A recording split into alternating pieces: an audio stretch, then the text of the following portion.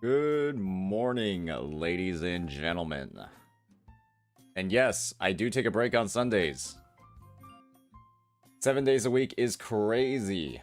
Need a little bit of time to rest.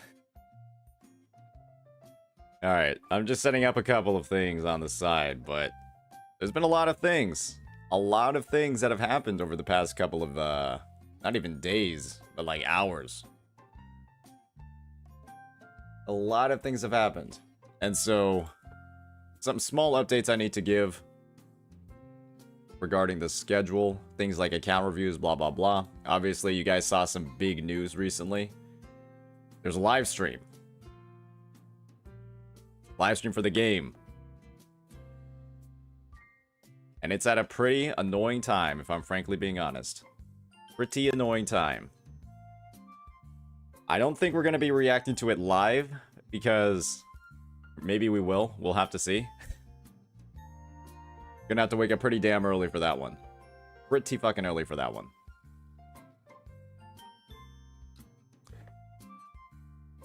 Why are you going crazy? Well, that's the thing, right? We got a lot of people posting publicly about the boy, about me lately. And, you know, I've been doing myself a disservice if I didn't at least hear them out and see what was going on. Tectone just covered me hard. I saw, actually. We might do a bit of a react to that whole situation. I think he just recorded a video on the spot. Man has a talent for that sort of thing. I think he straight up recorded a video on the spot. He's looking at some... We might look at some Endfield as well. I know that's a game that people are looking forward to. Some people are calling it the WuWa Slayer. Endfield. We'll see if that's the case. Do I think Carlotta's worth pulling? I mean, I think based off her look, she is worth pulling. She's one of the... You know, she's got a vibe to her. I actually saw it this morning. So, I saw that section this morning, so... Let me just find it. Was a fucking joke. He said that certain characters couldn't support other characters. Yeah, okay. These fucking games anymore. Has no resonance. He dropped some straight facts. For allegations.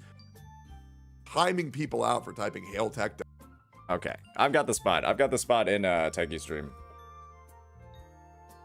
Oh, hello, Liquid. I see your small vacation is over, but you bypassed that anyways. You bypassed your vacation anyways with your second account. So, oh, good day. Thank you for the tier 1, man. Appreciate it. Oh shit, Hex Nove. Thank you for the 5 more gifted. We're off to a strong start today. We're off to a strong start today. Let me get those alerts back on the screen. Appreciate it, man. Appreciate it, man. Spoilers in the chat. Abso-fucking-lutely. Appreciate it. Haven't even gotten this off the... haven't even gotten this screen off. Alright. But there's a couple of things for us to look into. I don't even know what to start with at this point. I think it actually does make sense to start with some of the tweets. Because, my oh my.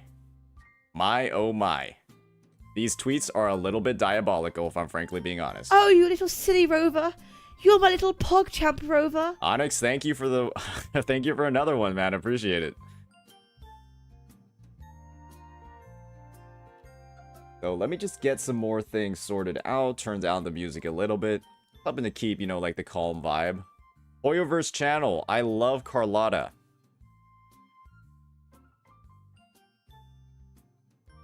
I guess I'll be the YouTube mod for today. Maybe I need some more YouTube oh, you mods. little silly rover. June, thank you. You're my little PogChamp rover. For another tier 1. Appreciate it, man. EO. Feel my wrath. Oh, yep, that was a bit of an situation. Yeah, that was a bit of a situation with this gentleman. I think that, you know, Feel my wrath. I understand, like, the whole, you know, you can like different sorts of media for different parts of the media, but there was, you know, obviously a little bit of the whole... There were hints of hypocrisy in that whole situation. I don't want to dig too deep into it. What I do plan on digging into is just like, you know, what they're actually talking about. Not like anything in the past. Yeah. Not necessarily anything in the past, just more like, you know, what's in the present. Everyone's just writing EO's tweet right now. Well, there are a lot of creators that have reacted to it already. And obviously, EO's EO, he kind of goes in on a lot of different things. When am I going to show my slime body? Who knows? Riddle me this. What does glue mean? What do you mean by glue?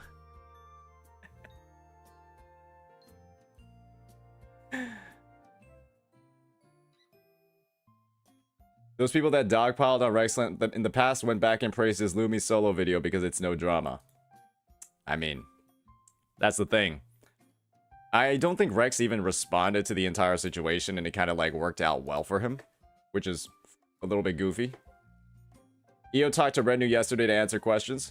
So, we will potentially also be looking at Red New stream. I might as well pull it up, actually. Red New stream, just to find, you know, maybe some additional clues to the whole conversation with EO. And, you know, if EO himself, right, wants to hop on call and discuss a couple of things, I think I'm happy to do that. Because I think one thing in particular, right, when it comes to our nation, that's Etard Nation. Yeah, so Red New, right, isn't necessarily a WuWa resident, as they could say, right? Red New is somebody that I think he plays WuWa a little bit. I'm not actually sure how much he plays, but obviously he's been out. We might as well pull up one of Red New's tweets as well. Red New's been playing some defense. Red New's been playing some defense for Wuthering Waves lately. Right over here. This is a pretty banger tweet. I've retweeted it. But you could say that in a lot of senses he is a tourist. And so, because he just doesn't know that much about the game.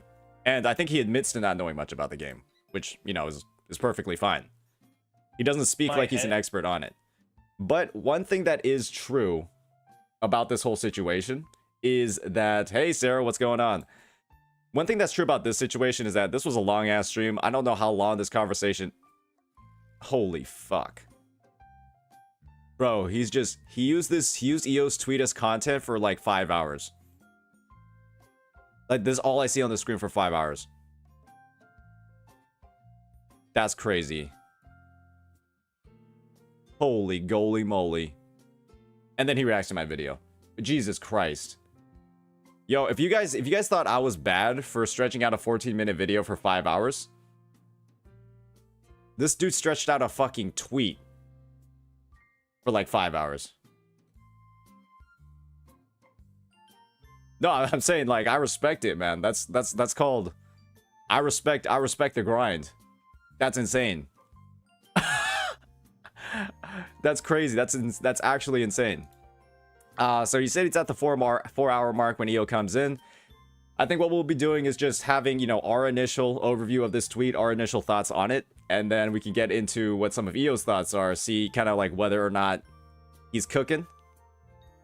And the thing is, when he's having a conversation with Red New's obviously not an expert on the game, right? He's not somebody that has like full knowledge of everything that EO might be talking about. There's a chance that EO has played more than Red New at this point, because I think Red New has openly admitted to quitting, right, a bit earlier on. So I think with that in mind, Red New might not be in a position to kind of like even address or kind of like push deeper on the conversation based off of his, you know, what I assume is his lack of knowledge about WuWa in the first place. And so to me, this is a bit like an imbalanced conversation to a degree where... Are you going to react to the WuWa 2.0 live stream? I'm going to attempt to. I'm going to see if I can wake up for it. I'm trying to sleep early and then wake up and then go through the rest of my day, not stay up for it. Because I think that if I stay up for something like that, it's not going to be a very high quality react. That's my opinion. I don't think it's going to be very high quality if I'm staying up late to do it. And then it's just going to be like a short ass stream on Saturday versus if I wake up, if I just like kind of end my day earlier on Friday, wake up early for this one, then I can have, you know, just a regular ass stream. the entire time and then maybe just end earlier. Staying up late to me sounds like a fucking nightmare from that perspective. So I'm trying not to do that. So I gotta find a way to sleep early on Friday. Might just take like 5 Benadryls and then call it a night. Mr. Pokey is posting about me. Ooh, we'll see. We'll see what Mr. Pokey's posting about me. No, he hasn't really done anything. He had a bit of a Glazer post on me, but that's pretty much it. Goofy ass guy. I love EO, but EO's probably played WuWa the least. Less than Rednew, though. That's the question. Because if EO's going in and talking to Rednew, and then Rednew hasn't really been playing the game, then any conversation that they're having, right, is not necessarily at the level where any of EO's points or anything EO is saying can be disputed. So it's almost like EO, to a degree, at least before I watch it, this is what my thought is. He can say a lot of different things about the game, and Rednew might not be in a position to actually confirm nor deny anything that he's saying. And that sort of just means, right, that Rednew's more of like an observer, he's listening, and that's, you know, when we're like discussing these big critiques about the game, not the most balanced conversation. Not the most balanced conversation from that perspective. So what I want to do is hear that conversation probably on like 2x, and then we'll see whether or not, you know, any of these concerns that he's having, whether they have weight. I popped in for a little bit, but I was pretty tired on Sunday, so I didn't stay the entire time. And so, yeah, we'll be taking a look at a bunch of Red News stuff. And we'll see how well he defended our favorite game. Alright. Okay, ladies and gentlemen. I think it's time for us to sort of just dive right on into it. Any last bits from chat that I should read? No YouTube chat today. You're right up on the screen. You're right up on the stream, ladies and gentlemen. And we'll be reacting to a bunch of other different videos as well, regarding me. A lot of ones, you know, directly addressing my history of toxicity and along those lines. And, you know, we'll be taking some time to share some of our personal thoughts in the matter, our perspective. We got big old Tectone's react. That was or not really his react, basically his video before it's been edited. Maybe we'll see it live as well. Oh, Moriarty, I'm gonna just make you a mod right now. Yeah, okay. There we go. You're just a mod right now. Please control the YouTube. Please hold it down for me while you can. And we'll be diving right on. We'll be diving right on into it. Alright, cool. So with that, everybody, let's get right on into it. All right, ladies and gentlemen. Oh, you little silly rover. You're my little PogChamp rover. I'm going to be turning off alerts for now, but thank you for that, Alfonso Oro, for becoming a member. Appreciate it on YouTube. So, yeah, alerts are just going to be down for now, so I hope my recording doesn't get ganked by Cap again. A lot of my recordings over the past couple of days have been ganked by Captain Cabinets, and my editors have been having a little bit of fun with it. But I think we can just squeeze that audio in whenever we want as like a soundbite. We don't need to be ganked mid-recording.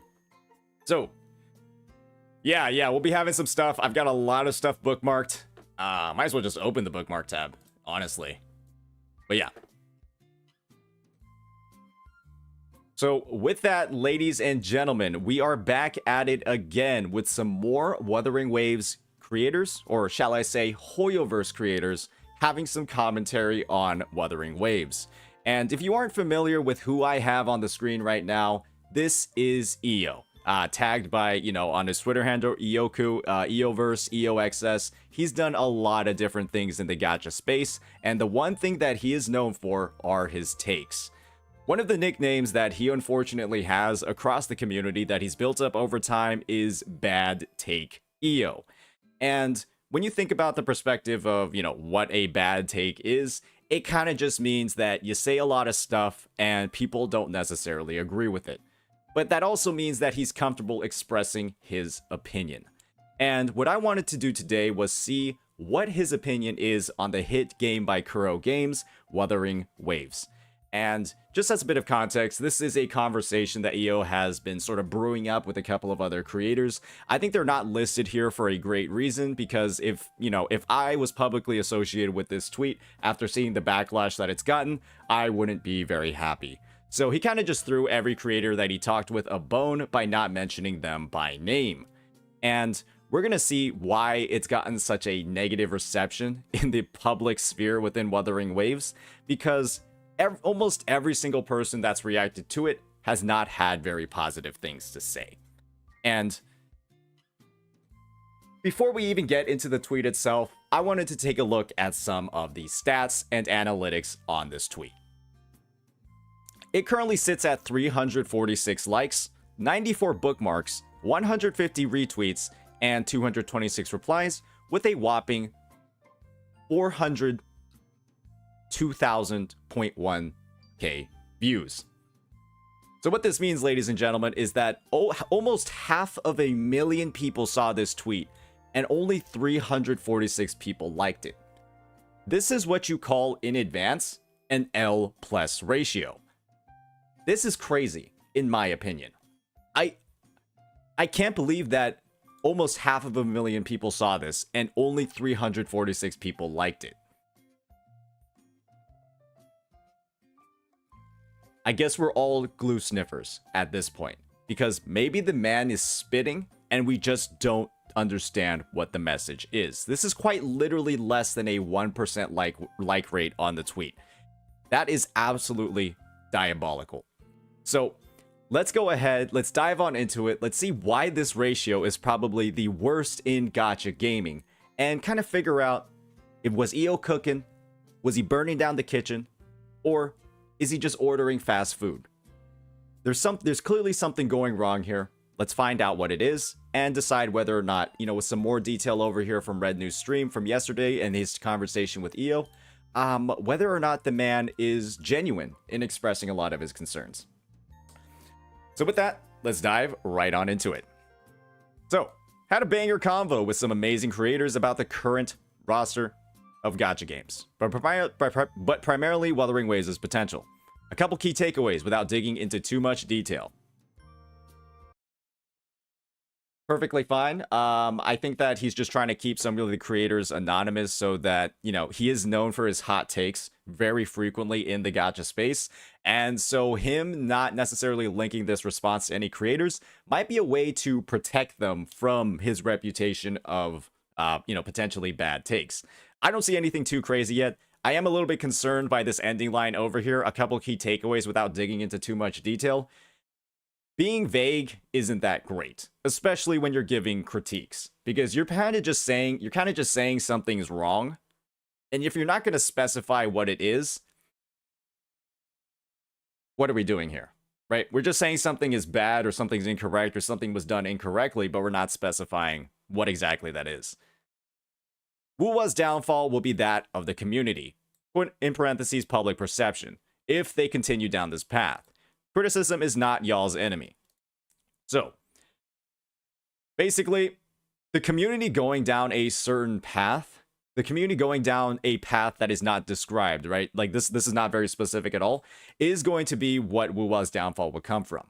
So this basically means that the community in general is going to be the biggest driving force for WuWa's success or failure. I'm not necessarily sure how much of this holds weight, because Genshin Impact quite literally had, or has, probably still does, the worst community in gacha gaming. And you can kind of see it from things like I'll just pull up my fucking bookmarks. Oh, it's right, I don't even have to do it. Yeah, this is what they're doing on the Wuthering Waves live stream right now. So, clearly the Genshin community is, not good at all. Like, they've been spamming this. Is there any way? Hey, Heatley, she's in my YouTube chats as well. So, like this is the thing, right? We got, one person playing defense, and then we got the biggest spammers in gacha gaming. And when this is the situation, right? Yeah, now I've got, a different mobile screen. This guy's using YouTube White instead of YouTube Black UI. And, it's the same exact thing. We got counter spammers from Kuro Games. And yeah, so this is the Genshin community, guys. And so, I mean, I don't want to say it's like that's like empirical, objective information, or I think that's to a degree demonstrably proves that the community doesn't really have any relation at all to the game's success, because it's only a small portion of the actual community that actually goes in and starts spamming these comments. And so kind of like pinning the potential downfall of the game on people that just happen to talk about it on platforms is, I think we've already seen that doesn't really make sense just based off of Genshin's success and whatever the fuck they're doing here. I think that's pretty fair to say, right, ladies and gentlemen? Is that crazy? Am I reaching like street basketball here, or is that, I mean, it's like we already got it, right? We already seen all of it right here. So that to me is like, hey, even if it's vague, it's still wrong. It's vague and still wrong. So that's like, to me, like strike number one with this tweet. We're putting a lot of blame on a factor that A, we haven't proven, and B, we can already see from Genshin Impact, it doesn't really have an impact either. Pun intended. So then he follows up with, criticism is not y'all's enemy. I just really wanted to hone in on this part because criticism is awesome. It's great. It's how Wuthering Waves has a quality of life update every single patch. There's a reason why in the 1.3 live stream, right, that I quote very often, the devs are literally begging players for feedback. They're begging players for the opportunity to make changes to the game that are going to make it better. Keyword, make it better. And so when the community goes ahead and they see critiques, and I think Tectone is going to dive into this a bit later, when people see critiques that are basically not rooted in reality, that are based off of misinformation, that are based off of a misunderstanding, right? That means that those critiques, if listened to, in their eyes, would make the game worse. And that's where the whole idea of toxic positivity comes from, right? Oh, we don't want any changes to the game. Everything's fine as is. But when you're going ahead and you're making critiques based off of your misunderstanding of how the game works, and then suddenly you're going in, you don't have the full information, you don't know about a mechanic. Hey, what's up, Tectone? We're going to be reacting to your quote-unquote video. And so if that gets uploaded in like the next hour or two, man, I'm happy to react to the one on YouTube. And obviously, drop a link to it. Drop a link to it from my chat. So yeah, if it's up within like the next 1 or 2 hours, I'll watch it on YouTube so you can get the likes and stuff over there. I know your chat has been griefing you lately whenever you drop a video in stream, but I don't think my chat will do that. I still remember that one time you linked something and then it had like a 50% dislike ratio and you're just... That was crazy, man. We'll make sure that doesn't happen in my chat. But yeah, Techie's been playing some defense for us lately. He recorded a great video. If it's on YouTube, yeah, I'll be pulling it up from there, and helping out some of the viewership from that point. But if it's not, actually, we'll be going over red new stuff. So we'll definitely be having at least 2 or 3 hours to check that stuff out. So, shit, where was I? So yeah, criticism is not y'all's public enemy. You just want to make sure that when it comes to, what critiques are actually being made with the game, you guys want a response. Or, sorry, let me just go back. When there are critiques being made about the game in the public sphere by creators who have a lot of sway, who have a lot of pull, and those creators are demonstrably proven to be kind of making those assumptions based off of imperfect understanding, a lack of understanding, or just simply misinformation, then my point of view is that those critiques can be called into question, right? You're asking, this is like somebody that doesn't play basketball at all, right? That doesn't watch basketball or understand the rules about basketball, critiquing the rules about it and trying to change the game so that it's easier for them to understand or easier for them to watch.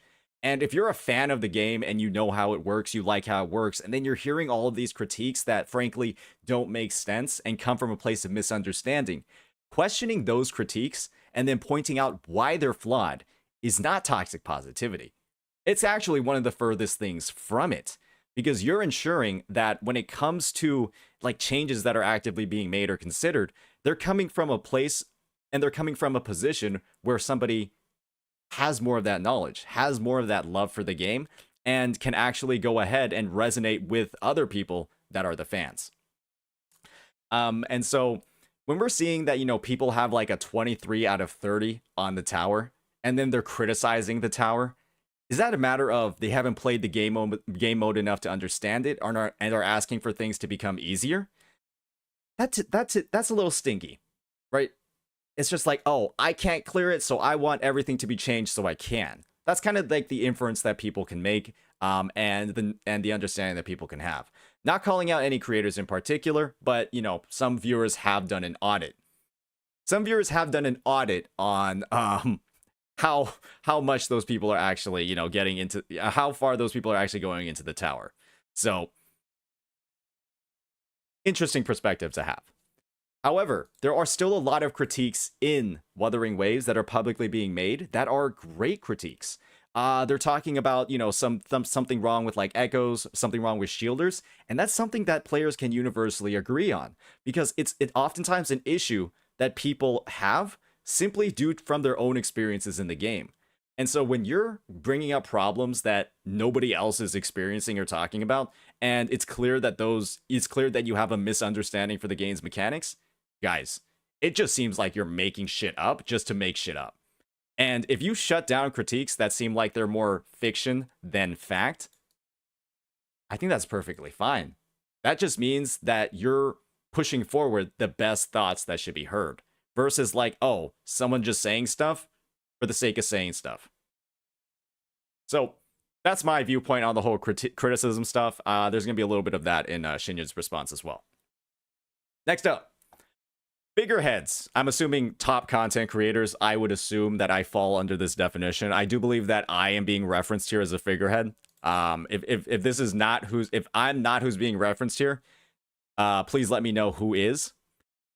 Figureheads of these spaces need to hold more accountability or acceptance in their position of power, voice. Thanks for the clarification. And police/shame the community together.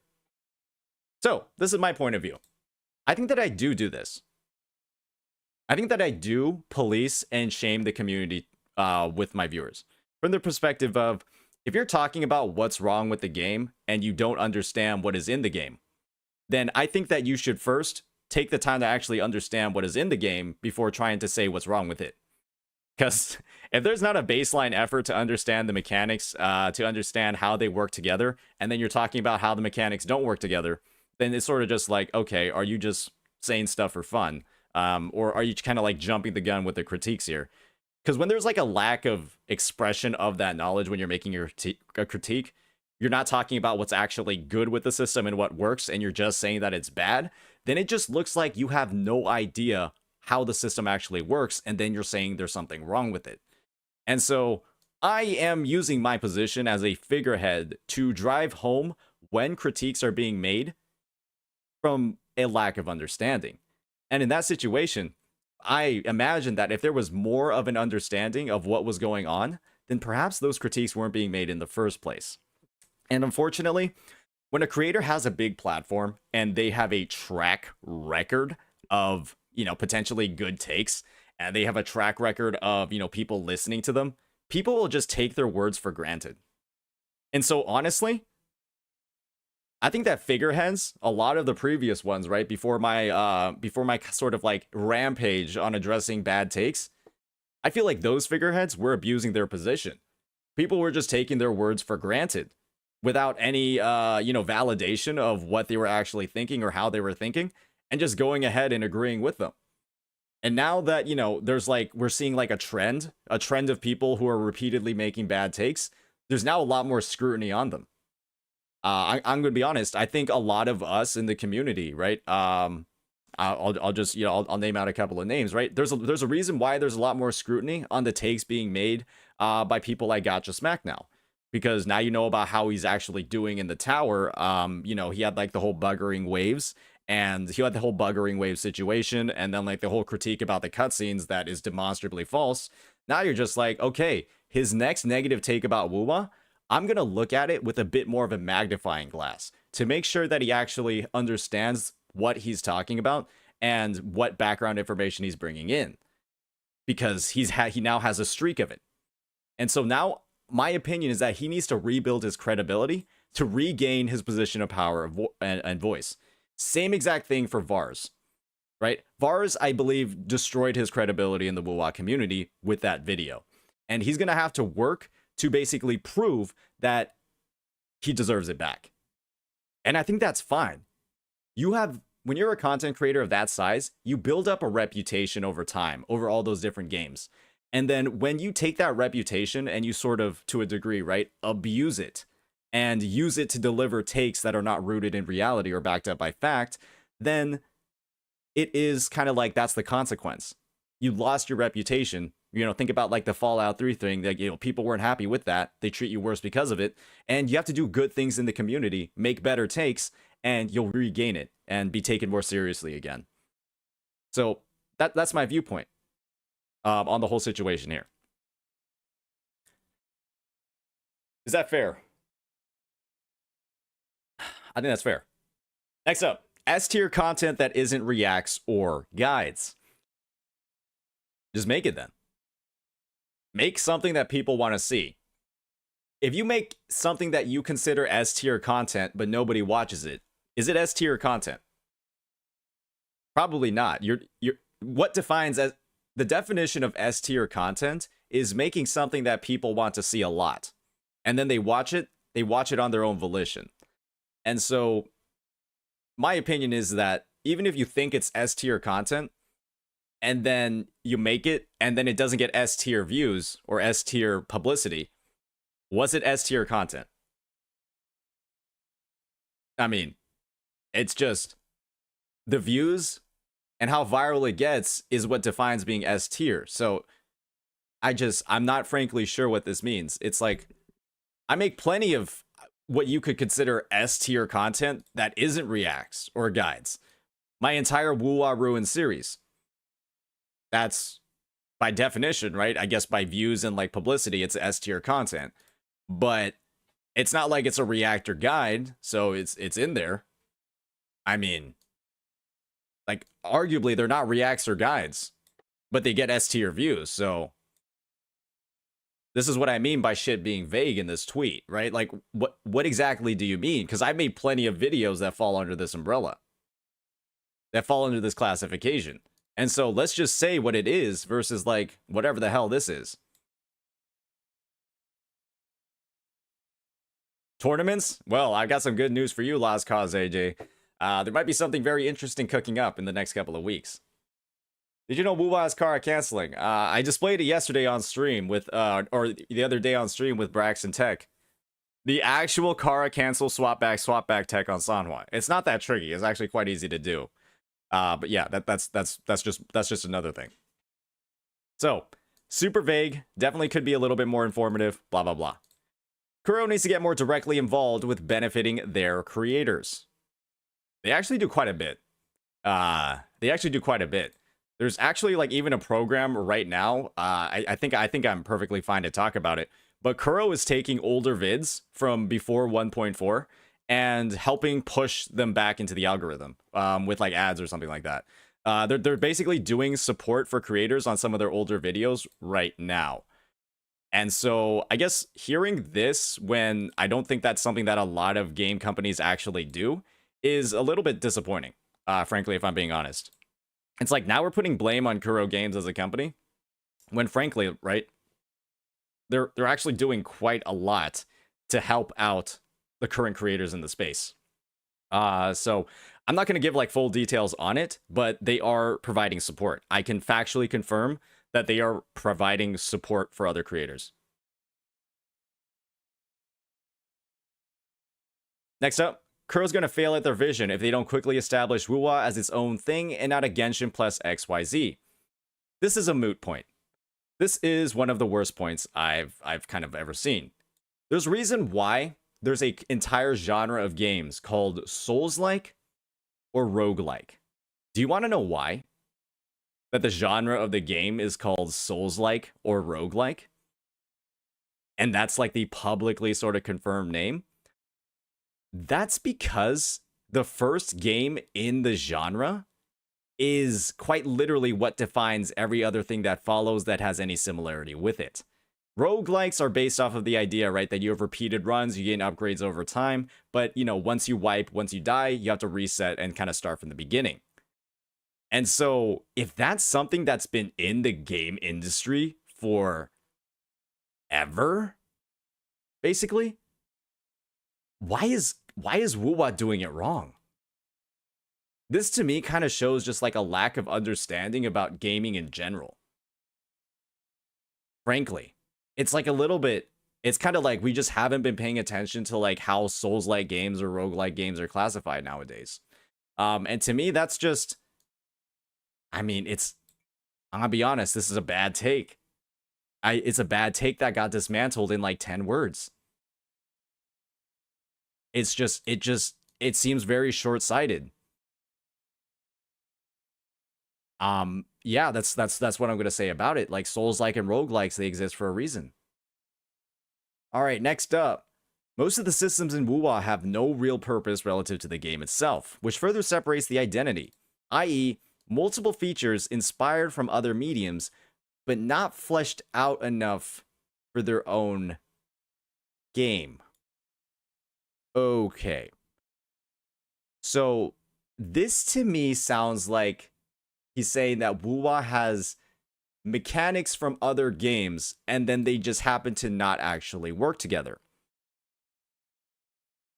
That it takes too many mechanics from other mediums / games, but they're not fully developed enough and have no purpose, which makes the identity of the game confusing.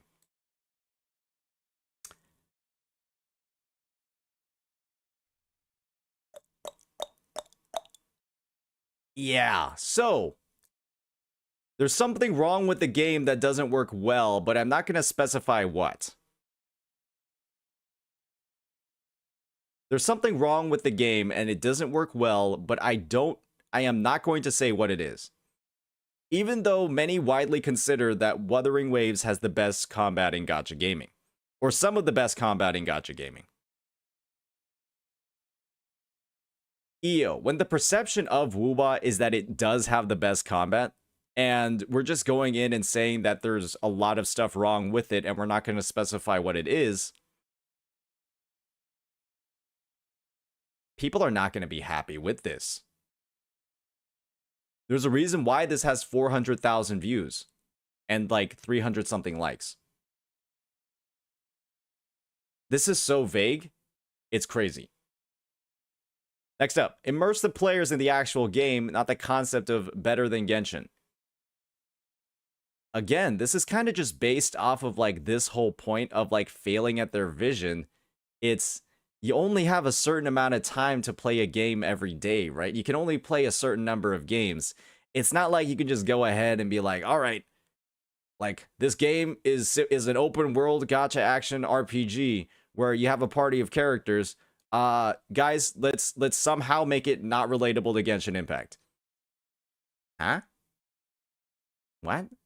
No, we've already gotten over like the definition of Souls-like and roguelikes. Nah, this doesn't work, man. You can't just, like, you can say this, but then people can't really take you seriously if you say something like this. WuWa is missing glue to the system. All right. Okay. Hey, the top 3 most important problem with Wuthering Waves is that it doesn't have enough glue. I assume glue is just, I'm going to attempt to... Thank you, Swade, for the gifted sub. I'm going to attempt to make light of this statement and try to understand it further. I'm going to try to understand this further. There is a lack of something that is binding the game together. Like a glue that, if added, would fix a lot of the game's problems. And so that inherently means that because he's saying top 3 problem, a lot of stuff in the game just doesn't fit together. But like what? What doesn't fit together, man? What's the problem? Where is the lack of synergy? What is not put together and needs glue at this point to fit together? Why are we making, again, critiques about the game, talking about problems when we're not specifying what they are? Now it's just like, hey, like you go in, like imagine you're going to school. You just put in an essay and you got the essay graded and you get a 60% back on your essay, right? You get a 60 out of 100. That's a D. That's basically a failing grade. And then you ask your teacher what was wrong with it. And they said, it's missing the glue. That was one of the biggest problems with it. Your essay is missing the glue. And that's all they tell you. What are you supposed to do with that? How are you supposed to fix it? You're not going to call, after you hear something like that, you're not going to call into question what was wrong with your essay. You're going to call into question what the fuck is wrong with your teacher. And ladies and gentlemen, that whole dynamic is why people are so upset with EO after this tweet. They're not wondering, oh, what's missing in Wuthering Waves? They're wondering, what the fuck was EO trying to say? You read pretty much 90% of the things in here, and you're just like, what the fuck does that mean, Ioku?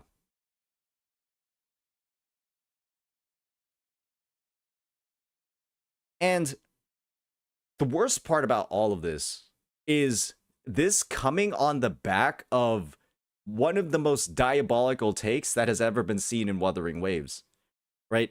His video where he's just spamming the baseline heavy attack on Jian and trying to juggle enemies. And complaining about the tower and like how you can't juggle enemies in there, and then saying how you can juggle enemies in ZZZ when you actually don't juggle enemies in ZZZ's endgame either. And like this is coming, like that was the most recent bit of WuWa content that he made, and then he comes back with another banger 6 months later. Another banger 6 months later. And this is the first thing that he posts about the game. Something that calls into question, just immediately gets called into question. And then I mean, we could just take a look at it here, right? we have Yang Yang, right? So I'm gonna jump in my head to the meter that you're looking for, Guys. So now I'm gonna introduce stuff that I would normally do, right? You have your dog. Hey, just use this is the best ability in his I've got kit. that, right? So now I do that. I have this, and so now I'm trying to do everything so that I have all of. Like, I get that some of it is cool, right? But we're just not using our character's abilities. We're just not using any of our abilities. We're not building any concerto on anybody. We're kind of just like, look at this cool stuff that I can do while ignoring every other mechanic in the game. And it's like, that was the take back then. And then there's another take, you know, obviously that he followed up with. It's just... And then we're saying stuff like this, WuWa's missing the glue. I mean... Like, we showed that we were, like, we're kind of, like, refusing to look at other mechanics in the game. Like, we're not taking advantage of anything like Concerto, even, like, our goddamn Resonance Liberation. Like, we're just not using stuff. And then we're talking about how stuff's missing after we've been like, after we have recorded footage and videos of us just ignoring mechanics in the game. And then we're going to say that mechanics are missing. I mean, this is just a little bit painful, right? It's a little bit painful to see because you would have thought he'd have learned after the first set of disastrous takes. And it's just, we come in with another one that's just pointing out more critiques or trying to talk about more problems. But then we just ignored all of the mechanics over here to make this video about hidden tech that nobody ever uses. And then we, you know, we basically like crashed out over it as well in a future video. Right? Where we went on stream and then we started talking about like massive problems with the WuWa community. How they didn't like how we're just not using our liberation ever.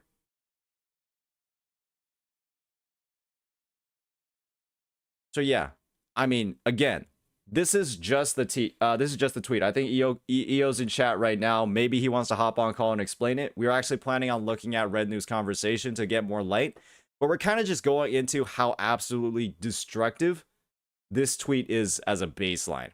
Because again, like when you have like the context, all the stuff that went on, right? This is what people's last impression of EO was before he, you know, in a sense, quit the game. Ignoring mechanics, ignoring things, you know, trying to push something else forward that nothing really uses. And then, you know, and then we're coming up with this where we're basically saying that stuff is missing when we have like objective proof that we haven't been interacting with the game's other mechanics. And so it's like, okay, we're missing mechanics, but I'm kind of ignoring them as well. And that's where the stuff just gets really confusing, right? And I think that's where a lot of the negative backlash is coming from here. So let me go ahead and finish this, wrap this all up. I'm hopeful for V2 hitting the ground hard and handling a lot of issues that have been brought to light. Okay, so again, what are the issues? What has been brought to light? There is nothing being brought to light here. Absolutely nothing is being brought to light here. So we're not sure how the handling is being done or what needs to be handled. As well as those that are major problems, but the vocal minority has shunned. Or the vocal majority has shunned. So basically, right, this is in a sense further blaming the community. This is in a sense further blaming the community for ignoring problems or trying to shove problems under the rug, but we haven't described what the problems were. And so now the community is getting flack, the community is getting blame, but we still have no idea what the fuck you are even trying to say. So now people are getting blamed for something they don't know about. Like, you did something wrong, but it's like, I'm not going to tell you. Fuck, man. Like, when it boils down like that, nobody's going to like that. We don't even know who's getting blamed either. It's just like a blanket blaming statement about a blanket problem that's never specified. And so it's just vagueness on both sides, vagueness on like who's causing the problems, vagueness on what the problems are. And so it's just like something's bad. But that's it. It's just like something is bad with the game. Something is bad with the community. And then we don't dig any deeper than that. A lot of these can be solved with the quickness, but takes effort and willing parties. And so this is like, you know, this is saying that like, hey, this is something that we can really get done quickly. This is something we can solve really fast. But it's also like, what? What, man? And I get the whole effort and willing parties, but it's like, dude, the developers can just do whatever the fuck they want, hypothetically. And it's great that the devs are listening to players and incorporating their feedback into changes, but they're the developers of the game. They can quite literally do whatever they want. It's not like if the community says no, the developers can't do it. The developers can just make the change and then and see how the community responds. So it's just like, there's only one willing party in this situation, and it's Kuro Games. They can quite literally just do whatever the fuck they want. So I don't understand, like, what the whole willing, it's just one party. Tons of people like to pull the wool over their eyes until they smell the house burning down. Now this is again insulting the community.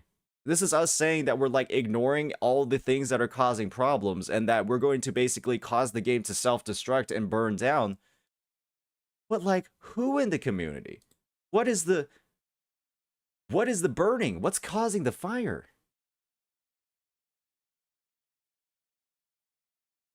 By then it's too late. And so we're kind of like going down like this slippery slope of like, you know, having some problem, not addressing it, and then now it's going to like burn down Wuthering Waves. So, summary of this tweet, summary of this entire discussion is there's something wrong with the game, and there's something wrong with the community. That is the tweet. And this is a lot of characters to basically say nothing. It's a little unfortunate. And Hopefully that explains why this tweet has 402.1k views. Probably it's going to be 403. This shit is going viral. Let's just do a bit of an update. Let's do a bit of an update. Boom! 1,004 more tweets, and I think one more like.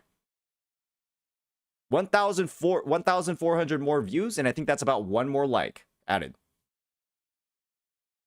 Brother man, this was caustic. This was a painful take to read, a painful take to break down, but holy moly, man. You were on record basically quitting the game. You were on record basically ignoring the game's mechanics, trying to push forward something that literally was not like designed into the game. And now you're talking about what's missing from the game and where the problems are. It's a little rough, right? Especially when we're on record quitting the game. And now we're coming back, and the first thing we talk about with the game is that there are problems with its mechanics.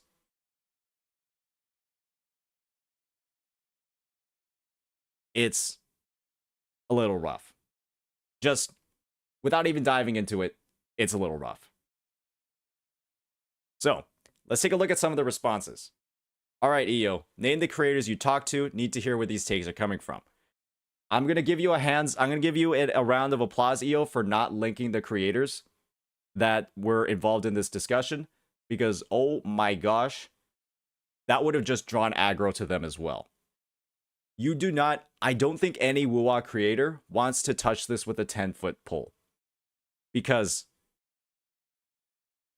I wouldn't want to be associated with it. I wouldn't want to be. And there are actually some creators, I'm just not going to name them. You guys can go find out yourselves. There are some creators that preemptively told the community that they were involved in this discussion. And that to me was one of the biggest L's you could have made in gacha gaming. Thank you, Matt Flix, for the tier 1. Because I wouldn't want to be associated with this. I wouldn't want to be. I'm frankly being honest. So, you not mentioning them, I know Tech gave you a little bit of flame for not mentioning them. You not mentioning them was the right move. Because they probably would be getting similar levels of flack as you are right now. So keep a lid on that. Keep a lid on that list of names. Protect it like Jeffrey Epstein's. Because if that list gets out, oh boy, some people are going to get into some trouble.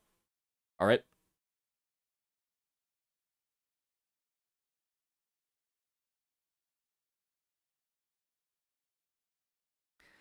Next, we got the good old VXV.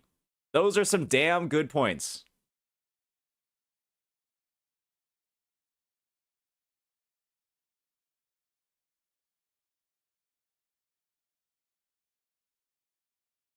Those are some damn good points.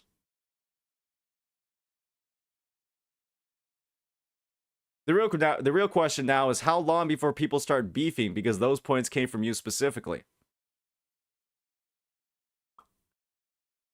The reason why, EO, people have a problem with this, or VXV, the reason why people have a problem with this, it's not because EO said it. It's because this is one of the worst tweets in gacha gaming. I'm just going to demonstrably say this is one of the worst tweets in gacha gaming. We've gotten into it. Actually, one of the worst tweets in gacha gaming. And we can easily say that the context of your tweet on WuWa, given your history with the game, makes it worse. And so there is a little bit of fairness in what VXV is saying here, because if any creator made this, it would be bad. But the fact that you made it also makes it worse, given your history with the game. Let's be honest about that. So, this is like a double critical hit.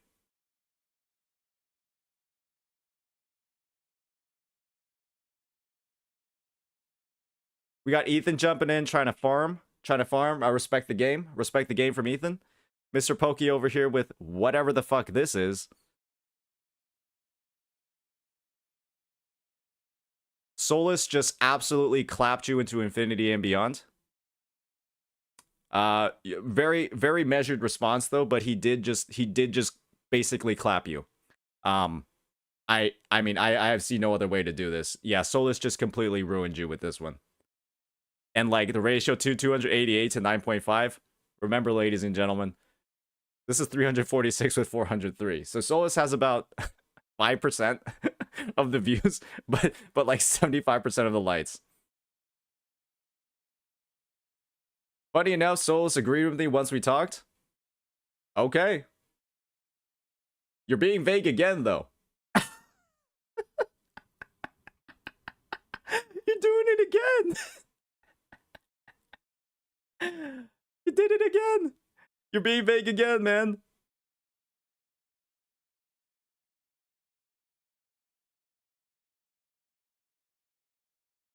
But yeah, we're going to give you some time. We're going to give you some time to clarify your points. But when we're going over like how you've been vague this entire time, and then there's like another bit of vagueness, it's just, you know, it's going to be something that we poke a little bit of fun at. But I think you're taking it well. I think you're taking this entire situation well. You're used to tanking. You're used to tanking communities. Yeah, nothing too crazy here in the responses. So, I can go ahead right now, EO. If you want to hop on call, we can right now. It might make more sense to hop on call than to just have the chat with Rednew. And then maybe we could just go over all these points, do a little bit of explanation, right? For what the context was. I know I was in Red News Live the other day, but I didn't stay for too long. I was busy like scripting and like doing some other stuff, making some content. So if you want to have the convo, we can have it right now and kind of get into the nitty gritty of what the fuck you're actually talking about.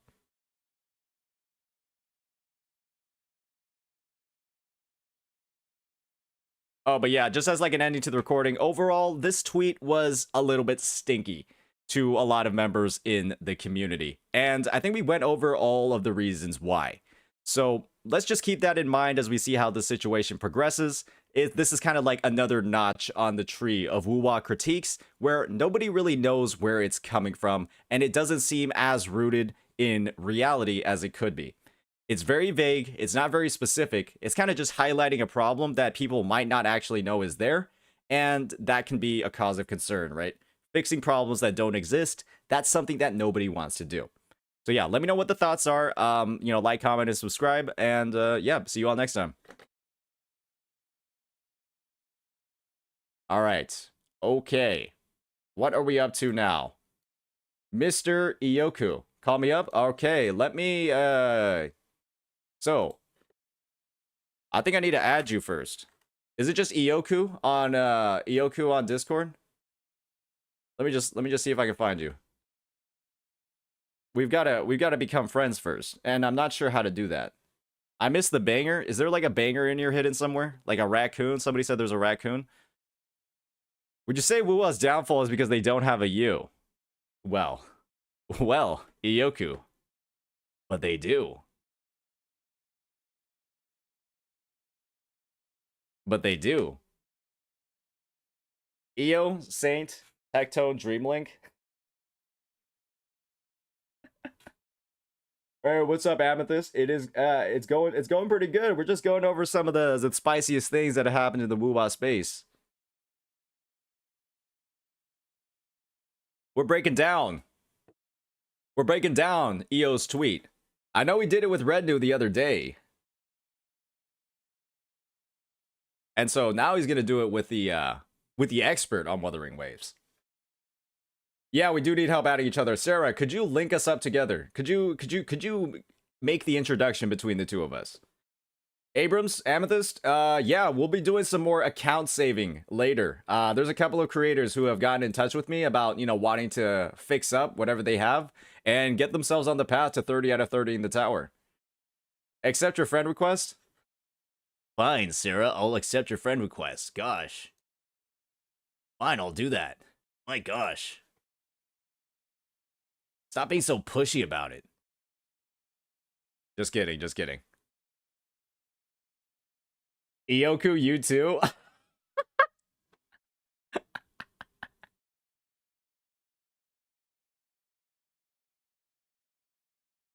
All right, ladies and gentlemen, we will be having a chat with EO in just a second. I'm going to take a quick trip to the bathroom so that I don't have to pee in the middle of the call.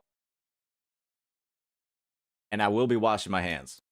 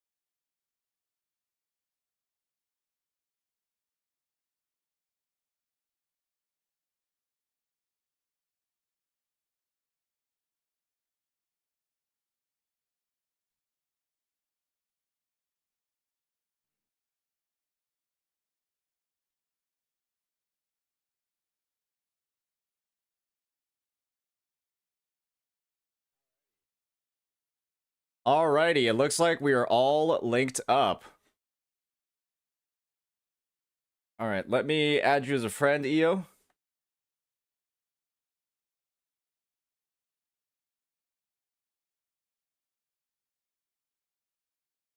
Let me add you as a friend. I guess we could just have Sarah in here. It doesn't really particularly matter to me. Okay, yeah, okay. Then we're good. We'll just do this then. Alright, I'm calling you now, buddy. You're getting a call now, buddy. Yo, Yo, what's up, man? How are you doing?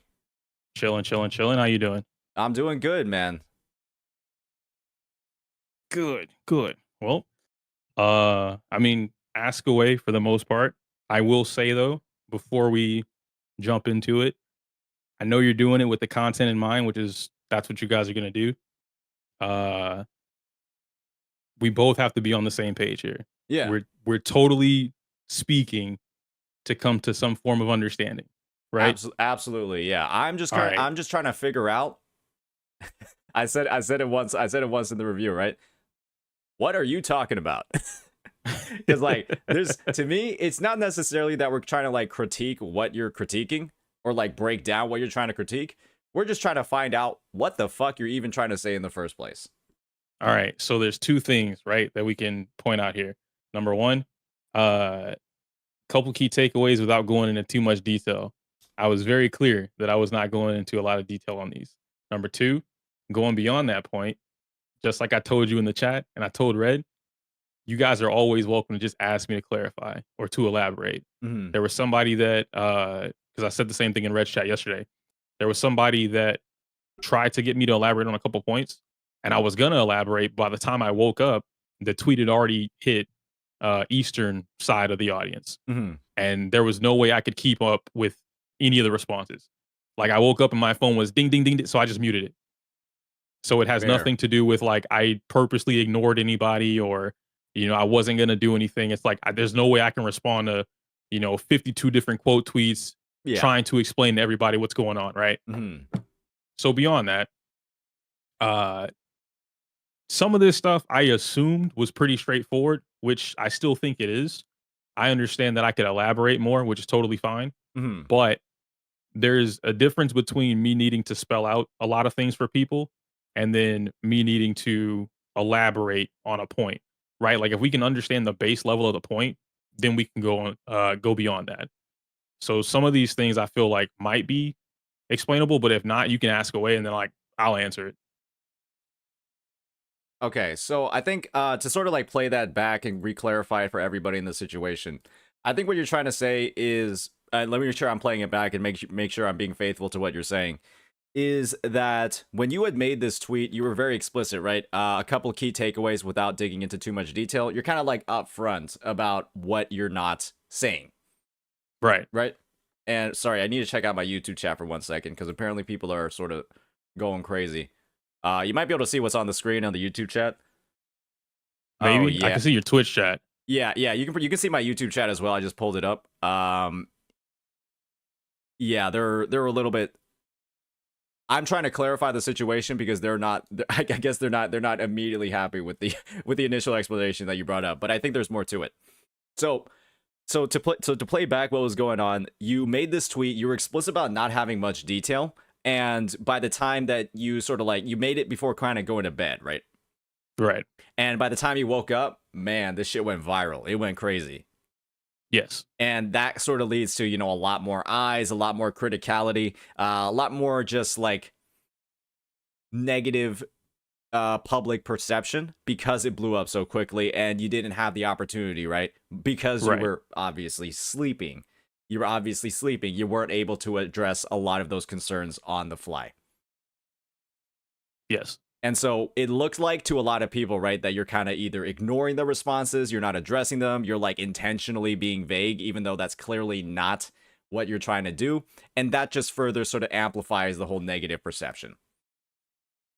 Yes. Okay. Awesome. So I'm glad that we're able to get down to the roots of that. To me, some people might not think that's a good excuse, but I think it's perfectly fine. I think it's perfectly fine, if I'm frankly being honest, because, hey, stuff happens. You know, it can be unfortunate when it does, but we also have to factor in that, hey, man, your stuff has gotten viral before. True. Yeah, but you know what's funny? I made like 3 or 4 positive tweets. I don't think this one's negative inherently, but like really positive tweets. Like, oh, I'm Yeah, excited to, get back into the game, yada yada, this and that, whatever. and those didn't go Um, viral. no, not at all, dude. That's why I'm like, to me, right? Because I'm like, okay, I have a Wuthering audience. Because even on my Zenless videos or like my Star Rail, I'll get random comments, and they're like, "Oh man, when are you coming back to playing Wuthering Waves? This new character came out. Are you gonna try this character?" And I'm like, "Yeah, I could try them." Or like, I already pulled them. I don't know what I'm doing with the character, but I have them. So I'm like, okay, cool. I have this little bit of an audience. I could totally do whatever it is to, speak with them on that matter. Because not everybody's in my Discord, and there's no way I can talk to everybody on YouTube. So I'm like, all right, it's fine. This went so far beyond it was another one of those.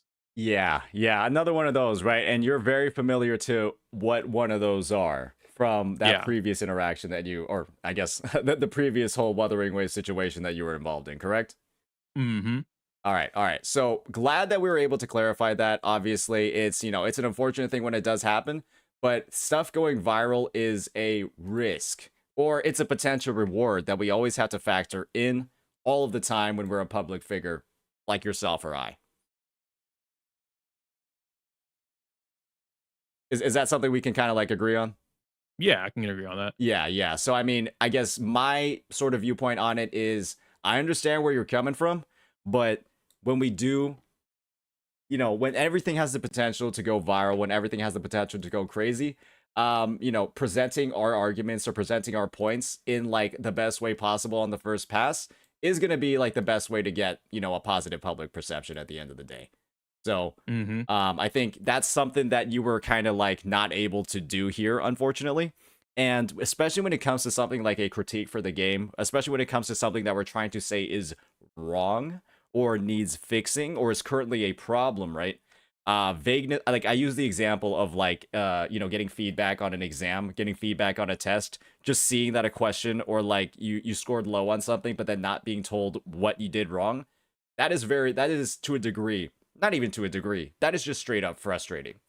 And I think that's kind of like what the perception was for a lot of people that interacted with this. They just saw that like, hey, you're saying something is bad, you're saying something is wrong. You didn't have the ability to respond because you were sleeping. And it made you kind of look at somebody that was just trying to make critiques for the game without, having like a basis or a leg to stand on. Yeah. Yeah. So if I could elaborate, because this will explain a lot more of the points as well. Mhm. Uh, most of the people that know me, and when I say know me, I mean like they have one-on-one conversations with me, hang out in Discord, chat, whatever, right? Yeah. The people that know me know I'm like a huge analytical freak. I love Mhm. YouTube. Yeah. So YouTube, TikTok, short form content, Twitch, whatever. I'm almost always studying analytics. Mhm. Most of the stuff I talk about, regardless of if it's Wuthering, Zenless, anything like that, it comes from an analytical standpoint behind content first, and then it'll come from everything else. Now, having a background with game design as well as being a business manager, I do understand a lot more when it comes to how something is perceived from a company standpoint. And, like if I were in the event of this is my company, I'm the developer, whatever, Mhm. how would I perceive this? How do I go forward? What's the best step? If, me and the team had a meeting, what are we going to be spitballing? Cool. So a lot of that fills in those gaps. Um, so I guess that's kind of really it regarding all of that. As far as the downfall, I think people assume because I saw the whole what is it? This is an Eastern problem. The game's totally fine in Western.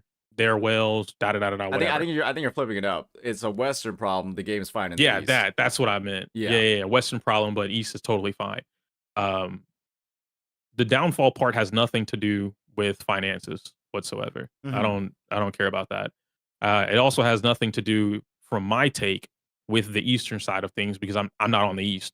I have no idea what they're doing over there besides watching, Billy videos of my own whenever I want to watch that type of content.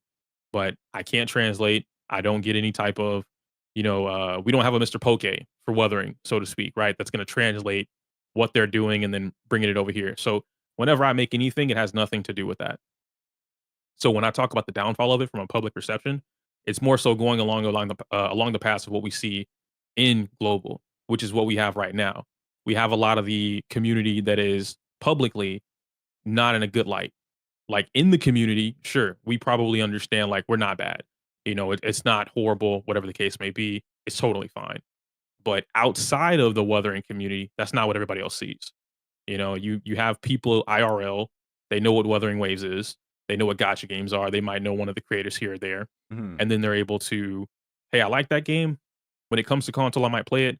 I don't watch content, or I don't go online because X, Y, and Z, all that kind of stuff. It's just the public perception overall.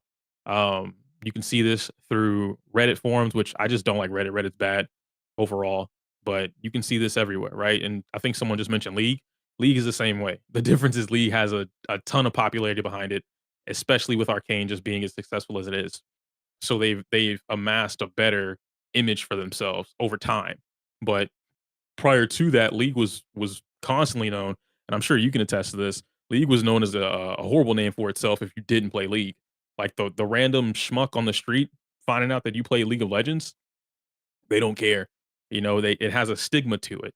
And I'm Mhm. not saying that Wuthering specifically has a stigma to it compared to any other gotcha game, right? It's one of those things where, hey, I like pancakes. Okay, so you hate waffles. No, I'm not saying that. All gotcha games to a degree have this stigma behind it. Genshin had this stigma for years. And the only reason it doesn't have it, quote unquote, now is because there's other games that revolve around it. So we don't have to always point at Genshin like Genshin bad, Genshin trash. You know, yeah, play Nikkei in public. You're gonna get, you know, whatever it is. So public downfall overall is it's the public perception. That's why that's in parentheses. Mhm. It's And not about anything pertaining to the game failing or EOS, which I learned. I guess that's what people perceive that to be. Is like I'm saying it's going to EOS, but that's nowhere near what I'm getting at there. okay, so when you're talking about WuWa's downfall will be that of the community, it's basically saying that like you're more so focusing on the potential negative reputation that is associated simply with playing or consuming content about the game. Right. Because what ends up happening, and this is again analytical side point of things, content almost at this point runs the world. We see this with Kai Cenat, we see this with Ninja and Fortnite. There's a lot about content that is heavily influential. And if we ignore it for whatever reason, then it ends up putting us in a bad position, depending on, you know, who you are, developer wise or anything like that. All right. So when you have something that comes from the public side of things, content wise, whatever the case may be, you always have to keep that stuff into account. If it's not doing well online, it's not going to do well for a lot of us. And since most of us are content creators, what ends up happening is we end up moving away. We end up dipping away from it. Okay, let me just do one quick thing really fast. I'm going to let me write down some of the points just so that I'm able to, just so that chat and I are able to better follow the discussion, because I think that one thing that is kind of at least confusing to me, at least at this point, is, and I'll clarify in just a bit. I'm kind of just cleaning up the UI right now so that we can have chat on the screen. You can see a bit more of like what chat is saying. And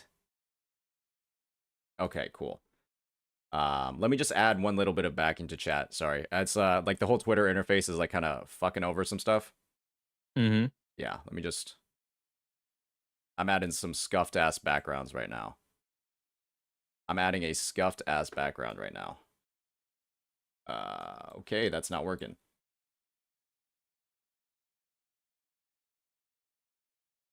Sorry, chat. I'm trying to make you guys more visible on the screen. And that is being a little bit tricky at the moment. Yeah, I can see Twitch chat just fine, but YouTube chat, I mean, to be fair though, uh, I guess we can do this. Maybe if you see a question that YouTube asks, Mm-hmm. then you can relay it to me. Yeah, yeah. Because I don't want to scroll through like the YouTube chat has a lot of, you know, glue, this, and I'm like, all right, I can't really respond to all that. Okay, so I guess to sort of just like backtrack and get like kind of like reiterate all the points so that's easier to follow. I'd like to think I'm a pretty good note taker. So hopefully we can make that part really smooth. Kind of like backtracking all the way to the start of the discussion. You didn't intend on the tweet being viral. No op to defend yourself in bed when it blew up. Mm-hmm. And that means that, hey, you look like you're intentionally, it looks like you're being vague on purpose as a result of that. Yeah. But you weren't. That's a pretty fine summary of like just like the initial meta sort of situation, right? Right. All right, so from there we get into WuWa's downfall, right? Point number 1, basically. This is more based off of how the overarching community feels about anyone playing WuWa. Yeah, or consuming content. Yeah, For both. anyone playing / consuming WuWa, right? Right. And this is where like the downfall is, right? If people have negative viewpoint on someone doing this. Correct. Okay. So, that to you, at least from your opinion, that's where the problem is. And you brought up an example of, let's just say, like, League of Legends. Right? Right. And how, like, people made fun of you back in the day for playing League. Not me specifically, you know, but yeah. Okay. Maybe not you specifically, but just League of Legends players in general. So, right. Yeah, just so you all know, I have been on record saying multiple times that I was a Masters League of Legends player close to, quite literally like 10 years ago. So, yeah, definitely feeling a little bit of a personal sting from that one, but I can't confirm. Don't feel it. I can't confirm, you know, that yeah, that was not a great way to get girls back in the day. But I think nowadays League is pretty popular. Yeah, Master's a huge accomplishment. Like that's a pickup line right there. Yeah, it wasn't back then though, buddy. And I can confirm that. was not back then. You were a bit of a nerd. So definitely I think gaming's gotten a lot more popular in recent a lot more popular in recent years. There's a reason why you get, you know, like Faker and stuff like that. Like most of their viewers of like the SKT1 team are actually females. When they stream. It's mostly girls that watch them, not actually guys. So League is now back in, ladies and gentlemen, if you're trying to make friends. So don't view EO's example right now in the same light as it was back in the day. But I do understand what you're talking about. So that's kind of like more of the clarification here when we're looking at like the WuWa downfall piece. Okay. What about criticism is not y'all's enemy? I feel like that one's very straightforward. It might not be specifically to your audience, because you're very well spoken, so you're able to guide your audience in a way that they understand. And if they didn't understand it, by the time you're done with your conversation, they'll have a semblance of understanding. That's not the entirety of the community, and it's not just WuWa, right? That's the gotcha community. Period. So it's a lot of, as I mentioned earlier, a lot of what has to be spelled out bit by bit for a lot of folks when it doesn't need to be. And so when you have something that would be criticism, it doesn't necessarily mean that somebody doesn't like the game. Even now, with I spoke with, I believe it was Solus yesterday or the day before, and he was showing me, you know, comments and explaining that he gets death threats. Or my bad, not Solus, Ethan. He gets death threats for saying what he doesn't like about the game, even though he clearly loves the game, right? But you say one thing that's not about the game and there's a death threat.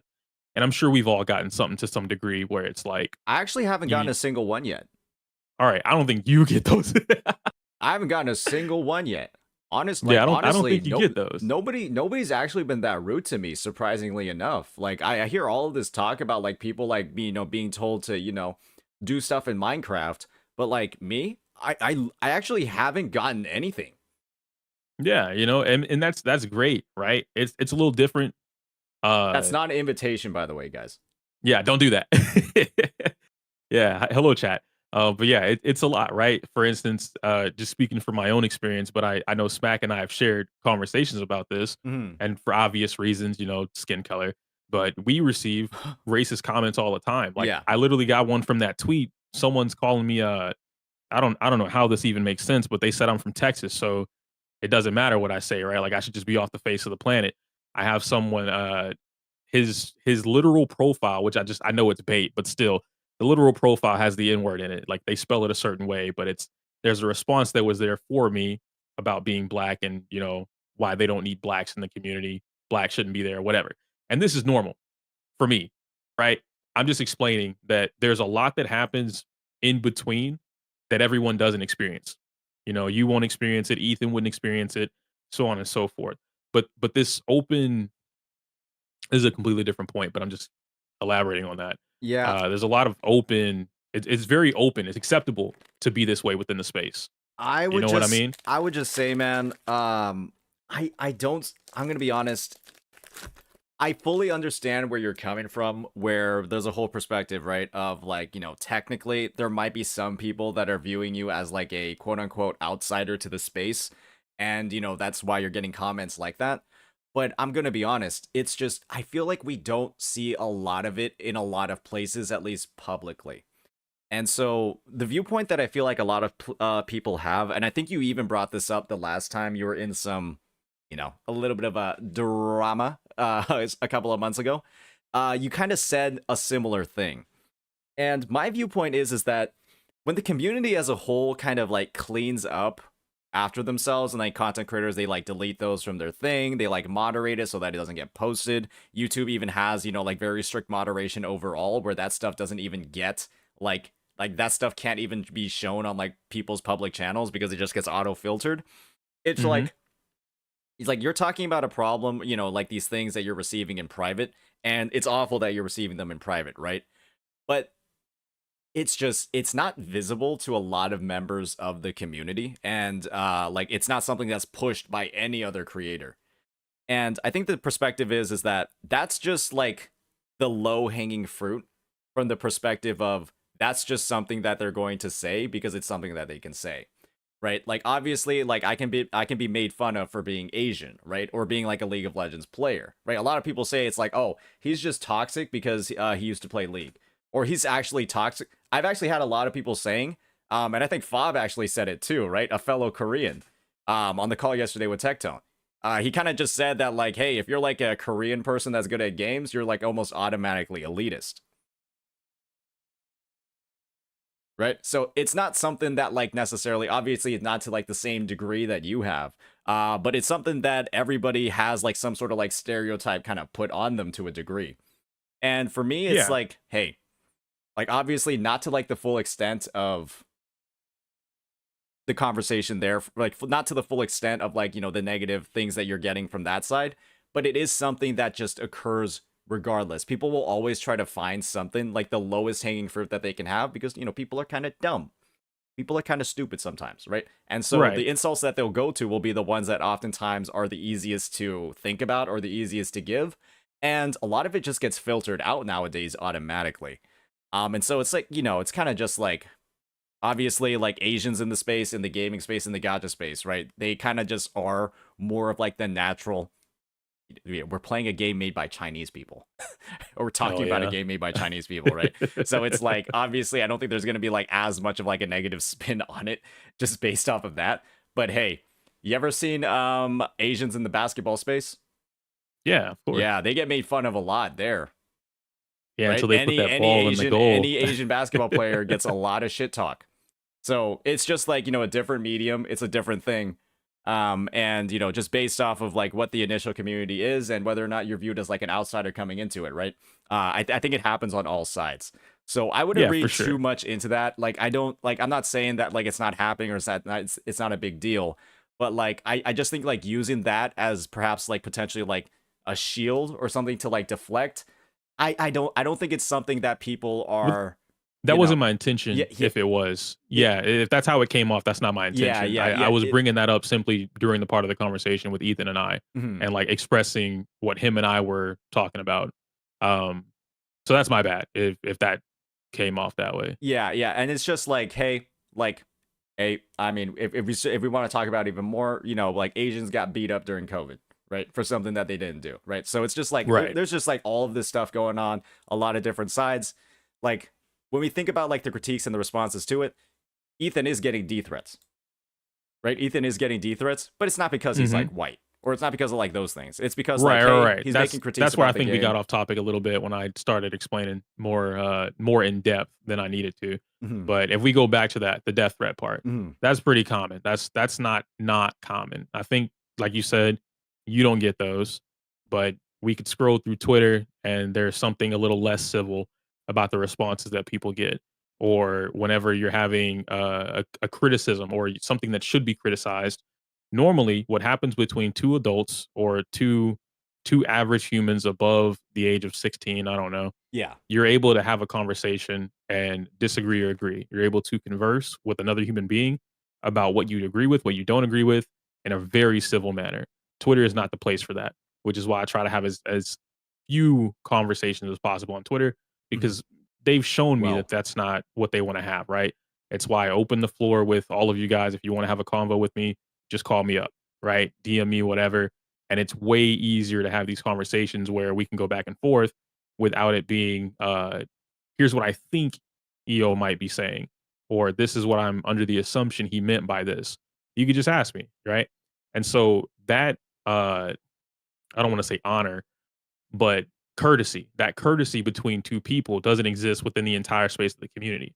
So where it's something that could be valid criticism, even if we remove my tweet from this and we take Shinya's tweet, for example, that he posted up last night about the community being in a bad spot, something about the leaders or whatever, which is the figurehead point of mine, but he elaborated on it like big time. mhm. That didn't receive um as open to criticism as it should have been, right? A lot of people's immediate responses within the gotcha space is defensive, it's to attack, and it shouldn't be the case. And like God's here, you're saying you disagree. I think you guys keep it civil over here. That's why I hang out in Saints chat, is because it's usually not crazy. You know what I mean? Like Mhm. it's not something that we're like you can't have a conversation or come to an agreement or disagreement in a very civil manner. But outside of this, I your chat is rare, bro. Hey, the my opinion is that the chat reflects the streamer. And whenever I make a point, whenever I try to talk about stuff, I try to view it from like every angle possible. But when something is a little bit stinky, I call out it being stinky. So glad that that perception of my chat is good. I've actually had some people saying that my chat was actually really bad or something like Mr. Boki's, and I was like, well, I mean, I don't know about that one, dog. I actually think this chat is amazing, if I'm frankly being honest. Rarely I mean, I banned a lot of people, but my chat's like this because I think I banned a Yeah. lot of people. Yeah, see, and that goes into the I guess the figurehead part, right? It's in quotations because I really shouldn't have to name Mhm. random streamers or whatever. But this goes to everybody. If I were a part of the Wuthering space, excuse me, I had to burp. But if I were part of the Wuthering space as what would be seen as a figurehead, then I have a responsibility to uphold that as well. And when you have a chat or a community that is rampant and you're not doing anything about it, you're perpetuating the problem. You're allowing this fire to grow until it becomes too big. Once it gets too big, now you're looking for the fire extinguisher. Oh snap, the house is on fire. Where how do we put it out? You could have stopped this a long time ago, you know? And so it's not a specific who though, AJ. It's just in general. I, That's why it's so vague. I'm speaking in a general sense that I more of what Saint does, so to speak, for his chat and his audience should happen throughout the entire community. I Because guess if one little bit of clarification that I wanted to put in is that I don't feel like there are a lot of Wuthering Waves streamers in the first place. I think that I might be actually genuinely the biggest person in the category right now, and I only started regularly streaming like 2 weeks ago. And so I guess when you're explicitly calling out Wuthering Waves, and then you're making a critique like this, it almost doesn't really seem applicable to Wuthering Waves as a whole. But like this is the game that you're talking about, right? Just right off of the rip. yeah, and Um, there's more to the community than just the streamers. yeah, yeah. And this would happen with like I guess this would go hand in hand with what you're saying now would also go against what everyone else would tell me. Hey, there's not enough content. You need more content creators. Well, actually, and then they'll tell you like 50 different people that you've never heard of, but they know about them. So you can't have it both ways. Not specifically you, but you see why I would be in a conflicting standstill there. On one end, I'm being told that you don't have a lot of creators. On another end, I'm being told there are plenty of creators. I'm just not looking hard enough. So there has to be some form of like, it's clearly there or it's not there. I think what happened in terms of like the WuWa creators is that there used to be a lot of them when the game first launched. And then we kind of had like the whole like tourism thing going on. A lot of them quit the game. A lot of them kind of like disappeared. And it kind of like ended up in a situation where it felt like the game had like a lot of people playing it, a lot of streamers playing it, blah, blah, blah, a lot of communities focused around it. And then those sort of just like disappeared as the months went on. And not necessarily due to like the game like being bad or like the game not being good. There's been like a theory that's been spread by some of the people in my YouTube comments that I think makes a lot of sense, right? It's the skill floor or like the skill investment or time investment to play the game got too high relative to the reward that streamers would be getting or content creators would be getting for actually playing it. And so we're even seeing it right now where like even some people that are like the bigger creators in the space, they kind of don't know how to play the game still. And it's been like 7 months, right? Like we have people with like 23 out of 30 on the tower, obviously not clearing it. Maybe Overdrive Zone isn't even unlocked for them yet. And then they're trying to say what's wrong with the game mode. You know what I mean? And so kind of like going back to that whole point of like criticism is not y'all's enemy. I mean, hey guys, a lot of people, they want to see proof that you've actually been playing the game before making like critiques. Yeah. Want to see people like playing or understanding the game first before you're like telling people what to change. Because this is like, you know, hey, just imagine like Zenless Zone Zero, right? I don't get past chapter 1 or, you know, I don't even do a single stage of Shiyu defense. And then I'm telling people what's wrong with the mode. But I've never cleared it before. And I'm trying to tell people what's wrong with it. That would be like kind of annoying to see, right? As somebody that, you know, I believe you play a shit ton of ZZZ, right? You enjoy the game. I go into it, I don't attempt to clear anything, and then I'm just telling people, hey, there's something deeply wrong with this game mode. And well, I think you ask me how to fix it, and I say, hey, not my job. There's something wrong with it, but I'm not going to tell you how to fix it. Yeah, I think if you attempted it, that's a little different versus you not doing it. And this is from me specifically, because now it opens the floor for a conversation. And now we can actually get into the nitty gritty of like, okay, what, as you said, what don't you like about it? Or how can you fix it? You know, this, that, and the third, whatever. And then I show kind of like a lack of understanding about the game's mechanics. I don't know how like disorders or anomalies work. I don't understand like how to like transfer buffs over with Sokaku, like things like that. Like I show that in my gameplay, and then I'm saying that there are big problems with ZZZ's combat at the same time. Yeah, I can see that. That's a little different then. Yeah. Now it's further stretching it, so I get it. Yeah. So that's a lot of the stuff that's been going around in Wuthering Waves, where people are clearly expressing a lack of understanding for how the game mechanics work, and then trying to paint the image that there are problems with it. And so when the community, in my opinion, shuts down those critiques by digging into where those critiques were founded from, that to me isn't a problem. That is people who understand the game, who love the game, who mesh with the game's mechanics, speaking from the perspective of, okay, we know what's going on, you clearly don't, and you're trying to say that there's something wrong. And when that sort of like filtering happens, I think that's extremely healthy for the community, right? You're having people that aren't putting in the effort to actually learn the game or, you know, actually understand how anything works, telling people that it needs to be changed.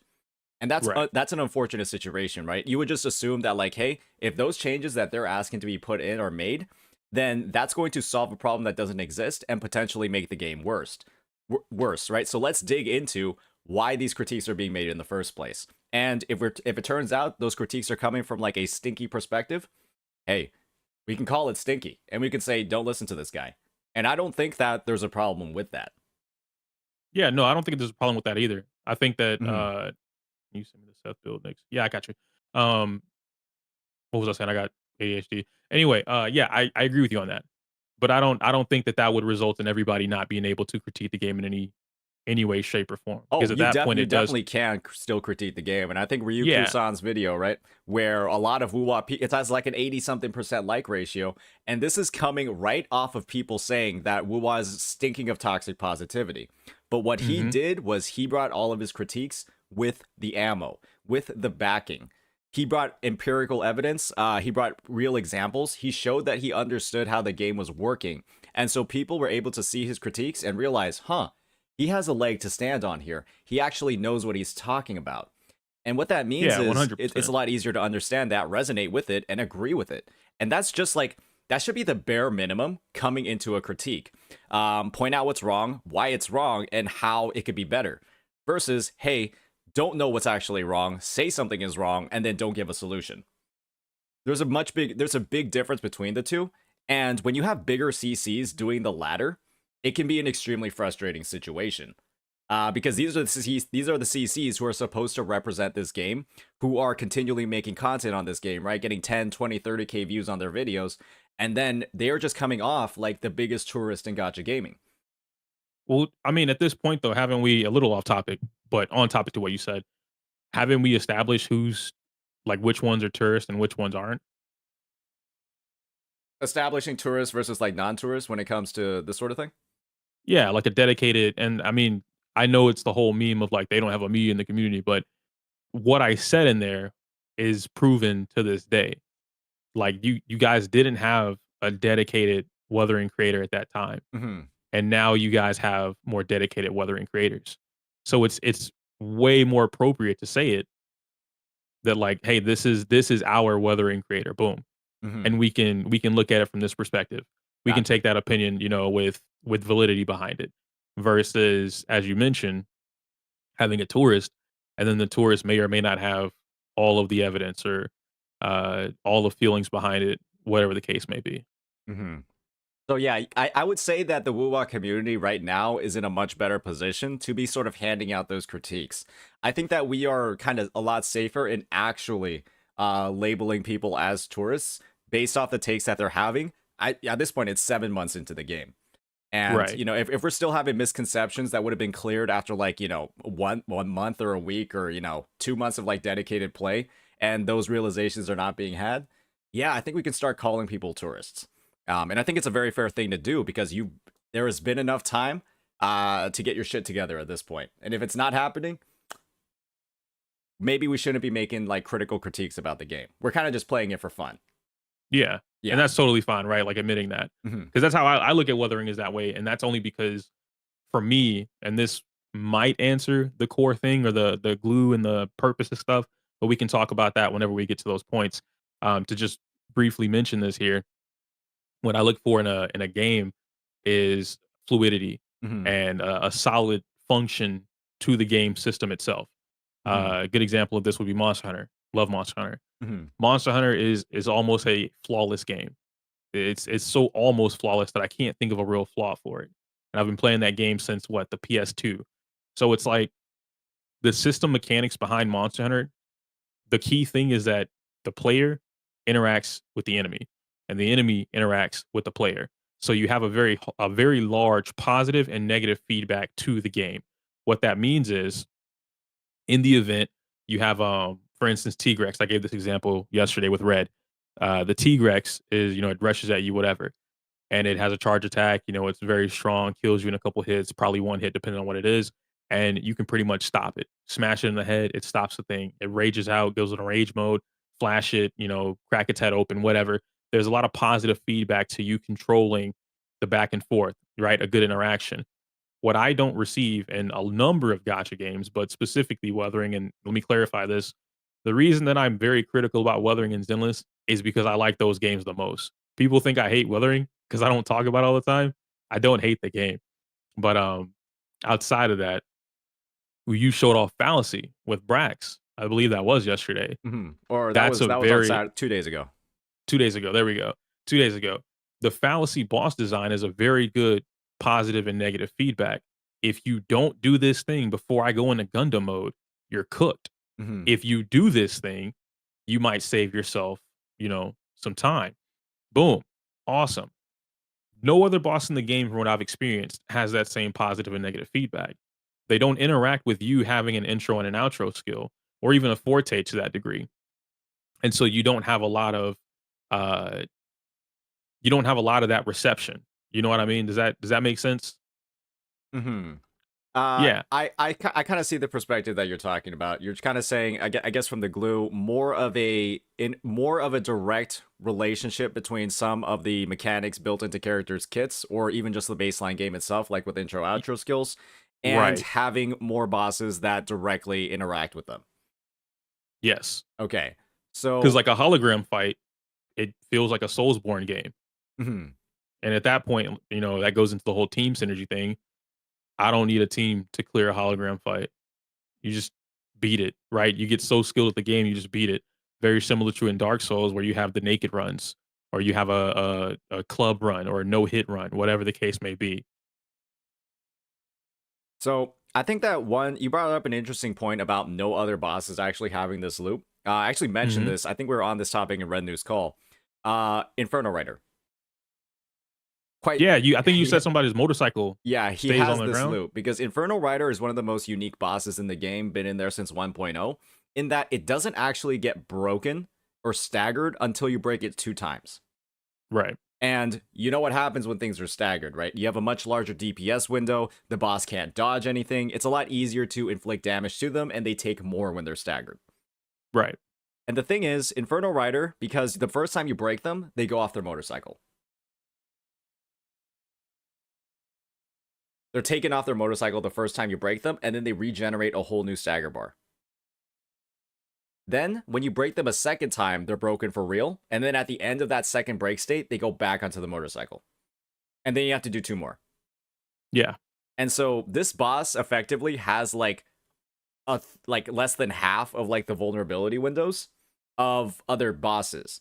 And so having more of that concerto, having more of those intro skills, maybe even slotting a Yan Wu on the team is one of the key ways to make that fight a lot easier and make that fight a lot more manageable. Much like how in the fallacy, right? Because it starts going into the sky and becomes like the most annoying enemy in gacha gaming. If you have a pistol character that obviously can just bypass all of the stuff that he's doing in the sky and, still shoot at him, that is a quote unquote like soft counter to that fight that doesn't involve like the massive concerto damage or the breaking that you typically would use with a more melee oriented team. Mm-hmm. And so there are like, in my opinion, multiple routes to like, defeating these bosses, multiple routes to handling these encounters. A lot of people talking about how Chisha can just solo it. That to me is where I think this whole like glue point, this whole like interaction with the enemy, now that you specified it, it's a lot more clear what's going on. I think that there are examples of that in the game currently. And then a big part about WuWa is that there are alternative ways to just clearing the mode in the first place or clearing the boss in the first place. Right. So it's just, when it comes to other bosses, things like the Impermanent Terran, things like the Mephis, maybe other enemies like the Ikes, there's definitely a lot of different moves, a lot of different mechanics. For example, the Impermanent Terran, right? I don't think it does this in the tower. It might do it in the hologram fights, but it has like this one series of attacks where it repeatedly dives at you, but the attack is parryable. Yeah, I know what you're talking Yeah, about. and if you Swings at don't... you three or four times, and then it'll drop the flames. Exactly, right? And if you parry those attacks, it won't do the flames. Yep, exactly. And the flames is one of the worst parts of the fight. Yeah, and I think that is a really good positive reception or positive interaction between player and enemy. Yeah. Where and, it's like if you do parry it, it won't get the flames out. and then the Ikes, one-shot move if you don't parry it. Yeah. But you see how like parrying is such a key core to the mechanic for a lot of these bosses Mm-hmm. that at this point, that's why I say it feels more like a Soulsborne than it does what Wuthering Waves would want to be. Mm-hmm. Because the intro and outro skills, I'm not using the core mechanics, the core combat mechanic of Wuthering Waves for a lot of these things. I'm just using the core mechanics of fighting, dodging, parrying, and basic attacks or skills. But I'm still missing the intro outros or the fortes. But that's the thing. We can say that parrying is a core mechanic of the game. In that some characters excel a lot more in certain core mechanics. Like, to me, I view the core mechanics of the game as dodging, parrying, concerto, intro, outro skills are bundled into concerto. That to me is like where a lot of those core mechanics are because they're available across pretty much every single character. And some characters are a lot better at others when it comes to leveraging those core mechanics. For example, Verena is one of the best concerto-focused characters in the game. She shits out outro skills for free, and intro skills for other characters, and allows you, right, to really leverage those a lot more in combat compared to a character like Storekeeper, who's a lot slower. And then you have other characters like Camellia and Gian, who are masters of parrying, because a lot of their attacks have very large parry windows that make it a lot easier. Then you have other characters like Dan, Jin, and Chisha, who have a lot of synergy with dodges and dodge counters. They do a massive amount of damage and have much more impact in their kit relative to other characters. And so the way that I view it is that these core mechanics that you're talking about, different characters have different specialized strengths that make them excel in different types of content. If there's an enemy that attacks a lot that isn't parryable, like Scar, Danjin's actually like, okay, well, she's not good against him because he's Havoc resistant. But there are, Chisha's good against Scar, hypothetically, right? Because he attacks a fuck ton. You can't parry him. You kind of just have to dodge a lot. And then a character with strong dodge counters really is good in a fight against him. Right. But when you have like the one-shot parry moves and then like, the triple dive from the Heron, that's where a character like Gian or Camellia, well, obviously not Camellia against the Heron because it's Havoc resistant, that's where they come in and can kind of carry that portion of the fight. And then against the Fallacy, Verena's just going to shit out so many outro skills that it makes it so much easier to knock it out of the sky and not get into a disaster in the first place when it goes Gundam mode. So to me, it's like there are a lot of bosses that are intentionally designed to have weaknesses based off of a core mechanic in the game. And there are characters that, excel in those core mechanics. So to me, a lot of like, you said no other boss has this loop, but now we've gotten into like 3, 4, or 5 of them that have this loop where you have to really leverage a core mechanic in the game to deal with them. Does that make sense? Yeah, I see where you're coming from here because the way that I'm looking at it is more so the glue, but putting together all of the core mechanics within the basis of the game itself. Like everyone has these options that exist to them. Yeah. And I see the way that you're explaining it is more so certain characters are more specialized at using these core mechanics than others. And I can see that. I can definitely see that for sure. Yeah. So to me, that's where it's kind of like this critique to me almost is kind of like in line. Like, I'm not saying that you're lacking knowledge completely, but when you think about it from this perspective, and even with the specifics, right? I can already think of examples that sort of counter, like that are just counterpoints to what you're saying right now. And this is where like that kind of like full knowledge of the game, that full understanding of like what's going on, how certain characters, bosses, how all of these different things play and interact with each other. I think that's where having like that more cohesive perspective of the game really helps, potentially eliminate some of these critiques in the first place. And so when I'm able to go in, and then bring up other examples where it's kind of like, hey, the original point you're making isn't quite there. I think that's what was missing from the Red New conversation, right? Because he doesn't have that viewpoint or that knowledge that I have. And then now that I brought them, right, we can see, oh, maybe it actually does exist, but just like not within the framing that you had originally thought of, but it does exist. Yeah. And I agree. I can see where you're coming from that too. Mhm. Let me ask you, how does this, because now it sounds really close to Zenless. I have a really big issue with Zenless as well. And it's the game's fault. But for Wuthering specifically, with so many of these different ways to go about using the core mechanics and specializing in these characters, where is that in the game for us to find out, right? Because we know that there's not many guides out there that explain this stuff. I would love if there were, but there's not a lot of guide content out there that specifically goes over the different ways of combating something and using the core mechanics to your advantage in order to excel as a player. Is this information in the game for like any random player who doesn't, hang around on YouTube or watch streams to be able to just go in there and figure it out and learn it that way? Because Mhm. that's one of the things that Zenless has an issue with is that there's a bunch of quote unquote tech that I know about Zenless and how to play it, rotations, things like that, but the game doesn't teach it to you. So the majority of players have no idea they can do these things. Like I got a comment on one of my videos recently, and they didn't know that you could swap out of a character while that character is still doing something on the field, and then do whatever it is with the new character and repeat the process. So I've actually done several guides on tower resets, pointing out like what some of the weaknesses of different bosses are and like what types of characters to actually bring in to have the most success in those clears. My first video on that was actually literally titled "The Fallacy of No Rewards." and how, you know, if you want to clear this floor or have an easier time with it, you want to leverage characters with a shit ton of concerto efficiency. So I have definitely made content from that point of view just to like help people out. But when it comes to that info being in the game, it is a matter of how much can the game tell you versus how easily can you discover this on your own from understanding the game more. And I think when you play against a boss a single time and you get your cheeks absolutely clapped by the fallacies Gundam mode, then what you're going to recognize is, if I were to break this guy, what would happen instead of him, you know, flying around? And it's almost like a trial by just playing the game, and then you'll find out, well, intro skills do a shit ton of damage to the stagger bar. And this thing, unless it's staggered, is a complete pain in the ass. And so it's almost like experimentation from the player's end. If I just break this guy faster, I'm probably going to have an easier time. And so a lot of it is going in, playing the boss once or twice, getting clapped by it, and then realizing, it's actually weak to XYZ thing. But it's also a matter of like, hey, how much of that do we want almost like spoon-fed or like told to the player versus how much do we want them to figure, you know, stuff out on their own just from understanding the core mechanics. And when the fallacy is like a boss and the only troubles you have with the fallacy are when it's a boss in the end game modes, it's like, hey, at least, you know, at this point in the game, the fallacy was released when the game was like 5 months old, 5 or 6 months old, right? Mhm. We should be able to understand how concerto works, how you know, breaking works, where breaking has an impact in the fight, and it makes certain characters or rotations or fights a lot easier.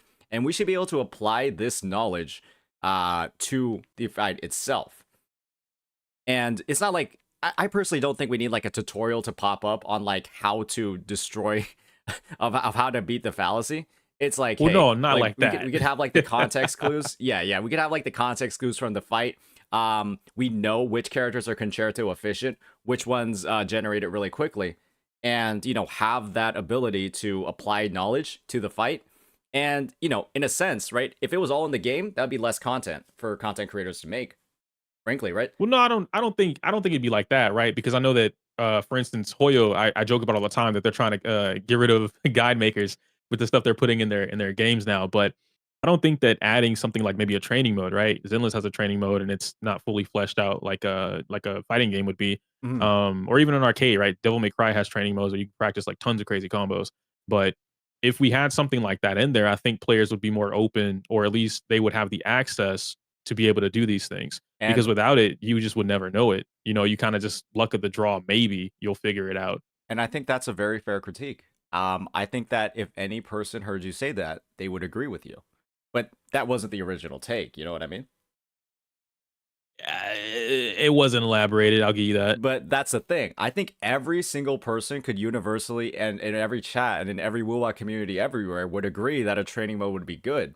And that's, again, like that's a critique that we kind of like work towards to figure out more about mechanics, to figure out fights. But that's the thing. That's a critique that's good, that everybody can agree with because the reasoning for it is good.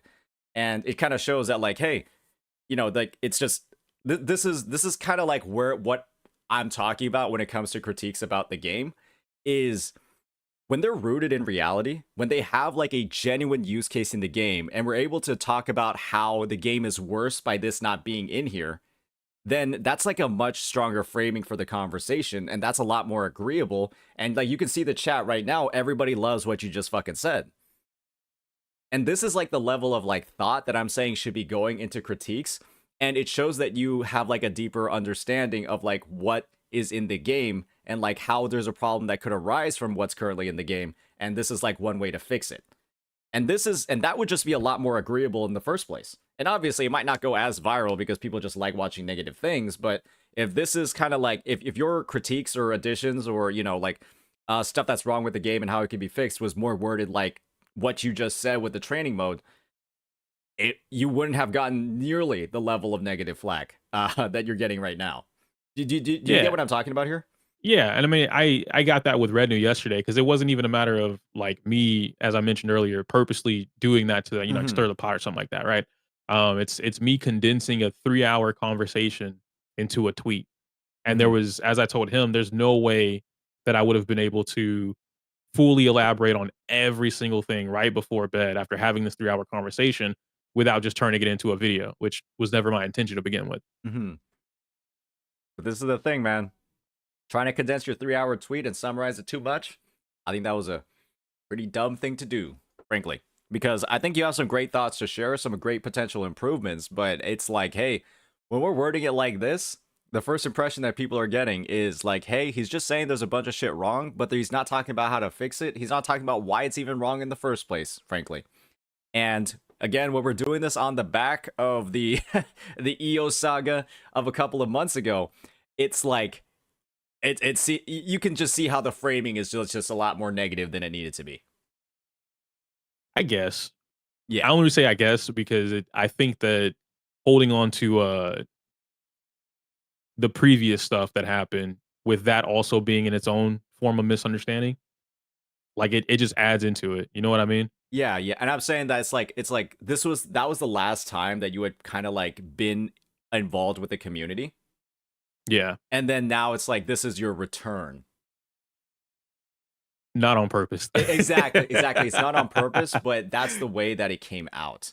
And to me, it's just like I totally get what you're saying. I think you actually have some great viewpoints, right? Obviously, they're rooted in reality. They're rooted from your attempts to understand the game, right? And you clearly have like a level of understanding that's pretty high. But when we're like not leveraging that and we're not expressing that, right? And we kind of like almost made it like a lot of people think you just quit the game, right? Like 4 or 5 months ago. And you haven't been playing it since, and then you're not being specific here and being vague, it almost looks like you're making the critiques without having played the game or keeping up with it. And that's what people don't like. They don't like when somebody like doesn't have or isn't expressing their knowledge about the game, but then trying to say what's wrong with it. Right. Yeah. So glad we were able to clarify that one there when it comes to the glue. Yeah, for sure, you know? And it's not even honestly, I forgot what I was gonna say. Something about playing the game for 4 months or whatever. But continue.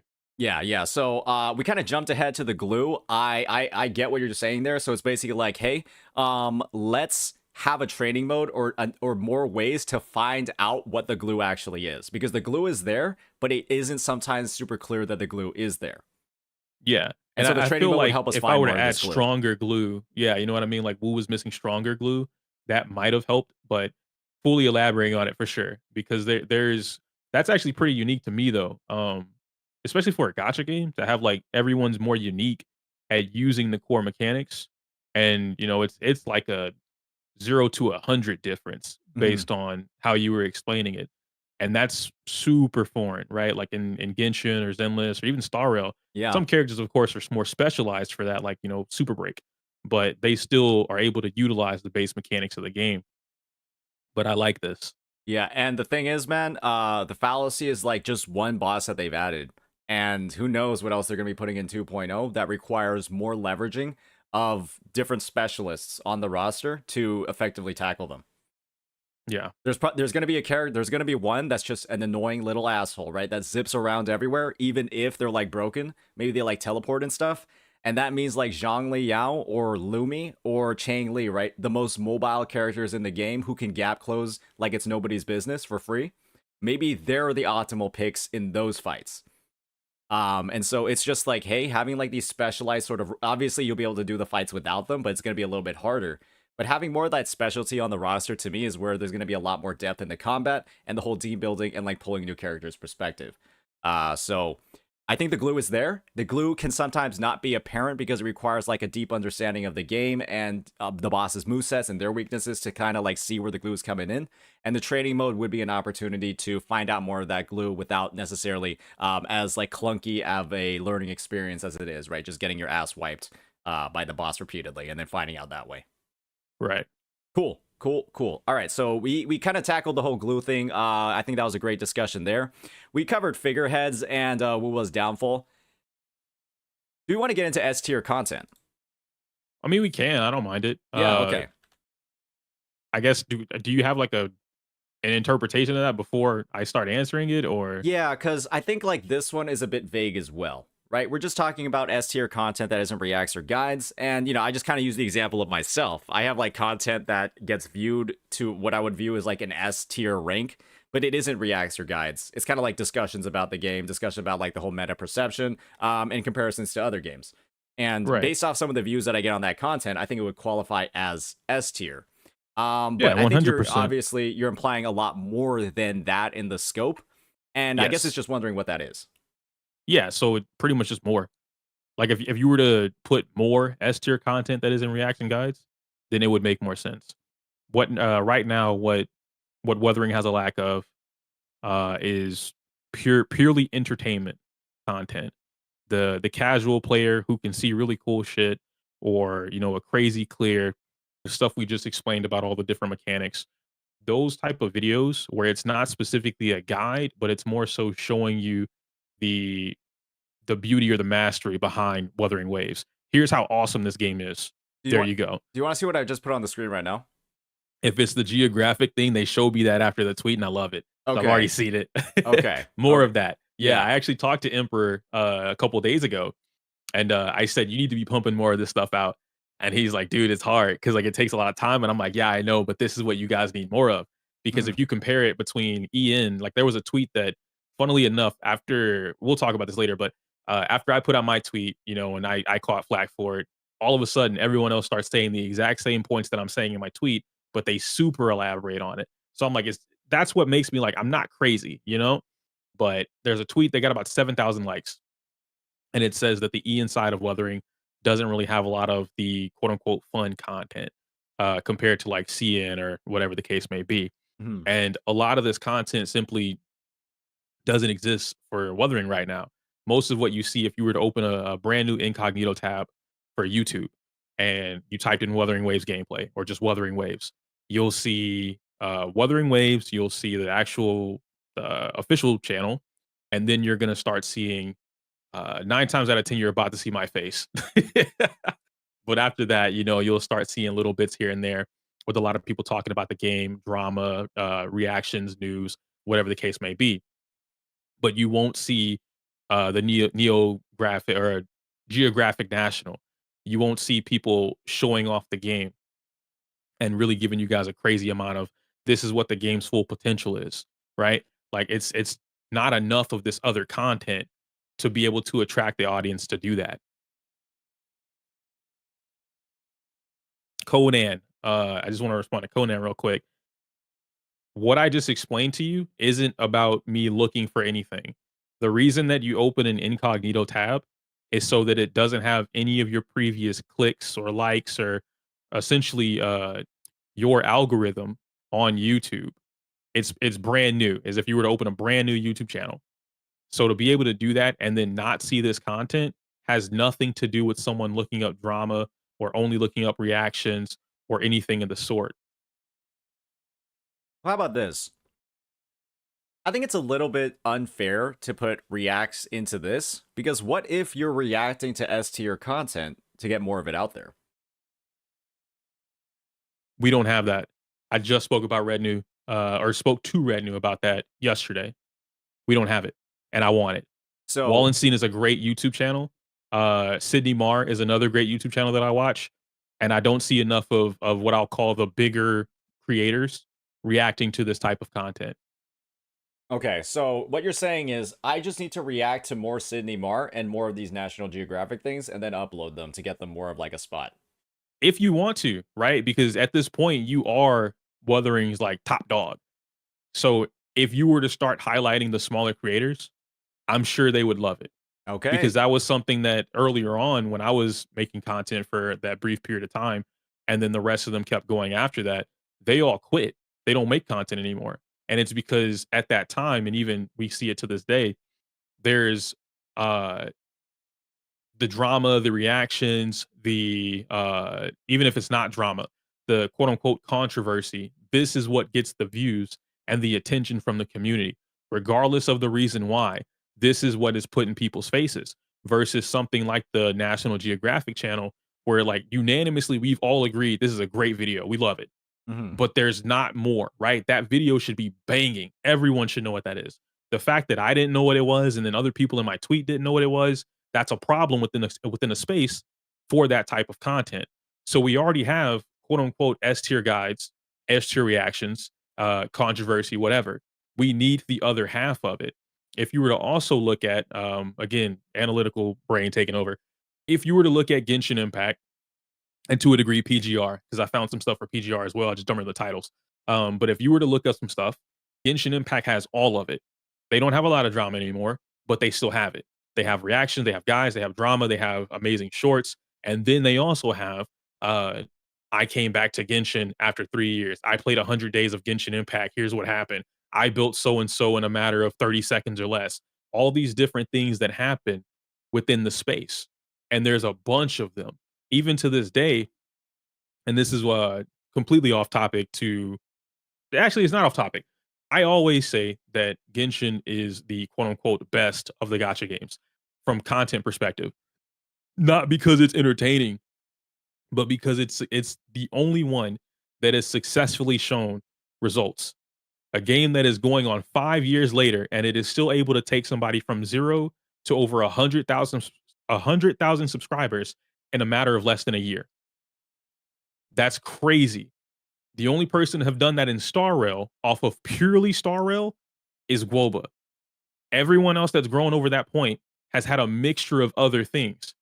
But for one game to be able to take somebody from 0 to over 100 off of purely content, and this content it's not guides, it's not reacts.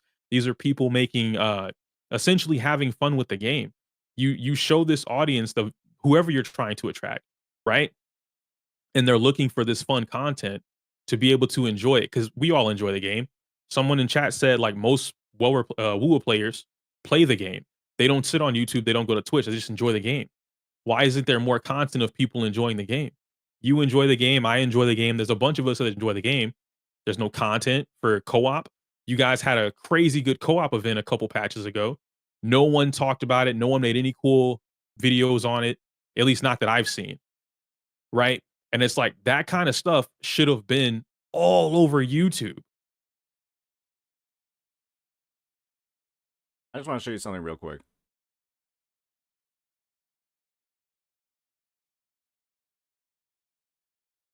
Where's more? I mean, I think a 54K view on the co-op is. But I've already alienated you from the conversation because you're already in the bracket. So you can't be the only one. You see what I'm saying? There has to be more than just you.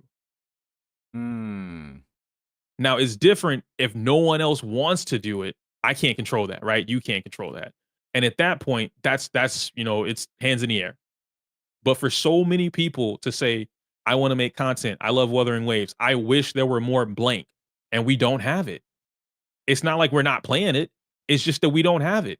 I have to specifically look for things with the keywords and the SEO and whatever else to go find it. You know what I don't have to look for? Leaks. They're just in my face. Controversy. It's just in my face. Guides. That's just there. But none of the other stuff that's supposed to be fun and cool and whatever else, entertainment, doesn't exist. Even when I was in your stream the other day or last week or 2 weeks ago, something like that. First interaction we have where I was like, I'm passing a mantle. And then you said you had a great idea where you wanted to go through other people's accounts and essentially fix it, right? And then I said we could take it a step further and turn it into a collaboration. And I didn't tell you the full idea, but I gave you a glimpse of it. Imagine if that was fully edited and produced at a high quality level. You know how much the community would eat? Dude, imagine if, hey man, I'm going to go fix EO's account. I'm going to make EO the next best Wuthering player. You know how crazy that would be to put that in video format with high quality editing, a well-paced video, a well-paced story behind it? They would love something like that. I just pulled that up on the screen. I actually did that for Miss Captain Cabinet's account. Mm-hmm. And so this is almost like the baseline, right? Like this is what we're working off of, but it's there, right? It's Yes. happening. It's happening currently. Yes. And so, yeah, I've basically had like an open invitation to any WuWa creator to participate with me on this content. And I think Brax and I are in the middle of a conversation right now to start doing it. But this is where it gets a little tricky, okay?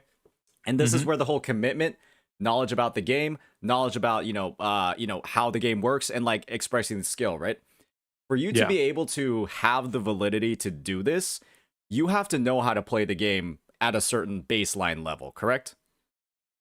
50-50. Yeah. What I've learned is that more of an entertainment factor comes from you not knowing how to play the game, or a combination of the sort, where one party knows how to play it and the other party doesn't. Mhm. Because what that creates is a similar we do this with like fighting games, right? Where what's Twitch Rivals, I think is what it is. Sajam, the Sajam Slam.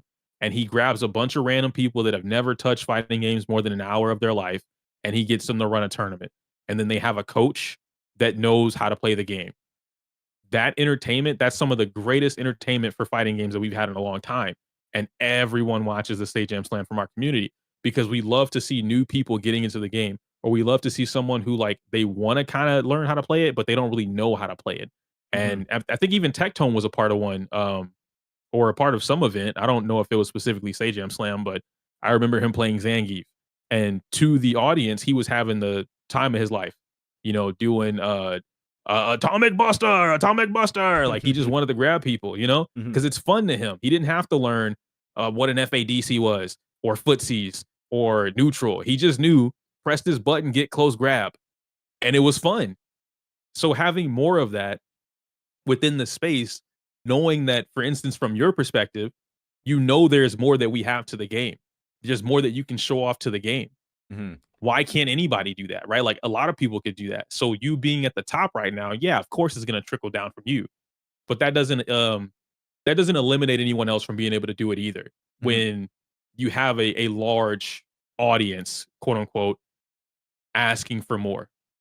I think that there's you brought up an interesting point, but I think like in the whole dynamic, right, of we're gonna be like fixing players' accounts, we're gonna be doing that sort of thing, right? That coach or that advisor in this situation, they need to have like a baseline level of accomplishment with how to play the game, right? And when we have some of like the bigger creators in the space, they're going into it with like a 23 out of 30 on the tower. They're not in a position to be like that voice of authority, that coach, and then actually create that content like this. And so that's where that whole, I think, the blame in a sense for that type of content, or that blame and the lack of that type of content for me, is when you have CCs that are spending a lot of time on the game, right? Or supposedly spending a lot of time in the game, and then they can't actually play it, right? To the level that would get them like in that sort of like coaching and advisor position. So yeah, for me, that's just one idea though. And there's a much bigger, I think that's like the whole skill floor investment thing that I was talking about before. You need to have a baseline level of investment into learning the game to be able to take that position and be that voice of authority. And when there's not really any CCs that are taking the time to do that, because they're honestly just being tourists, right? They're just straight up being tourists. They're just making content on the game for the bag, and not necessarily because like, they're trying to get better at it or learn everything about it. That's where that disconnect is for me. They're not taking the time to actually get good at the game. And when they're not doing that, they're not able, that type of content is basically locked off for them. It's like a, what's it called? It's locked off for them. They don't meet the prerequisite.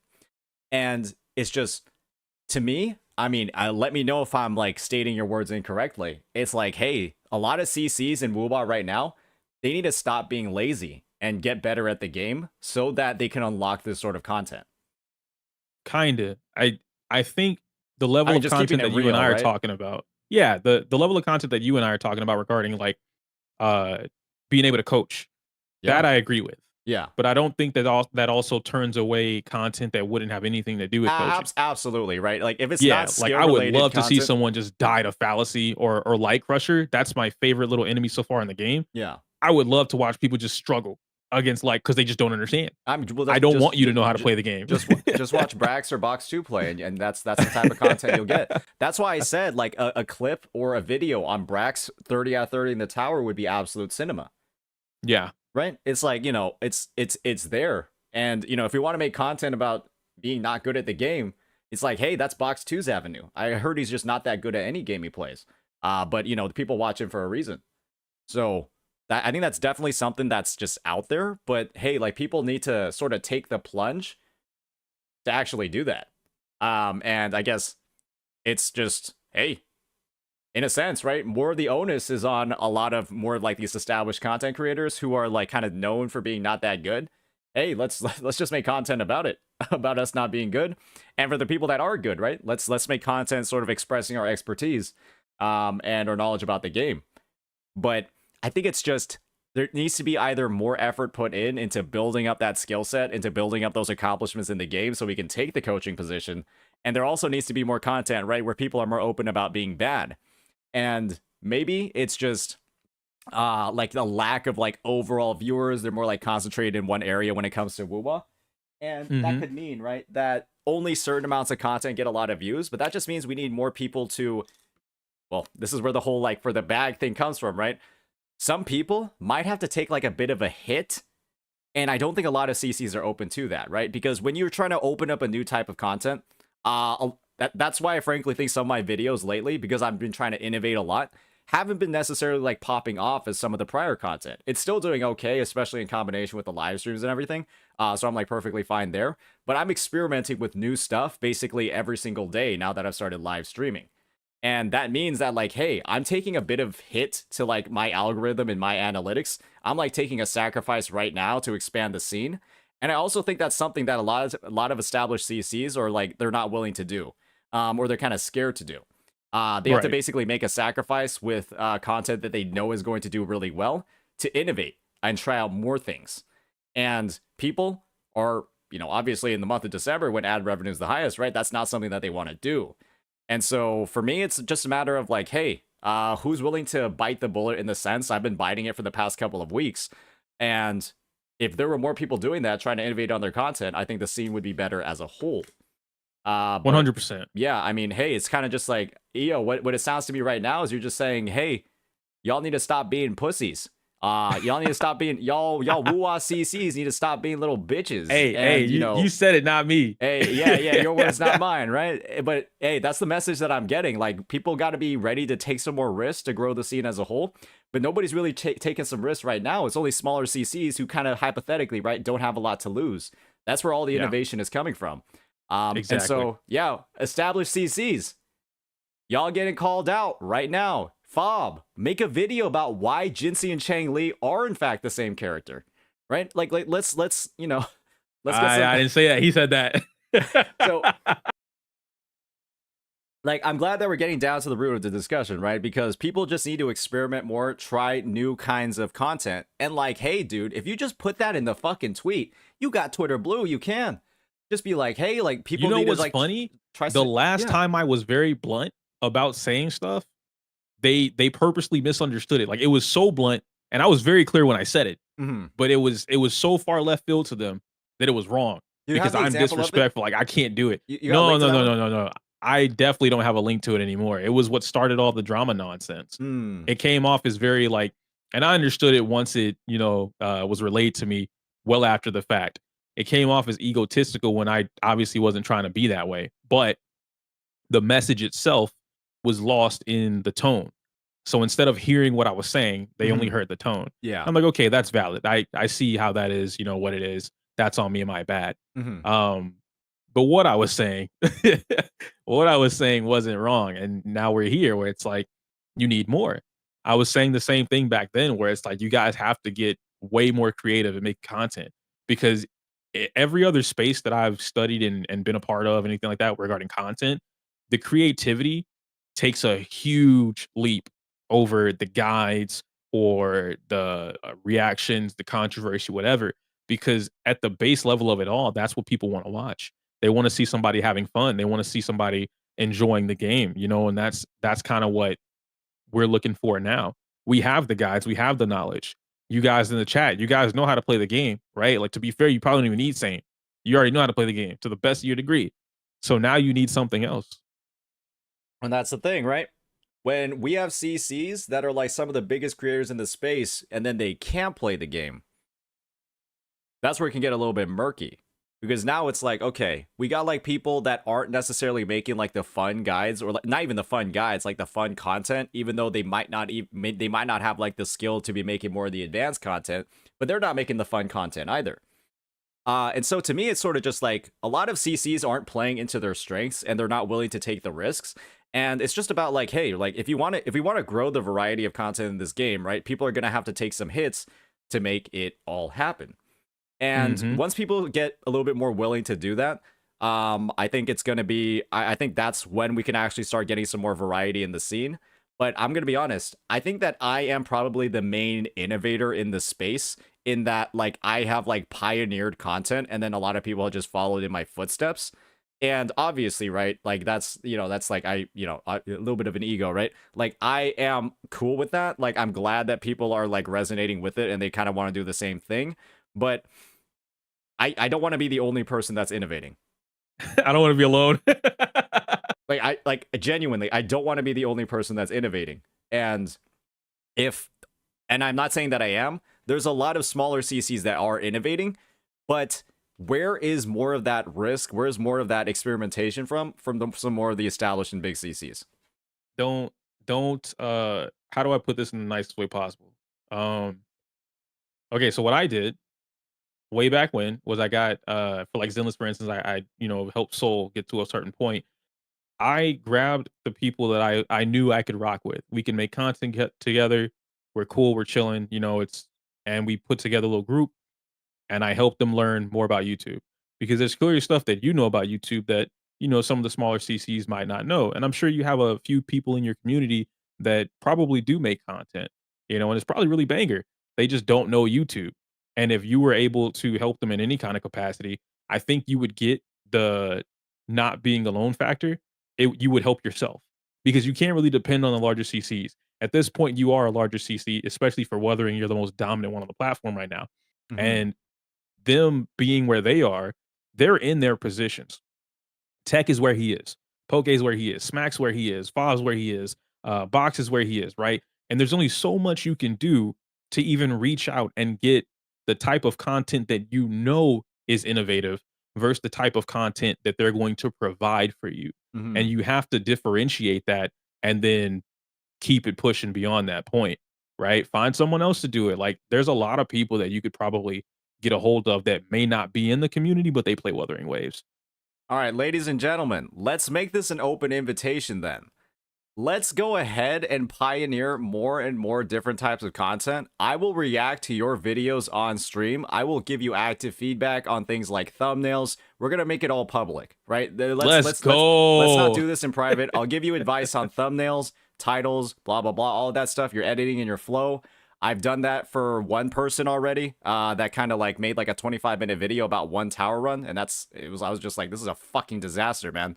And so open invitation, drop that shit in React content. Let me know that it's actually like your video. Like, and obviously if you're like a bigger CC, I can help you out too, but sure. But more directed towards like smaller CCs that are, trying to make a name, trying to innovate on their content. And obviously, right, like put a little bit of effort into it. If it looks like some dog shit, then I'll just be like, I'll call it what it is. But it's like, hey, you put effort in, then I'll give you good feedback back. So just take that as like an open invitation right now. 2.0 is coming up. Let's see how much we can experiment and, just put some work into it, make it nice, and we'll look at it. We'll review it. If it's unwatchable, I'll let you know it's unwatchable as well. And that's also good feedback to have. Let me just put that in the notes.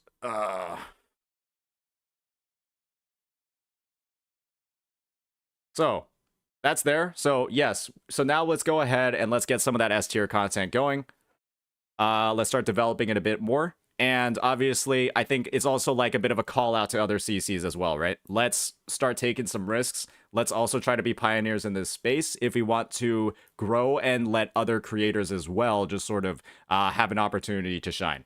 And again, This is all going to be on stream, all public, all on stream to grow. Cool. So that's going. I'm glad that we were able to get to the bottom of that. And that involves you as well, EO. Okay. Like, I want to see some more innovative content from you as well, buddy. And then maybe we can do a review of that in the future. Listen, I haven't fully determined if the community is accepting of me making content or not. Well, I think after this call, I'll probably upload this because I think this has been like a great discussion so far.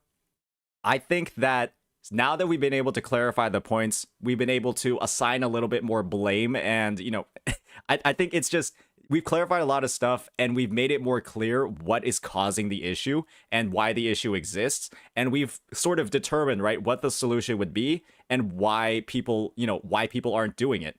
And how we can start to get people doing it. And now it's a lot more clear. Everybody in chat is now agreeing with your takes.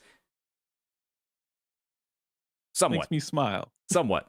Now that you've explained them, they're starting to agree with your takes, right? Like, Yeah. you can tell that my chat is a lot more friendly with you now, right? True. There's maybe like one person called Mr. Poke Lover. Oh, I can only imagine why he's not he's not in line with some of the stuff you're saying. But overall, people are agreeing with you. Because now you've had the time to explain it, you've actually fully fleshed out your thoughts, and we've been able to sort of come up, first and foremost, and most importantly, with a solution. Very true. And that's the right way we should be doing critiques, guys.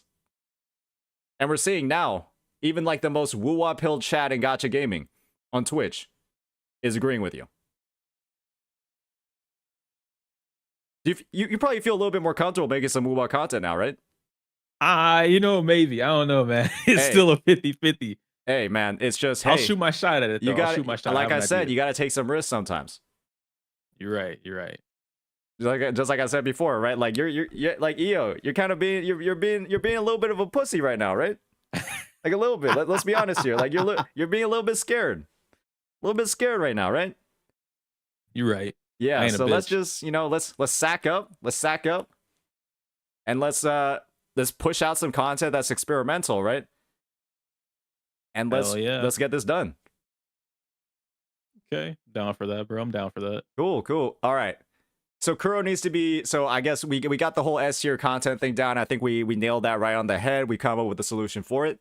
And then now we got the Kuro needs to be more directly involved.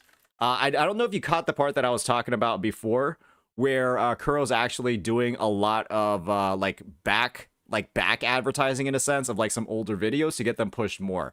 And they've like publicly said that they're trying to support their creators as much as possible. And this is also like a recent thing. I think it might have been made potentially like after your tweet. And so maybe your tweet's like the thing that caused this, but they're being a lot more active. They've actively asked people to like link their creations, some of their past stuff that's not in the 1.4 program, that's actually from all the stuff before. And so maybe even some of your videos would apply to getting some of that additional publicity boost. But right now, I feel like Kuro is doing a pretty good job in terms of like addressing is like smaller creators in the community and getting more of their stuff out there and in the public view. And that's great, because that's exactly what I wanted. Not to say that like I secretly I'm the Riddler and I plan this. That'd be crazy. But point being is that that's what I need and that's what I want from Kuro, because Hoyo has these same practices in mind, whether or not we see everything about it. And this is just me being, like obviously a part of the Hoyo creators and whatnot. Some of these things they get told directly to us and vice versa. And Kuro needs that. They don't need an incentive to like, hey, if you make these videos, we'll pay you financially. But you need to have a relatively closer link with your creators so that you don't have misinformation, even if it's on accident, right? You have to be able to check that beforehand so that you look as best as possible as the developers or as the game. You have to be able to have a strong relationship with these creators, because content is what pushes the popularity of a game. If your game's not popular, creatively or content wise, the only people that play it is that cult following. I love me some PGR, but we do not have a strong PGR community as far as content goes. Like you really got to know who's making it, and doing whatever they're doing. Yeah. But that game could have been way bigger than what it was, and it's not. Another game that could have been way bigger is I was about to say Arknights, but it's not Arknights. It's very similar to PGR. I can't think of the name right now, but it fine women, really banger models, and it plays a little bit like Honkai Impact Third almost. You mean ZZZ? No, not Zenless. It's Ether Gazer. Thank you guys. Yes, Ether Gazer. That game should have been huge. It came out like a year or two ago, and it got completely swept under the rug because no one does anything for it. So it's like they have a cult following of people that play it, and it just didn't get pushed out. The advertisement for it was dog shit. Content creators didn't do anything for it because it's like, hey, if you're not paying me to make an ad, I'm not playing the game. Mhm. And then the people that were interested in it got no reception, and they just kind of, excuse me, they stopped. And I'm like, all right, well, there's another game that could have been great, and now we don't have anything for it. So having Wuthering and having Kuro, or my bad, having Kuro be a little closer with creators, you get to see more of like, how can we as a developer give you guys something to make better content or Mhm. make more engaging content so that we ourselves look better. We Mhm. grow because you guys grow. Mhm. And now you put everyone on a higher pedestal. A lot of people think when I made that point that it's like, oh, I want the Hoyo CE server, but for Wuthering, which I do, but not for the I don't want it to the same extent as that. If you guys are putting out guides, y'all absolutely need more than whatever this exclusive exclusion that they have right now with a few creators. They need more. You can the what is it, the 4 I was about to say 4.0. 2.0 beta, but you can't do anything with the footage. You know, some of us creators may or may not have access to that, and we just get to play it. That's it. We don't do anything else. Mhm. You know, and it's like, you know how beneficial that would be to somebody that really did take a week or two to understand the game or understand the new character and then make a guide on it and drop it day one. That's huge for us as Hoyo creators, right? To be able to drop a guide day one or negative day 3 before it releases, because it gets all the bullshit out of the way. We do all our testing a week or two in advance, and we can just work on the video after that. You guys having the ability to do that as some of the top creators, or the only creators in this case, for the game, Kuro should be recognizing that. Kuro should be highlighting, and I think this is beyond Kuro. All companies that have some relationship with their creators need to be doing something very similar to what Riot does. I love Riot and their creator program. Riot highlights creators. They have it in their app as well, where if someone makes a really cool video and the social media manager for Riot is like, "Yo, I think this is really cool," they will feature it on the front page of the app. They'll feature it on the front page of the website or a specific page for, creator highlights here and there. If we had more of that in the gotcha space as a whole, you would have more of a glow up or more grow up for a lot of these creators. So it wouldn't just be these 5 or 7 or 10 different creators at the top. Oh man, insert tweet here. I'm tired of seeing drama content. Why can't I see anything else but drama? Hey man, developers could have a huge push in that so that their game isn't flooded with these things, but instead flooded with a lot of engagement and fun and positivity. But that's something that they could totally do. It goes in advertisement. Whether or not they do it is on them. Mhm. Yeah, I mean, I think the perspective that I'm getting off of this is that there can definitely be more of a push to uplift either smaller or more dedicated creators in the community versus, potentially having a situation, right, where a creator gets sponsored to create guides for the content, they don't bother to learn the game, and then they proceed to upload, right, a 14-minute video filled with misinformation spawned from not understanding anything about the game. Right. And then when you see creators like that and they're the ones that are getting sponsored, they're the ones getting that early access, it can be a little bit off-putting to maybe smaller creators in the space, right? Mm-hmm. Yeah, and so I think it's really, about like how are we allocating those resources on Kuro's end? How are we making sure that, hey, we're actually getting bang for our buck here? We're not sponsoring someone, right, that's going to be like a literal tourist on the game. And, kind of seeing like, from here, right, how about we have a certain amount of dollars in our marketing budget. Maybe we can spread it out in a better fashion that more directly rewards, right, people that are actually putting effort into their videos. So Yep. definitely something that I can agree with there. I think that, yeah, they definitely already started it. But, hey, it's about how are people, are we testing the commitment of people that are actually in this program versus working directly off of like reputation of them as a creator? Because, Right. hey, like first impressions, that brand, it does a lot, right? It has like an implicit level of trust, but there are some creators that are just abusing it. They're abusing it, right? And so I think it's all about, hey, let's just spend those dollars more wisely. And I think there are a lot of great ways that they could be spending it. But at the end of the day, right, you also have to do that balance of like views to because the views, the subs, like all that, their actual presence in the community, that is what leads to like the actual purpose of that sponsor, right? To get more eyes onto something actually being a success. So I can see why they do like a lot of stuff with like bigger creators in the industry, but I can also see, right, where there's an opportunity to grow people through the program. So more Mhm. sponsorships, more of that stuff for smaller creators.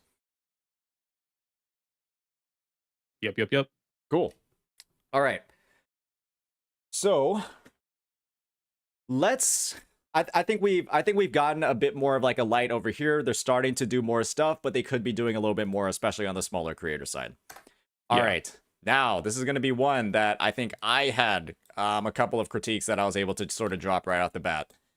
I don't even know why I copy pasted that when I'm about to rewrite the entire fucking thing. So Kuro failing at vision.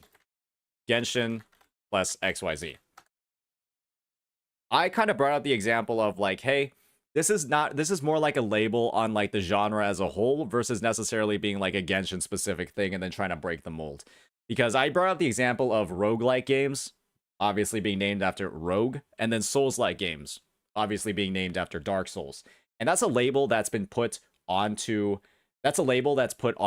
basically any game afterwards that even has like, you know, half or even less of like the mechanics of those baseline games in the first place.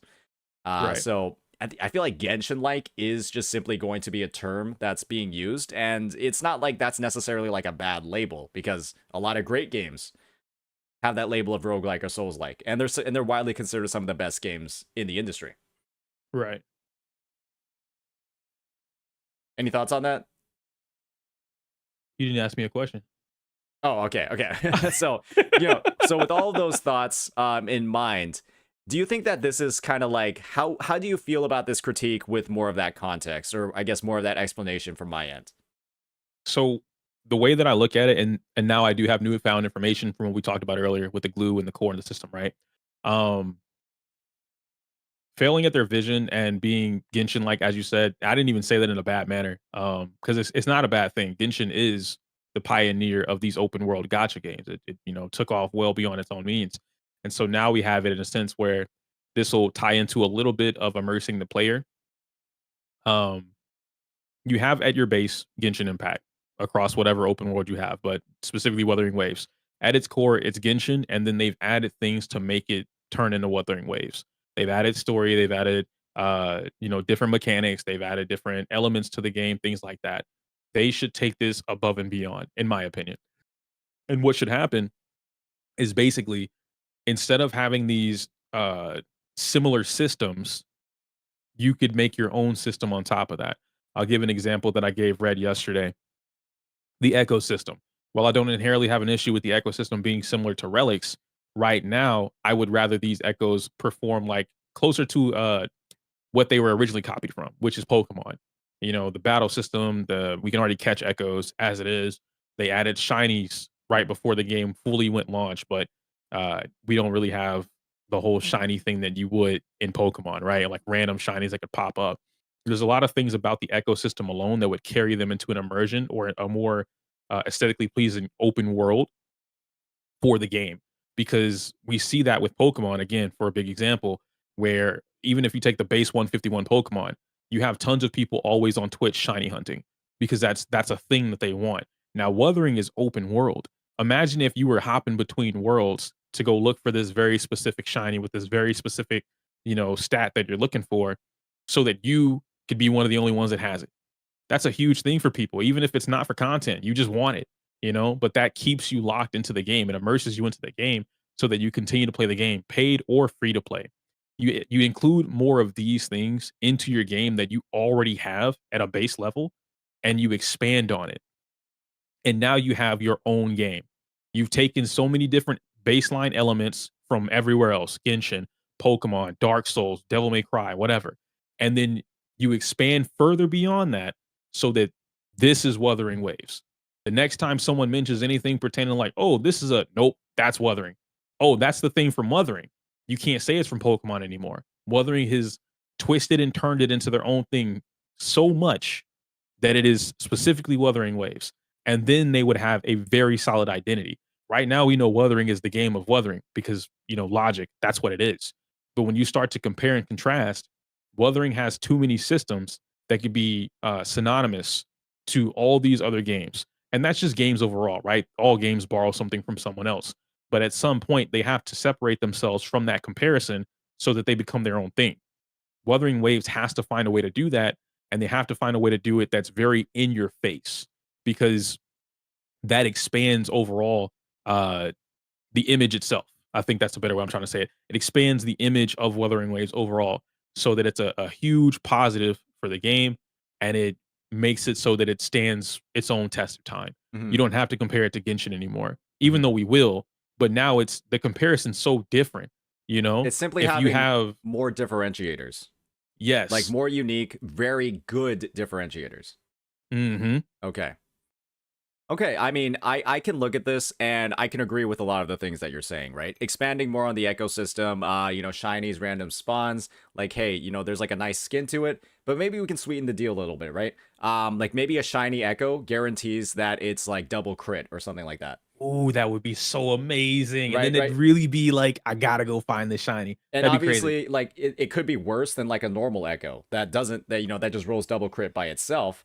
But we could just say like the shiny, it has like a guaranteed double crit, and like that's the first two rolls that's guaranteed.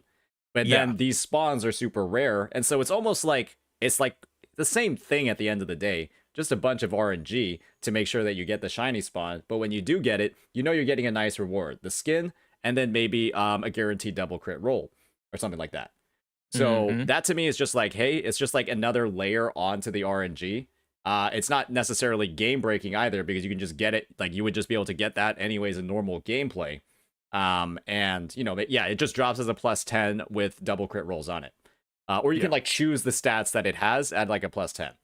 Something like that to, obviously reward the player for more time commitment. There has to be a balance though at the end of the day to ensure that you don't have like burnout from like doing it. And so keeping it in the realm of like stuff you can already get, but it's just, if you get it by RNG and the rolls, you can just get it by RNG from the shiny drops. Yeah, so yeah, Mhm. something like that. I think that would be cool. I think that's definitely something like again, now that you specified it, it sounds a lot better. right. It sounds a lot better now that you specified it. And Yeah, but you see obviously, how long we've had this conversation? yeah, Not yeah. that I'm complaining, but that's a whole hour and a half that I have to find a way to condense into so much. And then I also have to explain it for people that, as chat had a little bit of an issue earlier, I said the same thing, but they didn't understand it right away. So I had to find a new way to explain it or fully expand that conversation. It just at that time when I made the tweet, yes, I'm opening it up for conversation and criticism, but I wasn't opening up for an attack because that's not my intention. uh And so having, all of this flooded into you, that's why I'm like, there's no way I can explain everything to everybody at the same time and someone not take this. Cause like you see how quickly the tweet happened. The next morning somebody was streaming it.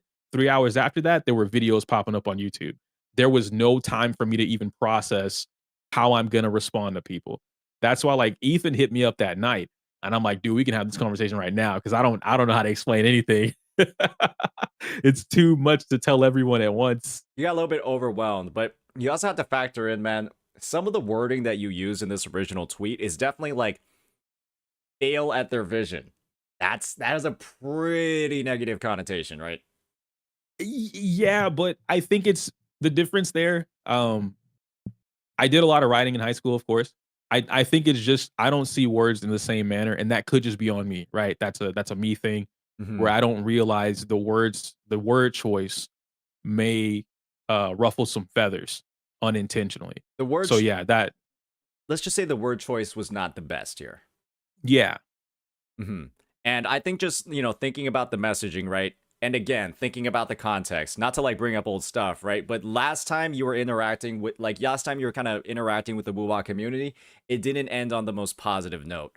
And that, I think like just a great way to have made the messaging here a lot smoother is to paint things with a bit more of a positive spin in the wording, especially considering that prior context, because people came in with like the whole, he was kind of shitting on the game being negative, even if you really weren't. And now it looks like he's doing it again. hmm Right. And I think that is sort of like the vibe that a lot of people have had looking at this tweet. And obviously got magnified by the fact you weren't able to bolster or react or respond to everything in real time. But hey, man, we got to keep in mind, right? we can't look at things in isolation. We can't look at things in a vacuum. We have to factor in everything when it comes to the perception of how this is going to go with the community. So honestly, hey man, just if you're gonna do something like this next time, let me proofread it a little bit, and then I'll maybe like just let you know that like, hey, you're gonna get fucking flamed for this. All right. What if I allow you to like word it, right?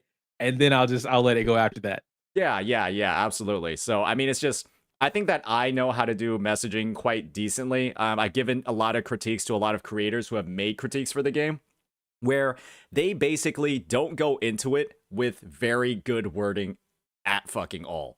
And like, I don't know if that's just like, hey, like they're not like fully understanding like what the scope and like the consequences of certain word choicing can be, but it can be very large because, you know, Kuro has opportunities. It is a lot different than failing at the vision, but you're basically saying the same exact fucking thing. Right. Right. And it's like has opportunities to you know, really break away from the Genshin identity by expanding more on this. Same exact fucking thing that you're saying, but it's way nicer than this and puts way more of a spin on WuWa. You know, in the maybe I process, just gotta practice more positive wording. I like the way you said it. You know, I'm looking at what I said and I'm hearing what you said. I'm like, yeah, one's gonna yeah, be I a can lot see more it. positively received by the WuWa players for sure. Yeah. Yeah, so let's just, yeah, so again, wording is key here. I think a lot of this is like, yeah, a lot of this is wording issues in my opinion, now that we've clarified it. And I think that what all the stuff you said about the shinies, all that stuff, it's not about failing at being a Genshin like, it's that this game has so many existing systems that can be expanded on that would just make it more, like even more of a pioneer in the space. Yeah. Great. All right. I'm glad that we're able to clarify that. I think your reputation is literally growing as we speak with every minute we spend going through this. All right. Next one. And again, more of the wording. No real purpose. This kind of makes it seem like the devs are wasting their fucking time. What do you really mean here? Well, we already talked about it a bit Yeah. with the glue in the core segment that we went over. Mhm. Because the way that I was looking at it was more along the lines of like intro outro skills outside of the very specific things that we have. They don't have a universal purpose beyond benefiting X character. I guess just to go into team synergy. I was going to ask you about this earlier, but we were moving along with the topics. Mhm. And so with team synergy, right? It feels a little closer to way more specific teams or way more unique teams that only work with 1, 2, 3. And I wouldn't be able to give you very specifics right now because it's just not in my head. I'm sure you would know some of them, but Verena, for instance, is pretty universal. You can use her in almost every team, if not every Oh, team. yeah. And then you come across something like maybe Sanwa, where you don't really get to use her on every team. And then you're only using her for her basic attack, if I'm not mistaken, her basic attack damage increase Mhm. that she's going to give to the board. But then you look at it more so from if I were to remove the whole like swap canceling or negative edge or anything like that, and I'm looking at this from a casual perspective, what else does that team benefit towards? Right? Like, is it everything just a hyper carry? Because then we get into something like Genshin, which is I call it the mistake, with Bennett, Xing Shou, I think is how you pronounce his name, and Shine Ling, the original 4 stars, and how to this day they're so strong, they're on every team. Mhm. There's no reason for you to really build anything else because they're so strong that you can universally use them on anything. It doesn't matter what it is. Mhm. In Wuthering, it's a little bit different where they're way more specific. And so when you have a much more specific thing, it opens the door for creativity as far as like the combos go and you know what you could and couldn't do. But Wuthering has been limiting that thing or that freedom at the same time with some of the changes they've made in the game. We can look at early on with Kakarot, where they had the whole thing with him and Yinlin, and you know, he would keep the buffs or she would keep the buffs, and you could swap back and forth, and it made them very strong as a pair. So Mhm. you would want those two together. Then they removed one and then they removed another. So now it's like she just doesn't get it.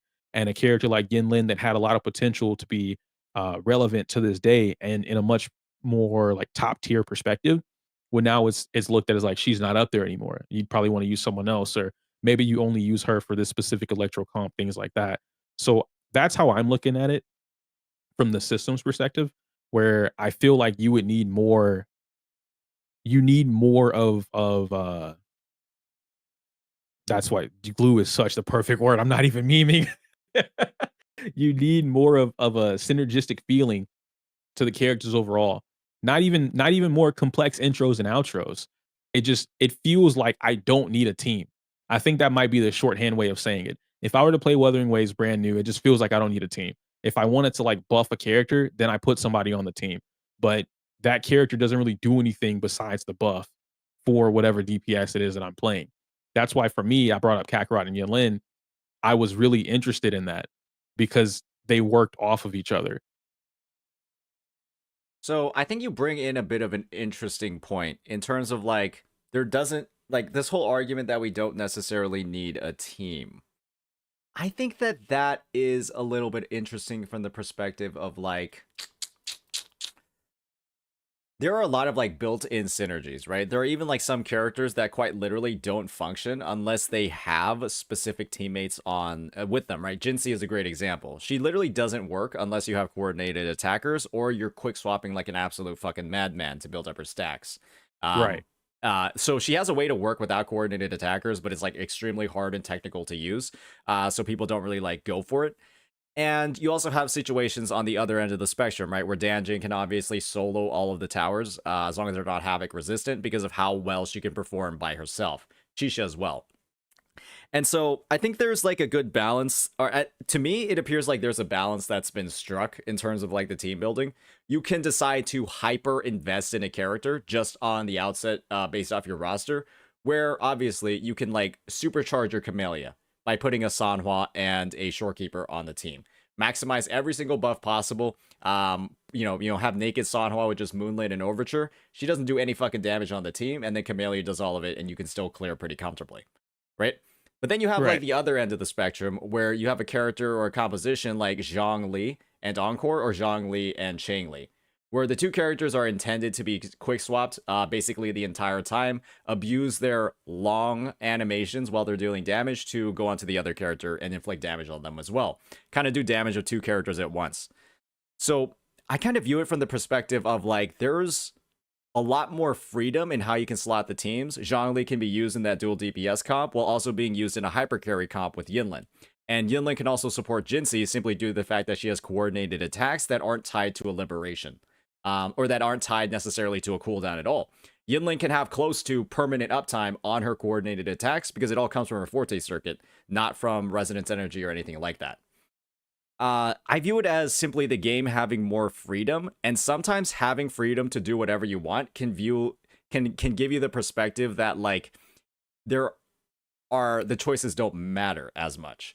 And I can get the perspective that the choices don't matter as much, but it also loosens a lot of the team building requirements a lot and lets you pair more characters together and experiment a lot more with different teams and just adds a lot more replayability.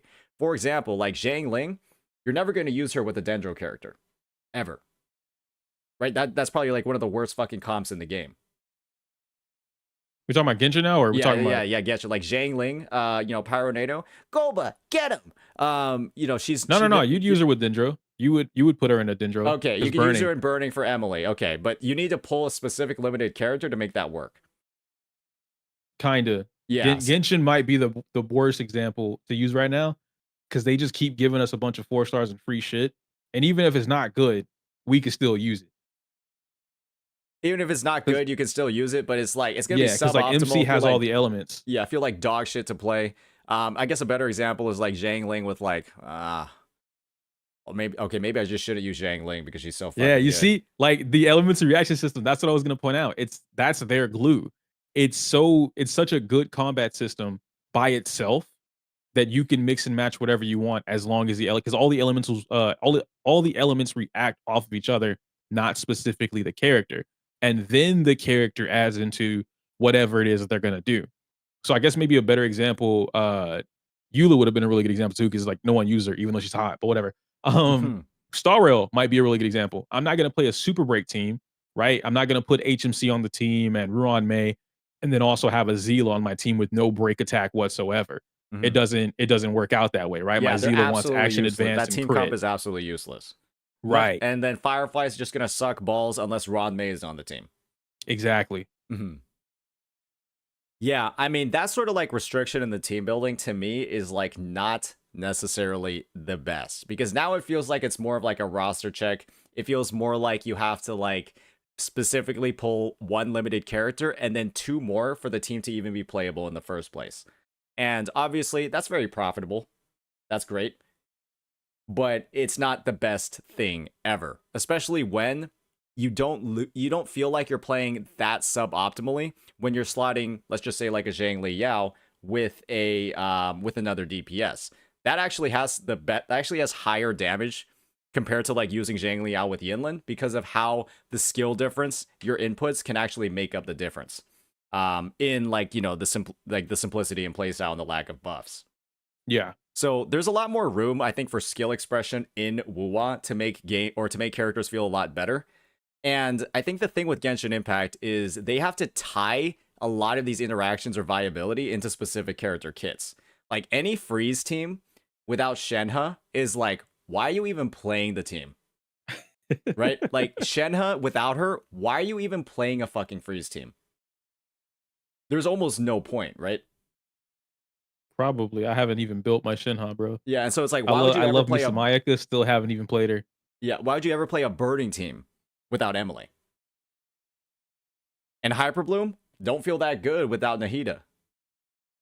You can play it without her, but it just doesn't feel as good. 1000%, because Nahida just turns Hyperbloom into like her playground with how basically every buff she gives and her constant Dendro application, right? Just makes it feel so much better to play.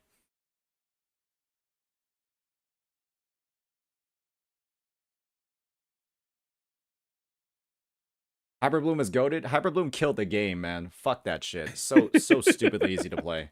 So stupidly easy to play. But the explosions. Yeah, and I know Burgeon is in there, but who the fuck plays Burgeon? Burgeon's a joke. Let's be real. Renko, because I don't know why you guys do this. Listen, just because you don't see me playing something doesn't mean I don't play it. But just because you also don't see, this is gonna sound really confusing. TLDR, I don't know where you guys got the concept that I'm like this huge Genshin fanatic, because I'm not. I study Genshin from a content perspective, not from a I love the game and play the game perspective.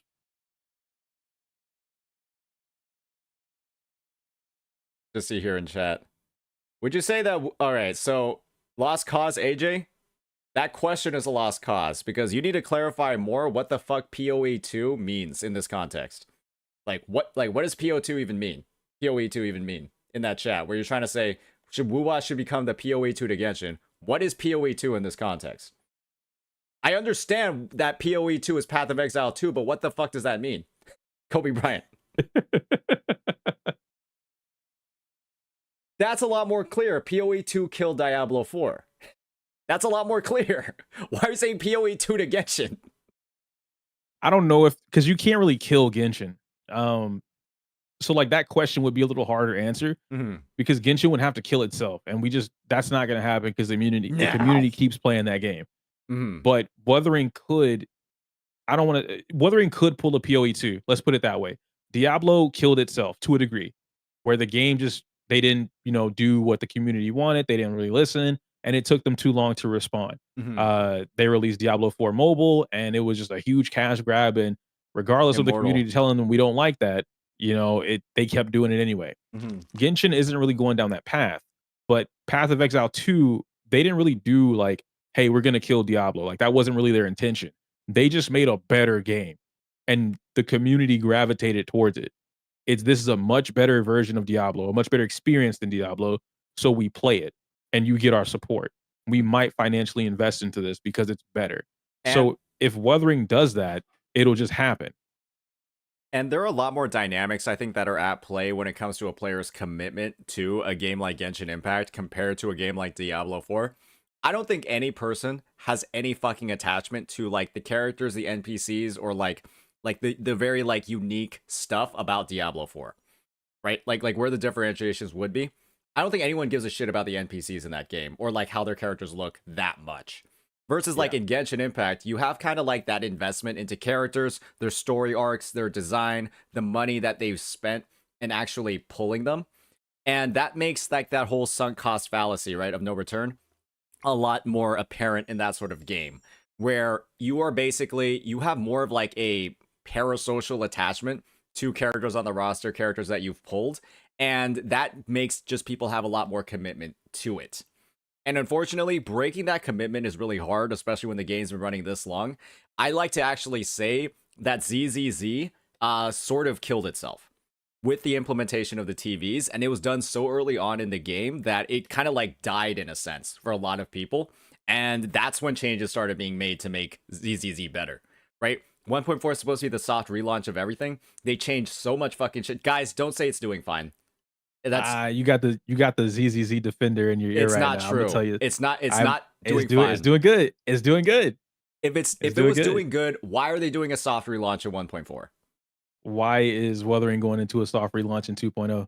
Because, well, Wuthering is not necessarily going into like a soft relaunch in 2.0 or in 2.0. It's not like you're saying we're changing fucking well, maybe we'll find out on Friday, but it's not like they're saying we're changing fucking everything with the game. Like how ZZZ has been publicly advertising that they're like changing fucking everything. So they're not changing everything, but they are expanding on it. So Yeah. for the TV instance, right? We still have the TV option, but now, and I talked about this on stream like 2 or 3 weeks ago, and it was a crazy analogy, and I had no idea they were gonna do it, but they did it. And it's really cool. I brought up the analogy of Persona 4 Golden, where in Golden they have the TV dungeons, just like in Persona 5. If you guys have played that, where you go into a palace, that's the equivalent to a dungeon in Persona. And so what ends up happening is you go in there and you run through it. It feels more like an RPG. I said that Zenless, in order to make TV mode a much better experience for the player, you need to turn TV mode into something that is akin to a Persona Palace or to a Persona 4 dungeon. A week later, they ended up doing that, where now we have a essentially a manual TV mode where you can run through as one of the Bang Boos, and you can go through and play these little Fall Guys mini games. You can go fight these enemies and things like that. That's a crazy good experience and an addition to the game. They've also catered to the audience that doesn't want TV modes. And so now if you don't want to do that, you don't have to do it. You just play the game like normal and skip TV mode. So they've given players both options. Exactly. And to me, that's like them recognizing that they fucked up with the first implementation. I think it's just like they tried it, and it wasn't received as well as they thought it would be. Even though we kind of told them like, hey, everybody don't really like this. Everyone you gotta fix said this it real was quick. dog shit during the beta test, right? They were just like, fucking change it. It was 3 beta tests and they didn't fucking change it. Yeah. And then they know they fucked up. They know the game was not doing as good as it could have been. And so to me, like I think they've gotten like information on like the number of polls there are supposed to be. Like maybe that was a leak. If it is, disregard that. But there's like a lot of incentive to bring players back. And they're giving out a lot of free shit. And I don't think you do that unless you're recognizing you kind of fucked up.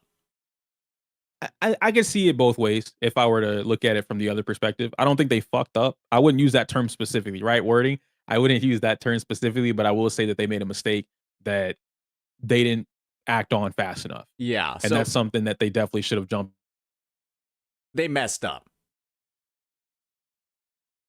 And they were like, we're going to change it. But then what ended up happening, and I told this to Red New yesterday, the surveys ended up countering what public perception was. So publicly, we didn't like TVs. And we made that very clear through content creators, videos, Twitter, whatever. But in-game, the surveys were actually the thing that told them keep TVs. So it created a conflict between what they listened to. And then they ended up like, hey, we're just going to do both. I just know that I personally quit the game because of TVs. I know a lot of people that quit the game just because of the TVs. And so obviously if you quit the game because of the TVs, you're not going to be there to send the feedback about wanting to keep the TVs in because you're not playing the fucking game anymore in game, right?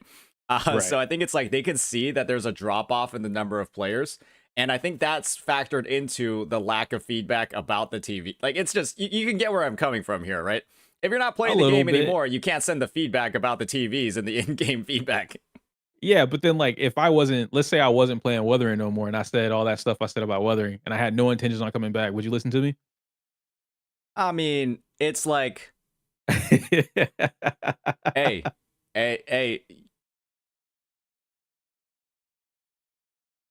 See?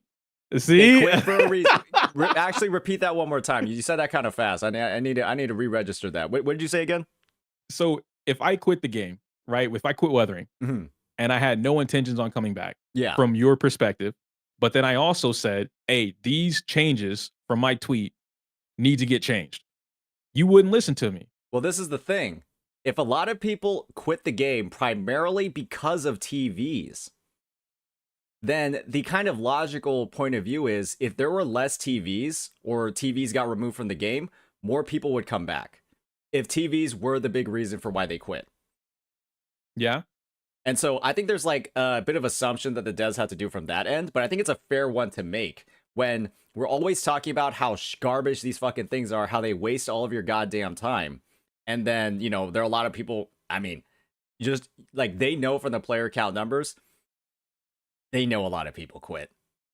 Like yeah, they but you just, have to they appease know. both. Like you can't really, because put it this way, I guess I explained this before too. If you were to take the TVs and like let's say that they were these are your diehard players, you lose, I don't know, 60% of your player base from launch. So the last 40% that you have left love TVs. Mhm. And if you take them away, you're now gonna lose 40%. Right? Like that 40% goes away now. You traded the 40 for the 60. So yeah, financially you might come out on top because it's a larger I don't, percentage, that's the but there's no thing. way for you to know that. For us to assume that, we'd have to think that if removing TVs from the game would actually get people to quit it. Which I don't think that's necessary. I think that's a bit of a stretch to say that removing TVs from the game would have people quit ZZZ. Because TVs are, you know, not really like the main draw of the game. It's like a mode of storytelling and progression. But most of the people are probably playing ZZZ because of the combat, right? And because of like the characters, how they're interacting on the field, leveraging their kits, and, you know, synergizing them together. I feel like that's where people are kind of playing ZZZ for. But the TVs were more of an obstacle to that for a lot of people. And that's potentially why they quit the game. There's also a super chat I want to read, and then maybe we'll take like a quick break. I need to go to the bathroom. I don't know about you. Lua 500 from YouTube super chatted. ZZZ literally had a pre-registration event for 1.4, which only happens for the launch of a game. It is a soft relaunch. Yeah, no one denied that. All right, cool. And I guess the denial that's coming in is I don't think necessarily WuWa 2.0 is a soft relaunch, considering that they're not doing that level of stuff, right? To bring people back. So we'll just cap it off from there. I'm gonna go to the bathroom real quick, and then we'll just take like a short little break. Okay, for sure. I'm gonna let my dog out. All right, for sure. You're gonna hear me on my phone make if sure I you do don't jump shit back. in the house. All right, I got you. All right, cool. Be back in a sec.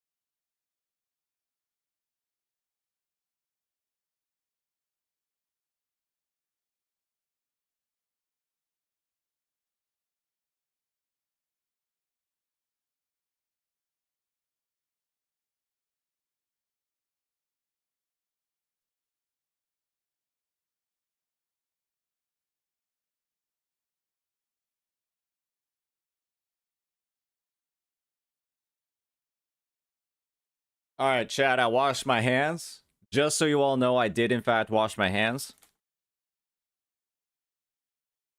Stop asking me that fucking question. God damn it.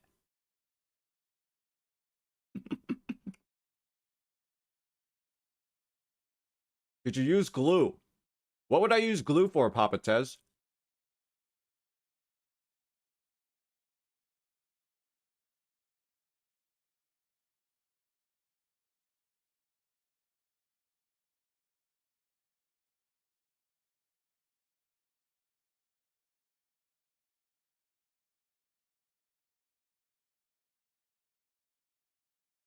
Chat, you need to remind me when to eat, actually. Oh, Salazin, thank you for the sub with Prime.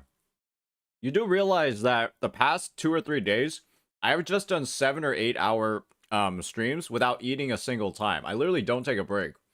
You guys need to remind me to eat. Like, you guys need to send me a video to, like, watch while I go eat. Do you drink water? I do drink water.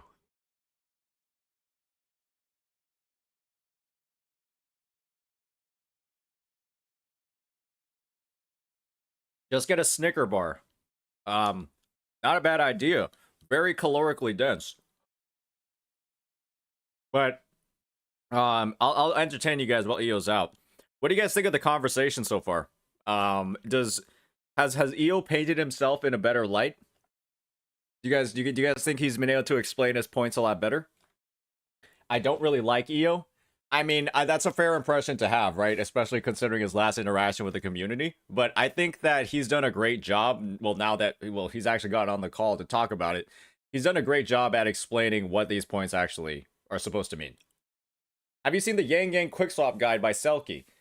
Well, why would I watch the guide? Why would I watch the guide when I can play it myself, bro? I've played it on stream a couple of times. But yeah, I can definitely watch the guide, but I actually know how to play it. And so I can probably watch his guide, give my viewpoint on how the team works, maybe see like where I can provide additional value, if that's what you guys want me to do. I think that Selkie made the guide after watching me play the team, actually.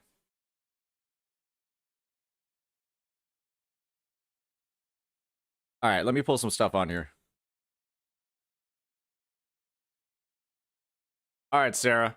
How do you feel about Jian, Zhang Liao, dual DPS, non-quickswap team? I feel like it sucks balls. There's too much field time required on both of the characters to not quickswap, because Jian's ult lasts 10 seconds, and then Zhang Liao's ult lasts 20, lasts like 14 to get off all the hypercubes. So like, you're gonna have like what, like a 30-second rotation? Their ults line up perfectly? Are you using like Zhang Liao's first? Like you're throwing off one hypercube, and then you're just going into Jian, doing his whole liberation, and then going back to Jian. So, maybe send me a video of it, Sarah, because I feel like you're not cooking, but maybe you are. Maybe you're cooking, maybe you're not.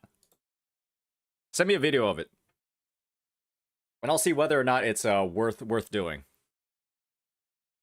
Or whether or not you're, like, overcooked. Do you think the graphics is important to create content? Well, if your game looks like fucking, like, claymation Play-Doh, some people might complain about it. It's how I cleared the first floor of the right side of the overdrive zone. My opinion is that the overdrive zone is pretty fine when you already have, like, a well-built Jian or Zhang Liao team. I think I've done footage on different accounts where I just, like, go into the overdrive zone. Like, I think it was, like, a Zhang Liao with fucking Augment. Or not Augment. Maybe it was Augment. Stonard. Like, an R5 Stonard, and he kind of popped the fuck off. I remember building that Zhang Liao live, and then he popped the fuck off in the overdrive zone. With just like Yinlin as a support. She showed Camellia Jian 3-star clear. Okay, guys. A 3-star clear is, if you're pretty good at the game, a 3-star clear is really fucking easy. Like it's really easy. A 3-star clear, once you get like a certain skill level in the game, it's really easy. I can do a 3-star clear with just like a single DPS, like a 2-person run. And there are people soloing it, right? With Jeja main DPS, stuff like that. And it's just like, it's really not that hard. And so you could hypothetically play any team you fucking want and then 3-star clear most of the time.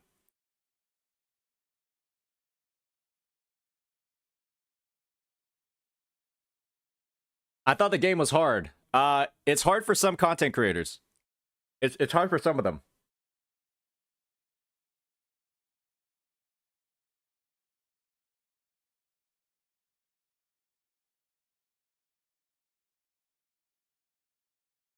That's why some of them want the tower to be adjusted so that you start off with like full concerto and a forte bar. I mean, hey. If that's what they need, that's what they need. You know what I mean?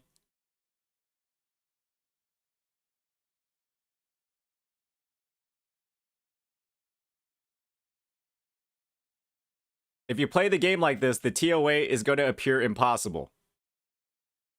I mean, it's just a fact of the matter, folks. Can you blindfold tower? Probably. Depends on the character I'm playing, but probably. I think I could blindfold it with Jinsei 1000 fucking %. 1000% I can blindfold it with Jinsei.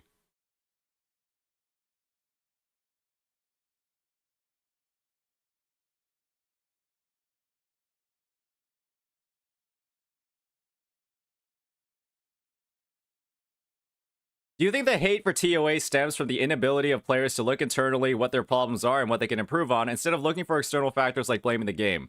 Similar to how League of Legends solo queue players blame teammates instead of working on themselves to climb. It's the it's like it's a different mindset, right? It's a different mindset in my opinion. Because if you're at the point where clearly the game mode is clearable and there are restrictions that are, you know, put into the game that everybody else is able to work with, and then you're not able to work within those confines, then that's like it makes you want to blame other things, right? Like again, like I've said before, the one thing that players don't want to do is be called bad at the game. It doesn't matter how good they actually are. You could be iron, you could be bronze, you could be diamond. You don't want people to tell you that you are bad at the game while you're playing it. And so the best way to avoid that feeling is to assign blame to other sides, or assign blame to everything else other than your lack of ability to play the game. And so Scar, right? Liquid Scar was a perfectly doable fight when he existed. The Scar was a perfectly doable fight, but then people were asking for it to be nerfed because they couldn't dodge properly.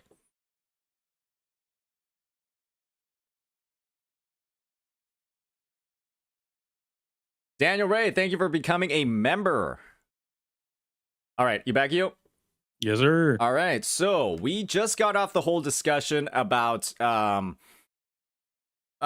multiple features and stuff. I assume that immerse the players in the actual game just really lends more into like that whole shiny thing that you were talking about before. Yeah. Right? So I don't think we need to expand on that further. Correct. Now, this is the thing, man. Let's get into the last piece of the pie here. And that's the ending sentence. And this was also one that obviously, right, was a little bit vague. But I think just based off the conversation that we're having, and now that the points have been heard out, how do you feel about this statement that the vocal majority has shunned it? It seems like, at least from what I've been seeing in the chat and what I've been seeing across interactions, right? Like, people are generally open to critiques if they're rooted in reality. They make a lot of sense. They come with, like, evidence. And then they also explain how the solution is actually beneficial. And now that you've had the time to do that, it feels like everybody's agreeing with your suggestions. Yeah, I mean, that was really cool to see, too. I think you have shown me a different side of the Wuthering community that was not shown to me before. And I think that's what makes the big difference. Is that, because of course, when I made this tweet, it was prior to even Ryuk's video being put out there. But a lot of the feedback and reception that I have experienced, that I've seen other people experience, things like that, is more than likely where that came from.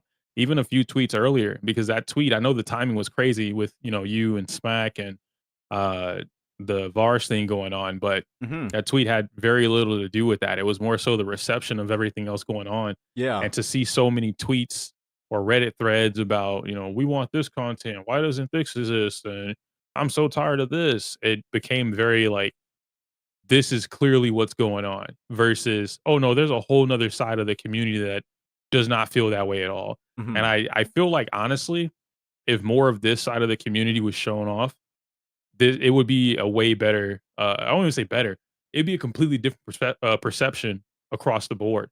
Yeah. Because what we did is something that I've been trying to get creators to do for a long time. which is just be able to have a genuine conversation without, hey, my goal is to make you look dumb and, turn it into content, do whatever, Yeah. attack you, all that kind of stuff. Yeah. And it's like, we could just have this conversation and be totally cool. And if more of the community saw that, they would also feel like they understand that, hey, we can also have this conversation with the streamer or the creator, and we don't have to turn it into like name calling or, trying to make it a point to embarrass you or to humiliate you. Yeah. Instead of like, I'm trying to understand where you're coming from so that maybe I can agree or disagree to whatever's going on. Yeah. But this was wonderful. Yeah, no, I'm glad you appreciate the conversation, man. And the kind of like spin or the perspective that I want to put on it is really similar to what Tech has been saying before. The entire WuWa community is kind of like on the defense from what I like to call astroturfers. People that are intentionally going into the community, trying to like pose as players, but then come up with the worst suggestions in gacha gaming, right? That kind of like are just trying to create issues out of nothing, create issues that aren't actually there, and then try to drive some level of negative sentiment about the game. And you're just going to have those people because of the fact that Genshin players despise this fucking game. A lot of Hoyo players just despise this fucking game, right? And it's, in their eyes, their best interest to go in, almost like infiltrate the communities. You see it on the WuWa subreddit. There is so much negative sentiment about me on the WuWa subreddit that people use as a talking point to say, oh yeah, even the community hates him too. You look into the people posting that, and 90% of their posts are in Genshin Impact or Honkai Star Rail or like the leaked subreddits for those games. And then you start to realize, oh fuck, maybe these guys are a little bit disingenuous. Maybe these guys are a little bit disingenuous with how they're like displaying and talking about, content creators and stuff in the scene.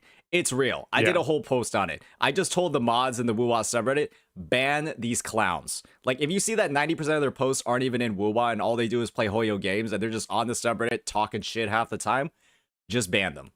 And now that people know more about that, they view every single critique that can be made for this game under a very like specific lens. They want to know that you know what the fuck you're talking about. They want to know that you actually thought your points through and that you're not making shit up just for the sake of making shit up and stirring the pot. Because that is what so many people have been doing already from the very launch of the game. And so it's just a matter of like, hey, there's filtering going on for the critiques. And I don't think it's bad. I think it's necessary because of how much opposition this game gets in the public sphere. And unfortunately, I think that you fell a victim to the filtering because your shit in here was so vague and in some ways, right, I think you agree with it, poorly worded. Despite you having positive intentions, it made it look like you were kind of coming in with a negative viewpoint. And when that's the perspective that people have, it's a lot easier to disagree with you, even if you have good points. And so now that we've taken the time, right, to actually like hear you out, to hear about what's actually going on and the fact that your critiques are actually pretty good and like pretty positive in like what you're actually talking about when it comes to changing the game, you're talking about the opportunities rather than if they don't do this, they're fucked.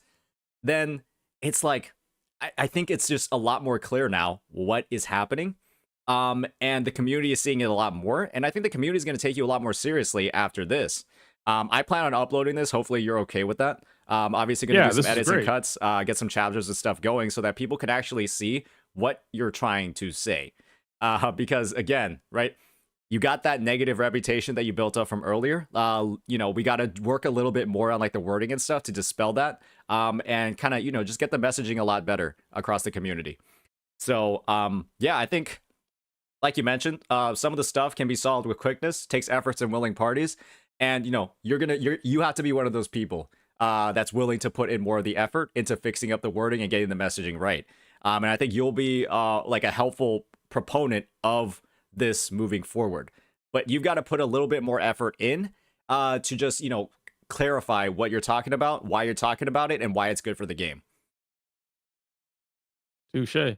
Awesome. I'm down for that. All right, sounds good to me. And yeah, and then obviously this is like a pretty negative spin to end it on, where it's just like, hey, you guys are like being blind right now. Stop being blind or you guys are fucked. It almost reads like as like a little bit of an insult to the community. And so, we don't need to be doing that stuff. True. Awesome. Well, I mean, I think that wraps it all up. Do we want to do like a bit of like a Q&A for our guy Io? I'm cool with that. a bit of a Q&A from chat. I'll bring up YouTube and Twitch into this whole discussion.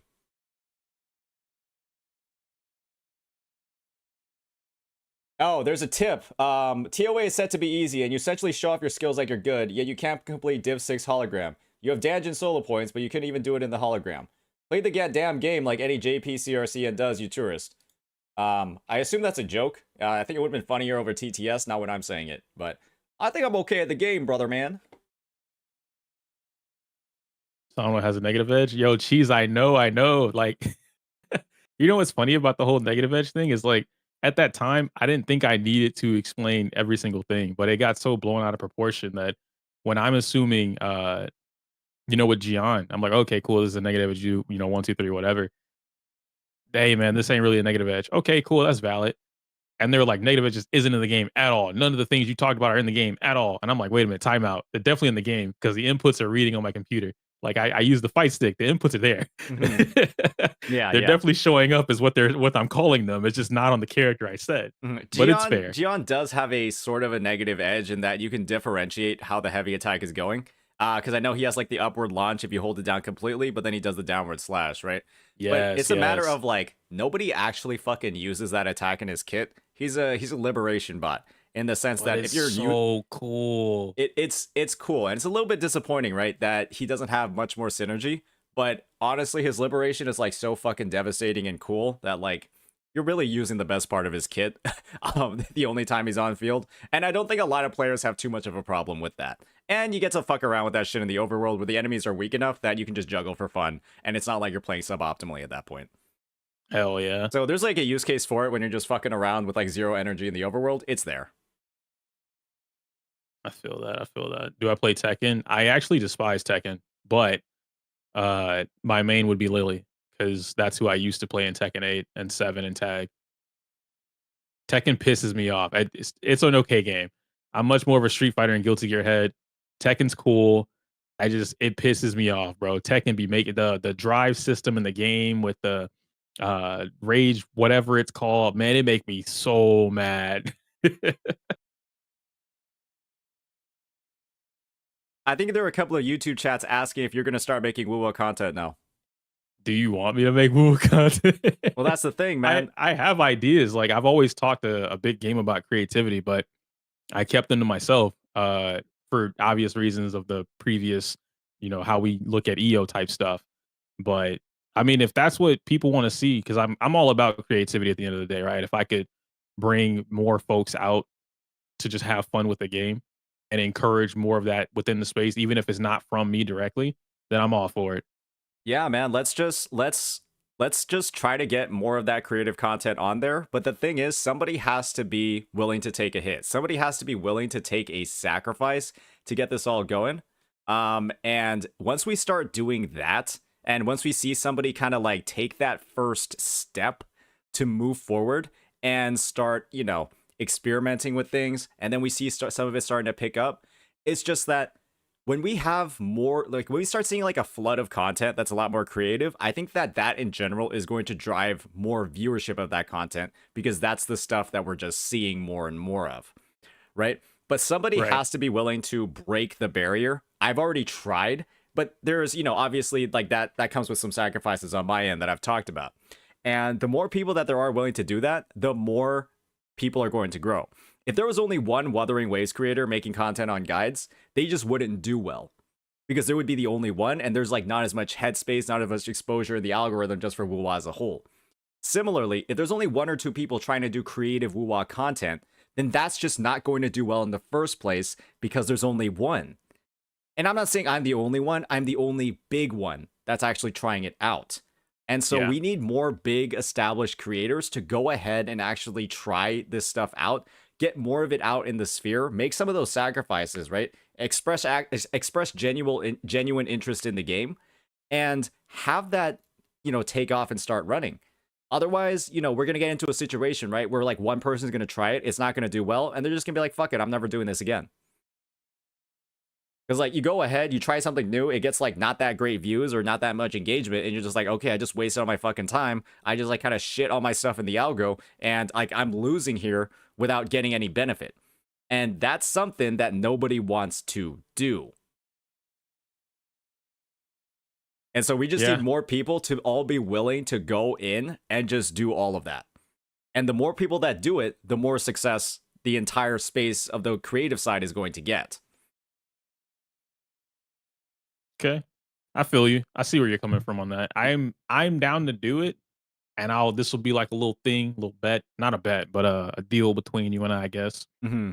Yeah, I'm so, down for it if you're down for the cause, right? If we push it together, because I want to see the space go like boom. mhm. That's what I want from it. Yeah. So if we do that, then I'm cool with it. Yeah, and maybe we could turn this into like maybe like a weekly or like bi-weekly podcast or something where I can just get like a bunch of different creators that are attempting to, go to the next steps of this creative process.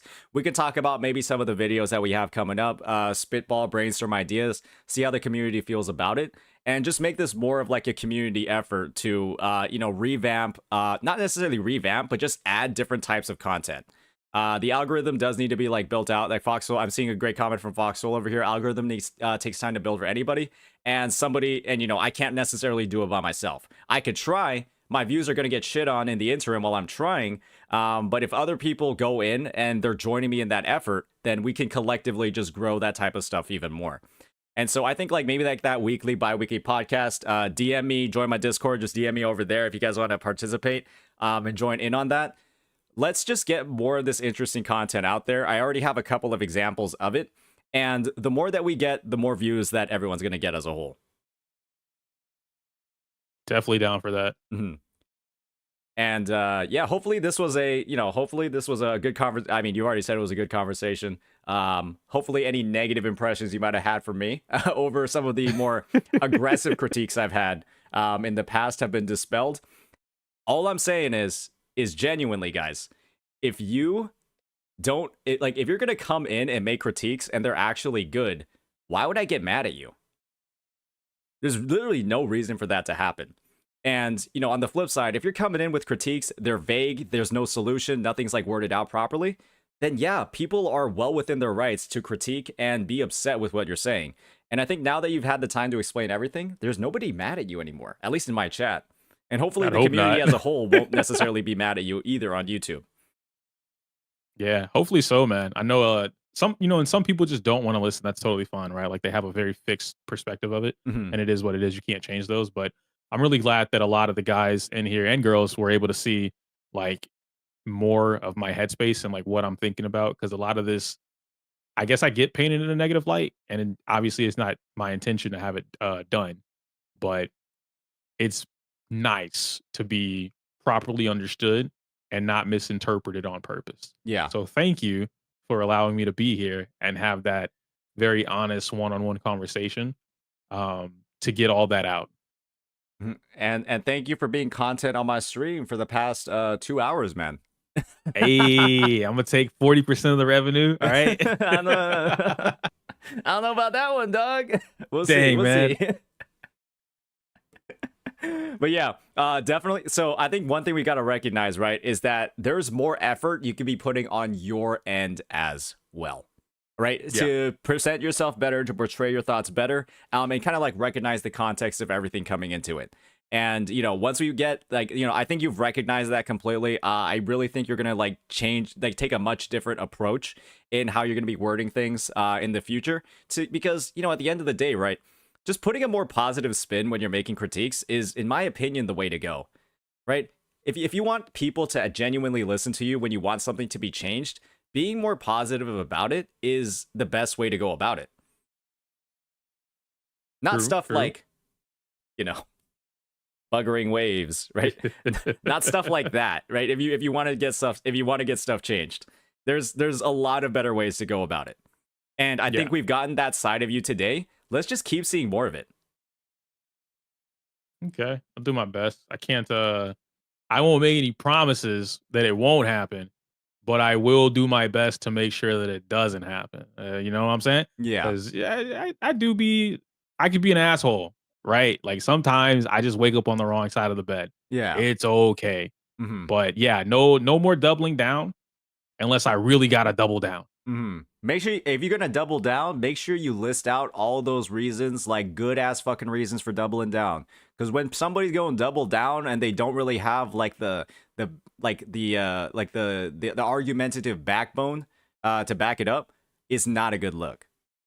Hell yeah. Yeah, so it's just, if you're gonna double down, make sure it's worth it, man. Like, just like any situation where you double down, like poker, blackjack, whatever the fuck it is, make sure you're gonna win if you do it. For sure. You ever play poker in like Vegas? I play Balatro. I play Balatro. I poker with a twist. You feel me? The best game of the year, huh? Oh God. Oh God. All right, man. Any last words you want to say? I think this conversation is coming to a close. No, I think that's pretty much it. If anybody else had any questions, I think we kind of wrapped it up, right? Yeah. Cool beans. Well, then that's it. I'll work on some Wuthering stuff. I got to finish some Zenless stuff first, but yeah, I mean, as long as I'm welcome to space, then by all means, hell yeah. Yeah, and then we'll react to your vid live. We'll have you on maybe into like the next podcast or something. Like, I still got to figure out the details behind this fucking thing.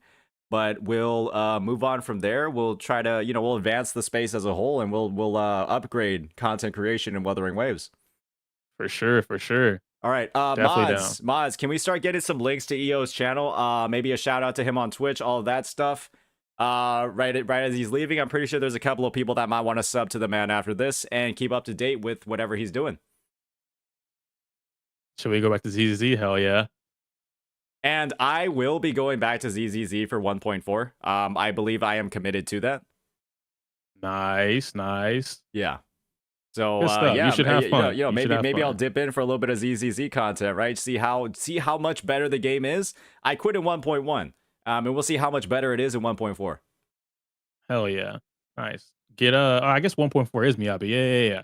Pick up Miyabi. That's like the best advice I can give, especially if you haven't played for a long time. And she's gonna make everything a breeze. All right, sounds good. Perfect. Well, with that, ladies and gentlemen, my mods are clearly lacking. So I'll just go ahead and pull up your stuff myself.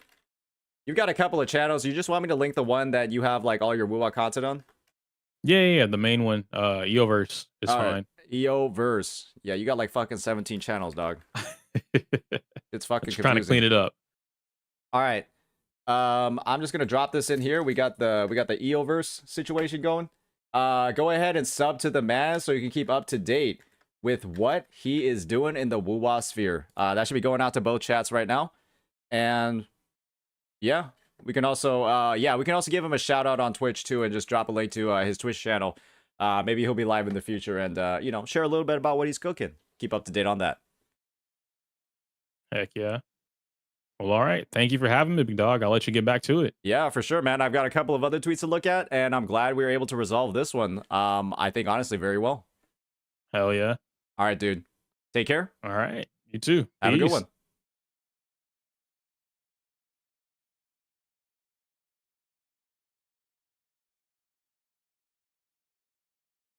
Wasn't that a good chat, guys? Wasn't that a nice little situation? Isn't it great? Isn't it great when content creators can have a positive conversation and make progress and actually hear each other out and make good points? It's great. It's wonderful, isn't it? Glue clear chat, glue clear conversation.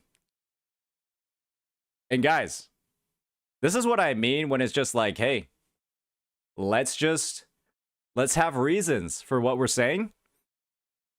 And most of the time, if the reasons are good, people are going to listen to you. And let's just say that EO, he had some pretty good reasons, but they weren't apparent from whatever the fuck this tweet was. His reasons were good, they just weren't fucking in there. And so, I've already promised, right? I've already committed to changing the way that I'm going to be talking about people, going to be talking about their content. And this is just me committing to my words. This is just me just sticking to what I've said I'm going to do. So this is the approach that I plan on having. Obviously, if you're going to come at me with respect like EO did, you're actually going to, listen to the advice and the things that I'm saying, right? And we're actually going to, go ahead and back up our points, make our arguments really good. then I think it's just like, why would I have any reason to flame you? Why would I have any reason to be upset with you? Just put a little bit, like seeing more of that work in up front to me is like one way for me to have a lot of respect for what you're saying. And I think it's a viewpoint that a lot of people have. When it comes to critiques, when it comes to changes, when it comes to saying that the current state of something is not good and it could be better.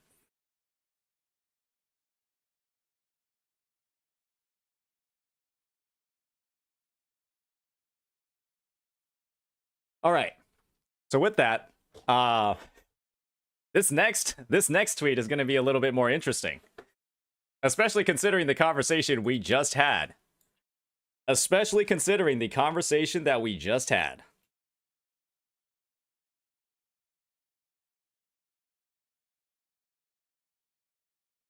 Brax and I have already had a public call with Tectone, and I think that we kind of buried the hatchet there. We kind of resolved everything. Was there any further developments? I don't think there was. We've already buried the hatchet there. When am I reacting to Tectone's video? In a minute. But there's one other thing we should react to first. And Noodles, thank you for the tier 1 sub, man. Appreciate it. Tectone uploaded a video of it. I'm going to have a more abridged version that kind of gets through the points. Tech has like this tendency to upload 2-hour fucking VODs with no timestamps. And I'm going to be honest, it's a little bit cancerous. It's a little bit cancerous to do that. I'm going to be honest, okay? A 2-hour, 20-minute VOD with no timestamps is absolutely devilish, okay? It's... half of my content is like just cutting down on those chats and making them more watchable. And, you know, honestly, I'm perfectly fine with having that as like a form of the content. Because I'm all about making my viewers' lives easier. Yeah, I can't defend Tech. I'll criticize Techie for that one, right? I'm just like, bro, get your editor to put in some fucking timestamps onto the video. All right? Just get your editor to put in some goddamn fucking timestamps. All right, buddy? All right, buddy? Jesus Christ. Okay, so we've got another bit of a post over here. And I don't know how deep I'm going to dig into this one. Because I want to say to a degree... I do want to say to a degree, I feel like I have refuted pretty much a lot of the things that have been said in this tweet. I genuinely think that I have. And, well, we can sort of get into it. We can break it down. You know, I have been told the wrong of my ways. I've already committed to changing the way that I've been presenting myself and my content on streams. And I think that I've gone ahead and I've done it right now. I put my money where my mouth is. And we just resolved, obviously, what could have turned into one of the worst situations in Gacha Gaming when it came to EO.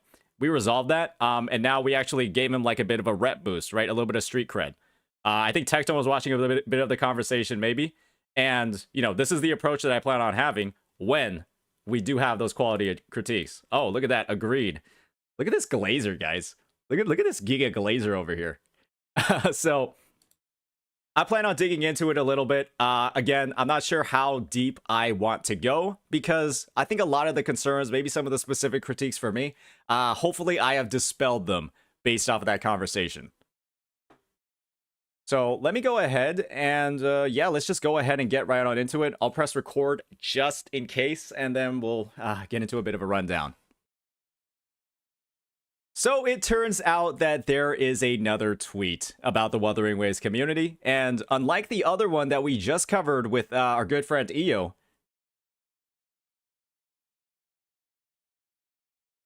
whoa, okay, whoa, I'll stop the recording for now and just take a look at this one. Oh, this is a little bit nuclear, techless. I will admit, I think you did give him a bit too much benefit of the doubt. A lot of comments were in bad faith, and a lack of accountability was not addressed to the degree of necessity, IMO. Techie, the opinion that I had of it is that now that I had the chance to actually hear out every single thing that he was saying, I just dug into him for having some really fucking bad wording. And the narrative of like intentionally misunderstanding me, I could see to a degree how he, in some places, might have thrown other creators under the bus. I potentially could have digged into that a little bit more, but I think part of it for me was like not wanting to, not wanting to reignite old wounds. There's been a lot of stuff that happened. There's been a lot of stuff that happened to the man over time. And for me, I think it was just about, hey, where can we really see where a lot of the blame was for him in regards to the situation? And I think he did accept that, hey, I had some really fucking bad wording. I had some really bad messaging, and I wasn't really keeping in mind, right, the negative reputation and the negative context that the community had of me while making a post like this. And I do think like the whole magnification of the negative response, it's built off of, it is built off of his previous interactions, and not recognizing them is a blunder on his end. And now that he's recognized it, now that he's trying to make, I think, obviously he still has to do him, right? Making that first step towards recognizing his faults, being public about recognizing them, that's going to give him a lot more accountability for how he's acting in the future. And so in some ways, it's a bit of a double-edged sword. He's publicly recognized them and then also has addressed them in public. And so if he doesn't commit to that, then that's a potential negative that can come out of this situation. So I just think that, hey, he's holding himself to a higher standard. The community is as well. But I think it's a good spot for him to recover, right? And get back into the scene and be taken more seriously with the ball in his court. He's got more of that glue. Let's just hope he doesn't like glue his eyes shut or something. Let's hope he doesn't like choke on the glue. But he's got the glue now. It's all on Io at this point. But I think he's happy with that. And so, Io, please send me video evidence that you have unlocked the overdrive zone, and then we'll move forward from there. Awesome. Dude, you talk like an expert, and you can't even do hologram 6. All right. Babindun, you've been talking some mad shit all day. You've been talking some mad shit all day. Let me go ahead and show you something. Let me go ahead and show you something really fast. Let me show you something really fast. Because for some reason, you're just talking, and I don't know why. Like, at this point, you're just making stuff up. Do you post on fanfiction.com or fanfiction.net by any chance? I'm genuinely just wondering. Where would you get the idea that I can't even do hologram 6? Why do we just come into chats and then just make stuff up? Why is that something we're doing? By the way, you are getting banned. You are getting banned, by the way. I was nice that entire conversation. It's time for me to be a little bit mean. You are getting banned. Just so you know. Why would I want somebody that just lies? So, like, I give a shit? Well, you're giving me free content, and I get to ban you and get out a little bit of and let out a little bit of steam. It's all good. This is a win-win for me. Now I get to make you look dumb for being dumb. You dummy. I'm gonna farm you. You're literally getting farmed right now. You're typing like somebody who just is waiting to get farmed. So let me just show you something real quick, buddy. Let me just show you something real quick, buddy. Oh, wow. Oh, dear. Oh, it looks like every single one is completed at difficulty 6. What? Wait a second. But I can't do the holograms, but I've done all 6 of them. Oh, but you know what I said during the call with Brax? I said I don't like holograms, but you must have taken that as, oh, he doesn't like holograms. That means he can't do them. And that's how your brain works, unfortunately. And when somebody is this stupid, it's really in a creator's best interest to ban them from their chat because they're quite literally this dumb. So, do you have any explanation for being this stupid?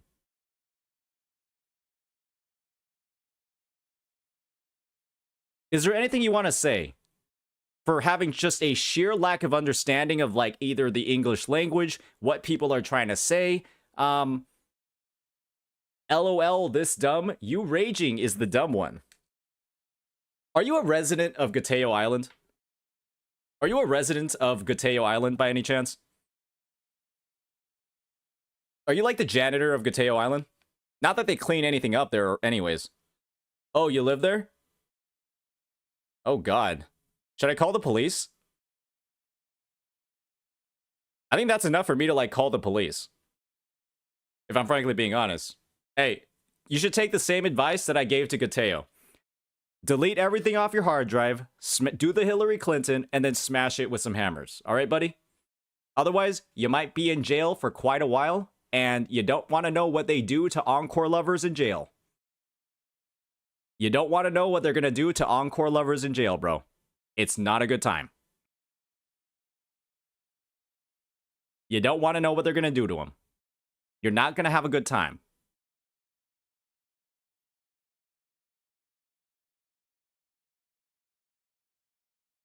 Anything else you want to say? I'm not going to be the one to save WuWa. You are not the guy? Oh, God. That implies that WuWa needs saving. That implies that WuWa needs saving in the first place.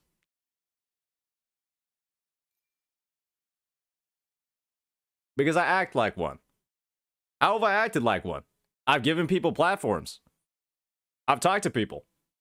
I've had good conversations. I've allowed for people to save or to like save or salvage their reputation.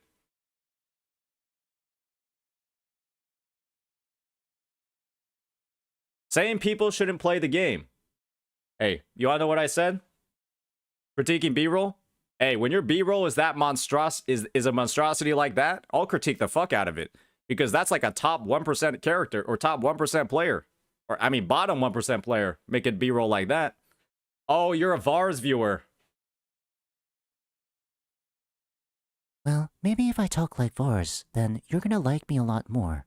So, how about I just talk like this for the rest of the stream, and maybe you'll find more satisfaction from what I'm doing. Do you like this now, Vars viewer?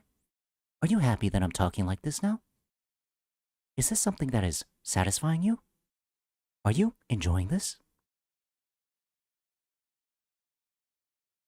Jinxie and Chang Li are the same character. Hypercarry teams and Quickswap play exactly the same.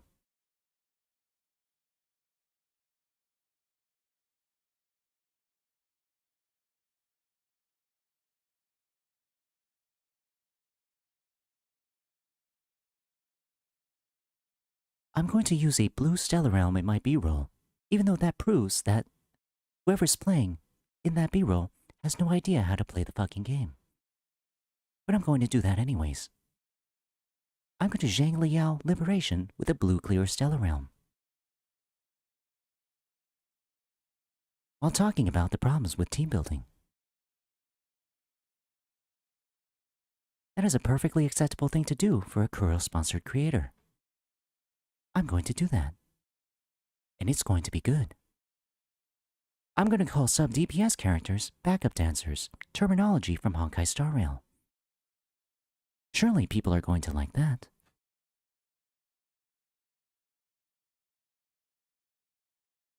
I'm going to use lingering tunes on Zhang Liao.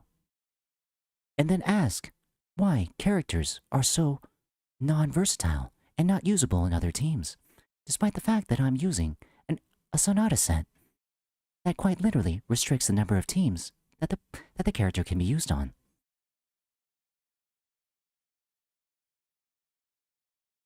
And I'm going to call everything in the game a combat engine, even though I never actually describe what the fuck that means.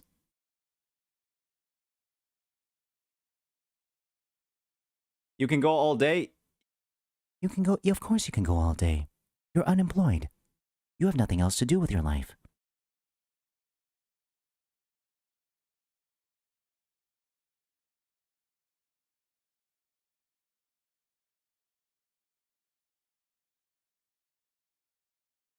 You're sitting here in a Twitch chat. You've sent about 20 messages. Your first one was a complete lie that got disproven. And now you're just typing random shit because you quite literally have nothing better to do. That is unemployed behavior.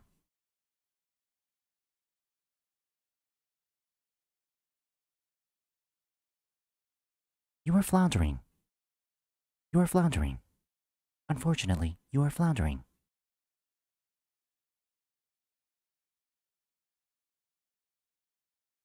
It must hurt hearing a message like this delivered to you in this voice. It has to hurt. You idolize this man, and now you're hearing him shit on your entire existence.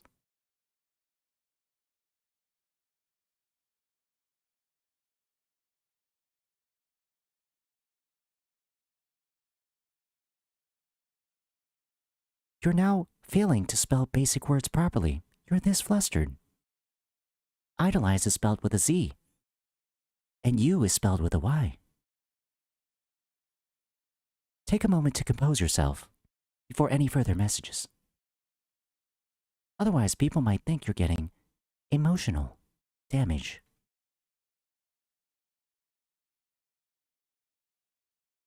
You're not the one that can do this all day. I can do this all day.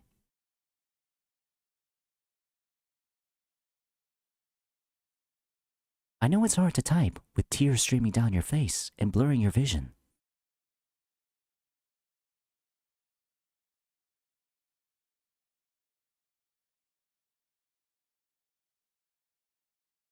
You are broken.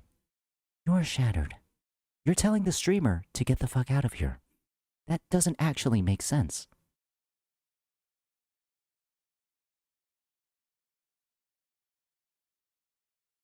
That's quite literally your job as a viewer.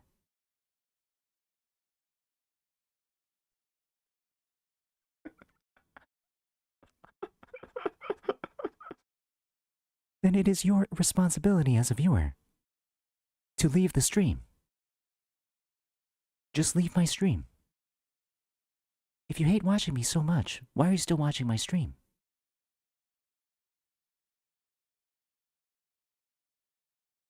You're quite literally in my house.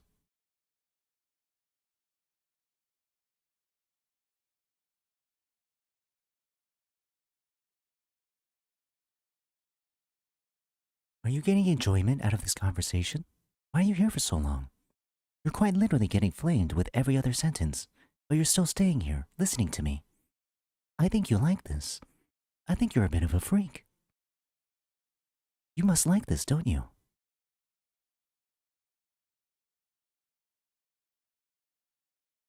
Am I giving you sexual gratification? Do you want to get yelled at by Vars?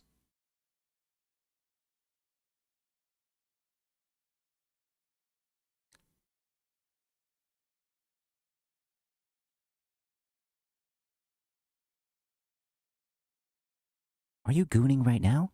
Because if you are, that's a little weird.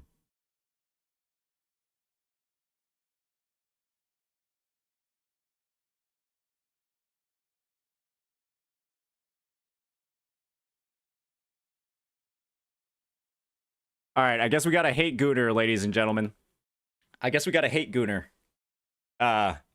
Maybe I don't use that voice again, or I'm gonna attract some more freaks. What a weirdo. I think he's gone, ladies and gentlemen. I think that whole conversation was him just... he was almost there. He was almost there, and I think he went there.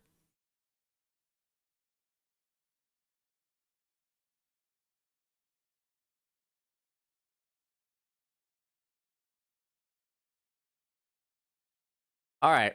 Well, I guess that's done over with. We can call that the escapee from Gateo Island arc. And we'll go ahead. We'll give him a 1 week ban. Maybe he'll come back. Maybe he'll come back. Okay, alrighty. So, whew. That was a nice little intermission. I'm not even sure what we were trying to... oh, right, we were trying to cover this. Why would you ban free content? Maybe I'll unban him. Yeah, I'll unban him and I'll just keep him pinned in case he comes back. That's what I'll do. Imagine if whole time bro was essaying and you just banned him. Oh, that would have made him furious. He's in the middle of typing like a 400-word response, and then he just gets banned in the middle of it right before pressing enter. Oh, he would be seething after that. He would be so mad, it'd be ridiculous. Okay, Liquid Cheese. I guess banning you permanently from my channel wasn't the move. Thank you for the 5 gifted subs. I guess banning you permanently wasn't the move. Good thing I only did it one day. The boy has redeemed himself to a degree.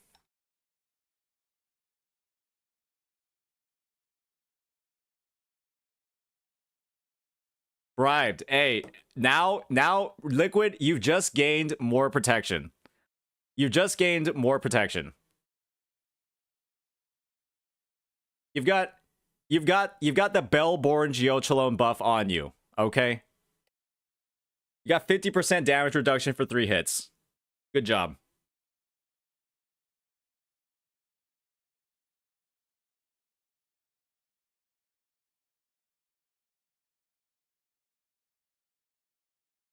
How far are you from partner? I should probably send in my application. I should send in my application soon.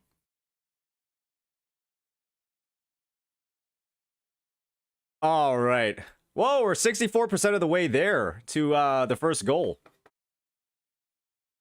You have a love-hate relationship with Cheese? Yeah, Cheese just always manages to type something that pisses me off. But then he sometimes has like little nuggets of gold. And obviously he gives me subs too. So, you know, it is what it is, right? It is what it is. I should say, Balatro, this shit is crazy. I do intend on playing it at some point, right? We've got to decide whether or not it's truly worth the game of the year. We've got to see if it's worth the game of the year. But we've got a lot of things to look at today. We've also got the video that good old Techless dropped. I need to get you guys on that as soon as possible. But I've got to protect my name first. I got to protect my name first. Seems like this dude, Saint, is just farming drama to get partner/exposure at this point. I'm going to be honest, K-Flings, I think it's just the fact that I'm one of the only Wuthering Waves creators, at least in this time slot, that is streaming daily. I think that's honestly the reason why. And it just so happens there's a fuck ton of drama about this game that gets constantly posted. You do realize the last 10 streams that I've had, quite literally, is just from other people saying stuff. It's quite literally just other people saying stuff. And so, naturally, if other people aren't saying stuff, I've got nothing to react to.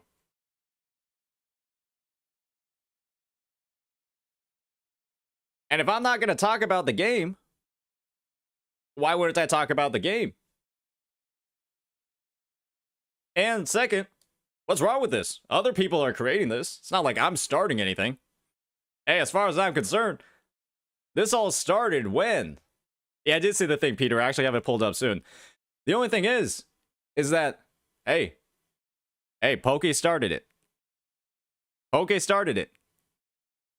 Blame him, K-Flings. Don't blame me. He started it. Actually, though.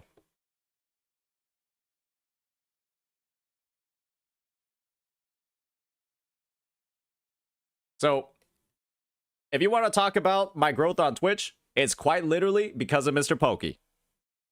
That's quite literally why. He is responsible for this entire situation.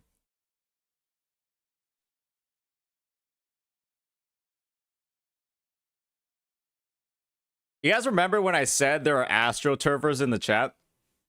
You guys remember when I said there are AstroTurfers? Here you are, ladies and gentlemen. I like WuWa. But the glazing is getting clingy, to be honest. Nah, you don't actually play the game, bro. You don't play the game. Just stop lying to yourself, man. Nobody believes you. All right. Let's dig into it. Let's dig into it.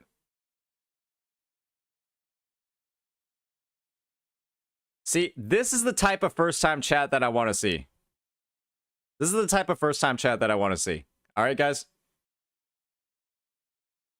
And we might take a look at the live thing. I don't honestly see like a point to it. It's just like there's just a lot of shit. Like that chat is just getting spammed. We've already looked at screenshots of it. There's like this shit over here. Oh, yeah. Okay, maybe we'll just go into this because we're already on the topic. Chihei, you can stop tagging me and linking the live. I know that the chat is going crazy, okay? You don't have to tag me 40 fucking times, man. I swear to God, you've posted it 30 fucking times at this point. I already know. And it's... I already know, okay? I already know. Please stop posting it. You've tagged me like 30 times. Oh, okay. Good God. So, r/gotcha gaming. I mean, what is wrong with this? It's a bait. There's a post about it. Oh boy, mods doing damage control. Let's see what's going on. Yeah. This one looks fine. So, this one looks fine. Obviously, this was posted, I think, around the same time. Was this just a duplicate post that got deleted?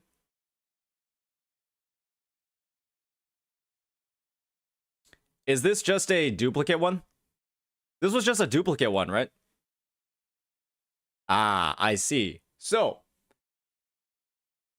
I do believe that because these were quite literally posted at, like, this was 9 hours ago. This is around 9 hours ago. I genuinely just think that this was a duplicate post, and that's where the situation is coming from. So I don't think it's actually this bad. I think that the mods have been trying to do a better job at appearing more balanced, because I'm gonna be honest, I bullied the fuck out of them with my video. I bullied the shit out of the r/gotcha gaming mods in my video. I also took away their shiny toy of gacha revenue. So I think it's a matter of like, hey, like the mods now feel a higher level of responsibility to actually, you know, not appear biased as shit. And I guess this is just evidence of it. Maybe they deleted it and reposted it. I don't know why they deleted it in the first place. Maybe like one mod was just like deleted it through tears. And, you know, one mod that actually wants to be taken seriously put it back. So probably some mod discourse that's happening or going on. Yeah. Oh, no, I destroyed the subreddit. I'm going to objectively say that I destroyed this subreddit. I took away r/gotcha gaming. They're not, or I took away the gacha revenue website. They're not doing that anymore. I flamed them for their behavior when it comes to WuWa posts. And now their mods have actually been a lot more balanced in how they're uploading things, in what they're keeping up, and what discussions they're allowing.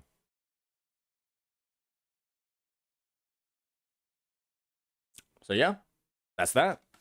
Any questions?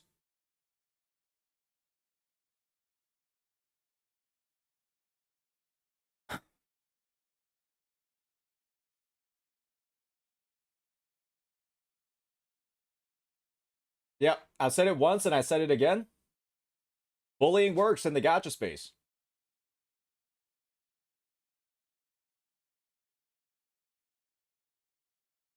Just look at how this guy types. K flings. Just look at how they type. Just look at this. It's so astroturfy, it's ridiculous. Like, this is just like virtue signaling, astroturfing. Like, you're actually getting paid for this, aren't you? Like, somebody is sending you money for this behavior. It's just so strange to see it firsthand. Because you provided no evidence to the contrary. All you keep saying is, how dare you say I don't play the game? That's all you've said in response to that. I said you don't play the game, and all you're saying is, oh my gosh, how dare you say I don't play the game? You're just further proving you don't play the fucking game. Look at this. Look at what you're typing. Like, you're providing absolutely no evidence to the contrary. You keep post. Okay. All right. Just get out of here, you fucking freak. Look at this response. What? Wait, I will provide evidence that I play the game? Are you for real? Well, yeah, because I've accused you of not playing it. That would probably be the natural course of action, right? If you wanted to be taken seriously. But the fact that that doesn't even appear to be an option for you is kind of just evidence to me that you don't actually play the game. It's pretty clear. It's like, Your team's so... It's like I broke the script. I broke your command chain. Like, that was a prompt you weren't expecting to hear.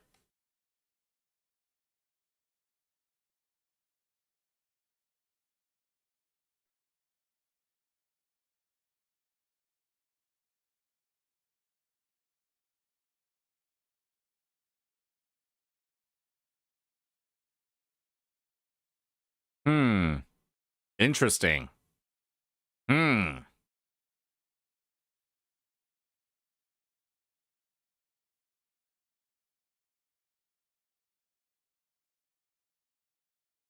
Yo, there's a lot of paid chatters. Maybe I should have timed him out. Fine. I'll time them out for 30 minutes. How about that? Hey, K Flames, come back with evidence that you play the game, buddy. Come back with evidence that you actually play the game. And then maybe we'll start taking you a little bit seriously.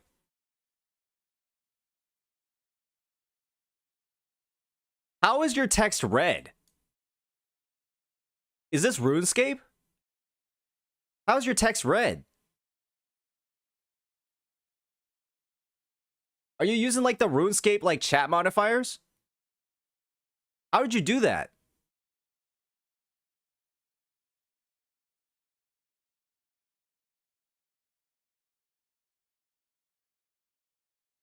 What the f-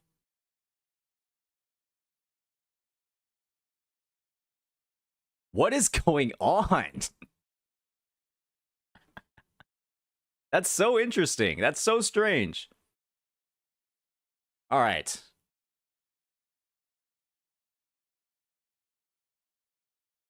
I mean, I wouldn't be surprised. I wouldn't be surprised if they were from r/Gotcha Gaming and they just have a grudge against me. I have no doubt that I have a significant number of hate watchers. I mean, I've ruined that subreddit. I literally ruined that subreddit. I wouldn't be surprised if they're upset with me. All right. Clearly, I have a bunch of hackers in my chat. I don't know how they're doing this. It's kind of cool, but it's also a little bit creepy. Okay. All right. All right.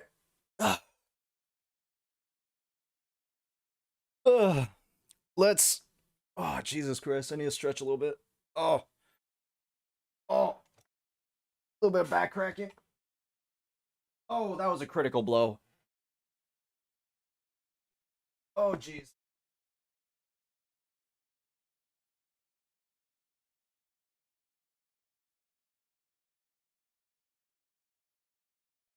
All right. Oh, that was good. Okay.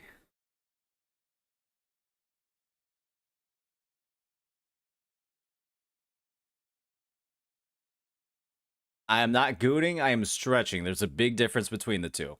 There's a big difference between the two, okay? All right, let me get the recording going. Let's just go ahead and start. Let's put this matter to rest in front of us right now. All right.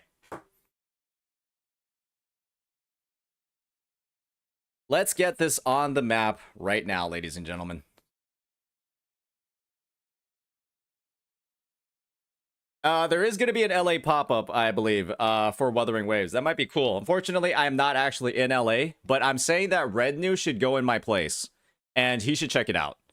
Red New should be the one that checks out the LA pop-up for WuWa. He's a Kurobot anyways, right? He's a Kurobot. Let's be real here, guys. But with that, that was a nice little intermission. We had some fun with some chatters. We had a little bit of fun for Techless. And now it's time to address the elephant in the room. And that is the tweet that lol Shinya has for the Wuthering Waves community. So with that, ladies and gentlemen, it is time for us to address the elephant in the room. This tweet by LOL Shinya about how the Wuthering Waves community has a serious problem. I am one creator in particular that has been explicitly named as potentially somebody that is causing some problems. And so let's just go ahead and dig right on into this, see what the breakdown is, and whether or not I believe that some of these critiques are valid, or whether or not there are some further clarifications that need to be provided. So with that, let's just go ahead and read it off. The Wuthering Waves community has a serious problem. Toxic positivity has always been an issue within the community, and with the recent outspoken nature of content creators, namely Saint and the people defending him, combined with the Game Awards fiasco, the community has been in an absolute uproar with Balatro winning Mobile Game of the Year. It's worse than it's ever been. So, I have a couple of grievances.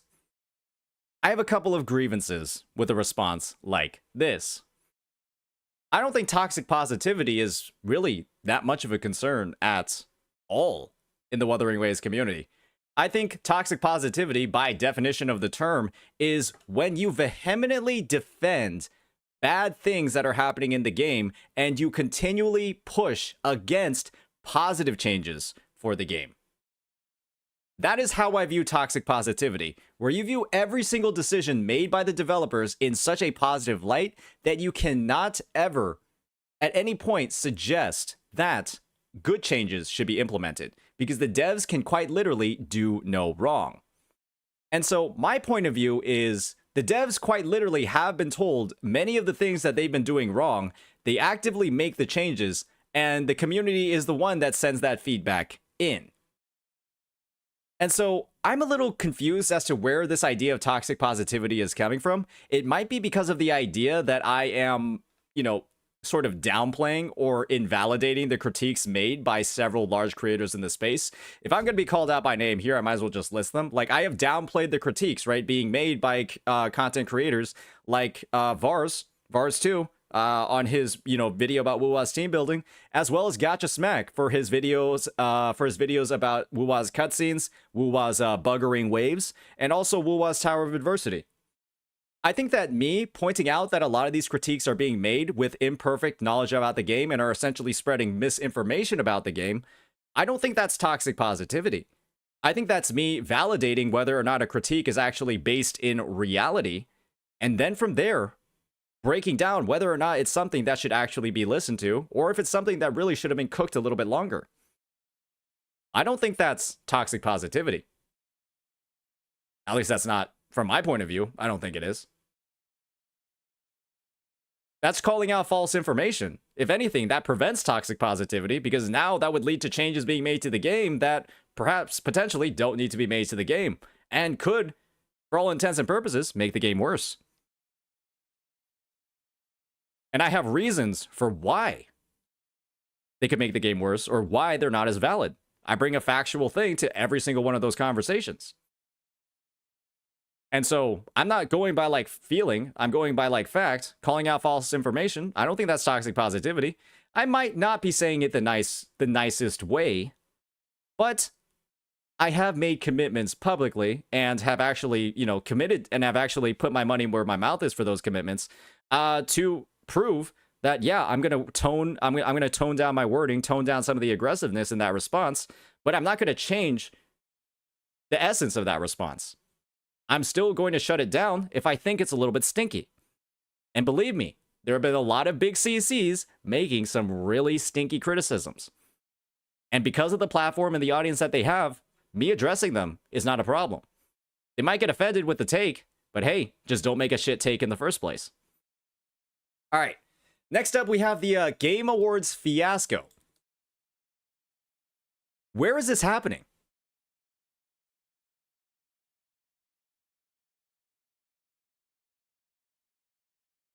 Where is this happening? Where is this absolute uproar? I actually haven't seen a single WuWa player freaking out about this.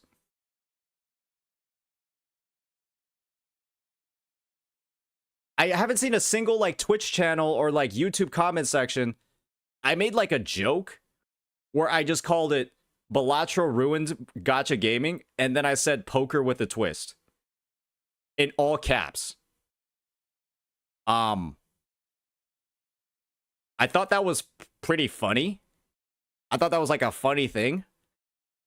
I mean, I had people taking it seriously, but those people are probably like, their mind might not work in the same way that mine does, but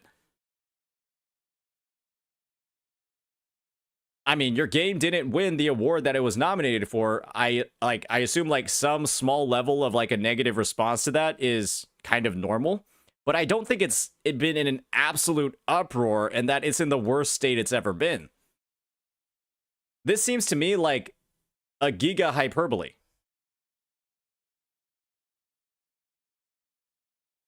I think this is manufactured or made up. And it might be made up because of Shinya's misunderstanding of the situation. And CC's just making like jokes about it, but I haven't seen anybody like actively going crazy. Like the Balatro review went from like 5 to 4.8. Oh boy. Oh boy. Oh, wild. Have I made a video about how Balatro's a dog shit game? Has anybody made a video about how Balatro's a dog shit game? I don't even think so. Maxis, I've already talked about how the WuWa Reddit community has basically been astroturfed by Hoyoverse players. And I'm like 75% sure, I'm obviously not going to put that much money on it. I'm pretty sure there's a shit ton of people that are just like fucking going crazy on that subreddit. And I'm pretty sure there are a shit ton of Hoyo players that are going crazy on the WuWa subreddit. Or on the WuWa Discord. Just making shit up. Posing as like freaks. Like really committed WuWa players. And then that's it. I think there's like maybe one thing to go in line with this. Let me see here. Oh! Oh no!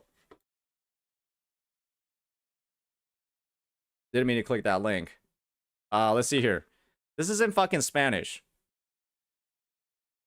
Please refrain from sharing derogatory comments or opinions about other games. Excessive blah blah blah will be sanctioned. Okay, like, is this... Is like, the mods...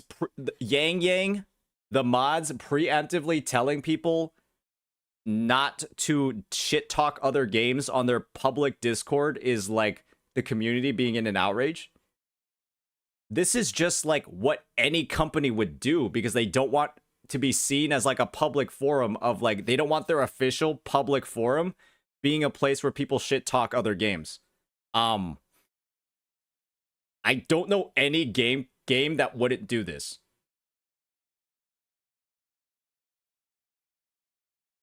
This is pretty normal, right?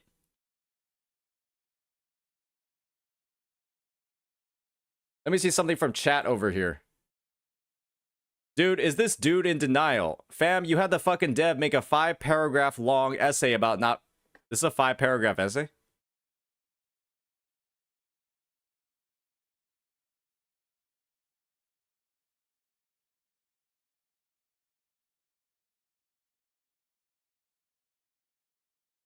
Not this? Why don't you link the one you're talking about then? Open Twitter and find it yourself. How about you take a 30-minute break? How about you take a 5-minute break? You find it, and then maybe you can come back with it. How about that? Open Twitter and find it yourself. Oh my god, who are you? Who are you? You act like I can't just ban you.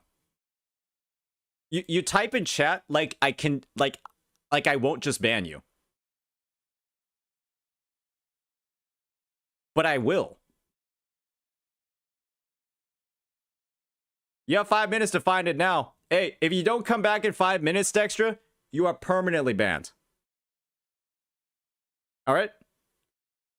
You are permanently banned. Good luck, buddy. Alright, let me go see if I can find the other message.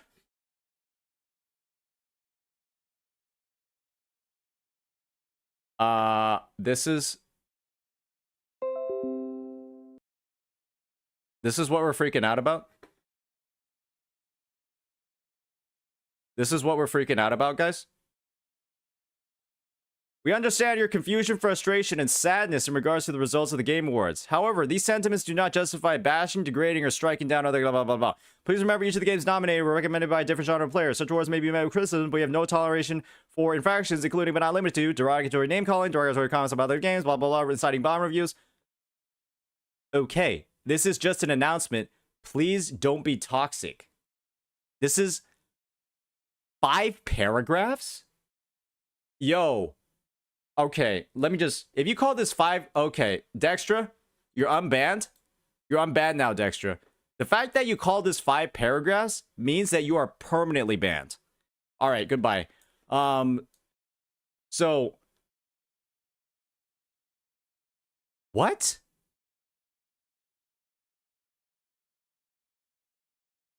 Who would call that who would call this 5 paragraphs?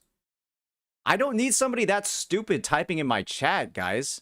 I swear, they're just lowering the quality of your stream. That's -1. 5?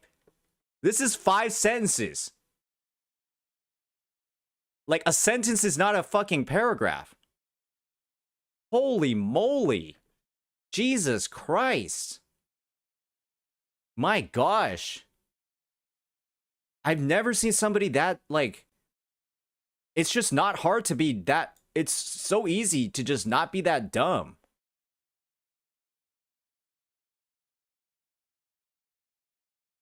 My God. All right. So,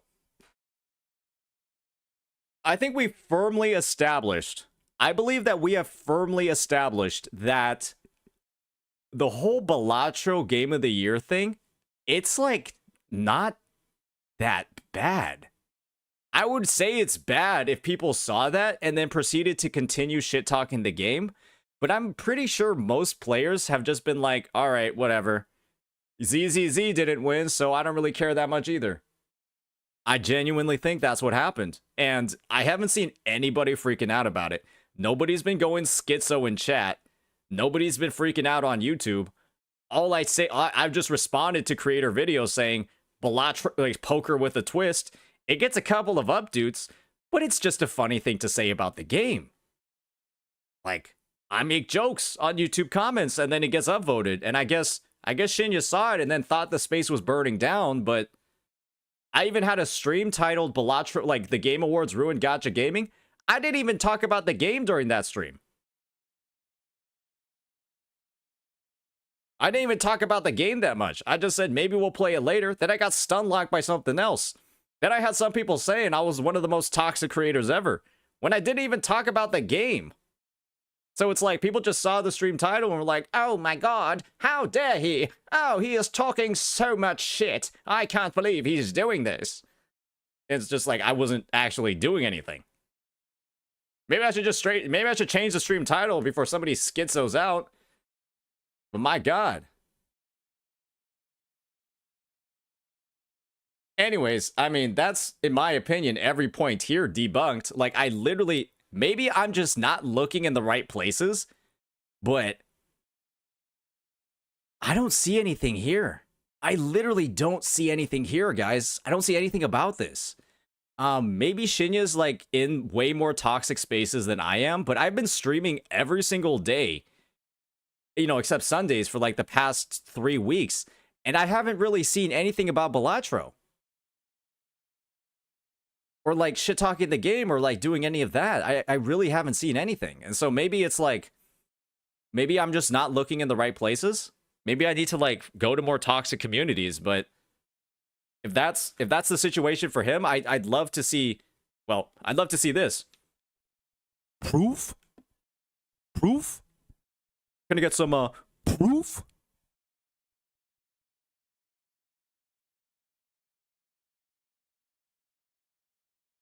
Can I see proof of this absolute uproar? Nah, bro, open up Twitter and see for yourself. That's the funny thing.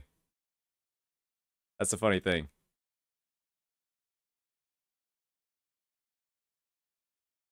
So, is this the community being in a fucking uproar? The Game Awards suck ass. Poker with a twist. Is this the absolute uproar that Shinja's talking about?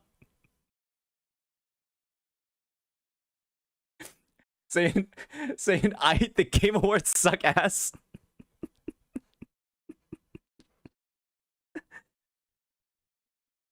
And poker with a twist. Is this am I breeding a toxic community with not even 2 sentences? like nouns. I mean, sometimes, man, what I'm going to say is some people, they see what they want to see. And if you want to view this from the lens that I'm one of the most toxic creators in the space, that's what it's going to look like when you look at it. But, this is just a dream. This is just a joke. It's pretty clear that it's just a joke. So, I mean, I'd love to see, like, what he's talking about here. I'd love to see some proof, but I'm not seeing anything. So, I'm just going to disregard this entire point that he just made. I don't think it's there. I don't see it. If there is, proof. All right, next up, we got the next point. Wuthering Waves / Kuro community is slowly transforming into the thing they dislike the most. The Genshin Hoyo community. Proof? Proof? Where is it? The Genshin Hoyo community, they vehemently argue against skip buttons. They say, oh my gosh, the skip button would be the worst possible thing to add to the game. The WuWa community quite literally suggests changes every single patch. There's a new quality of life that comes every single update. They actively make changes to the game and they support the devs for doing that. And so, it's quite literally the opposite of the Genshin Hoyo community. They accept and push for changes every single patch. The only thing is, they will shut down changes that aren't good, that are based off of misinformation or lack of understanding. Because what they don't want is the devs integrating changes or updates to the game that are not really well-founded, because they know how willing the devs are to implement changes. So why would they want changes that aren't good for the game, or at least aren't founded in reality, being shuttled and funneled and pushed forward to the devs? They're allowed to have a public opinion that what you're suggesting is not good. So, yeah. Show me some proof.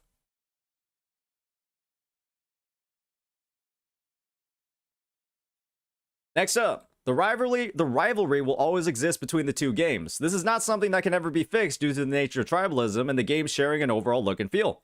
Yeah, I mean, I don't need proof for this one. This is just a fact of the matter.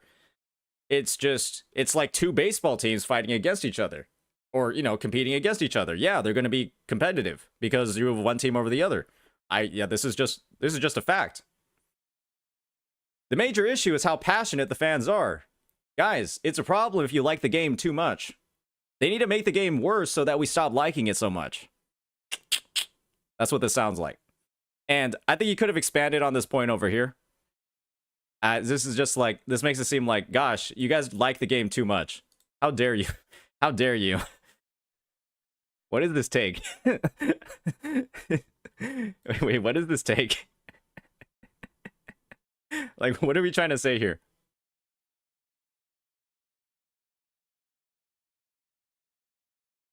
If passion is bad?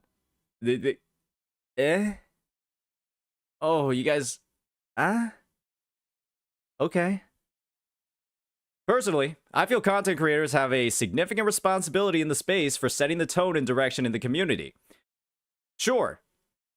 And the tone and direction that I'm setting is, feel free to have critiques as long as they are based in reality and a firm understanding of the game's mechanics. Please don't make any critiques, or please think them out more if you're going to make them. Because one thing that we don't want is big content creators pushing forward misinformation as the basis for their changes. How can you suggest changes when you don't understand the game at a baseline? I think that's a very positive thing and a positive spin for the community to have.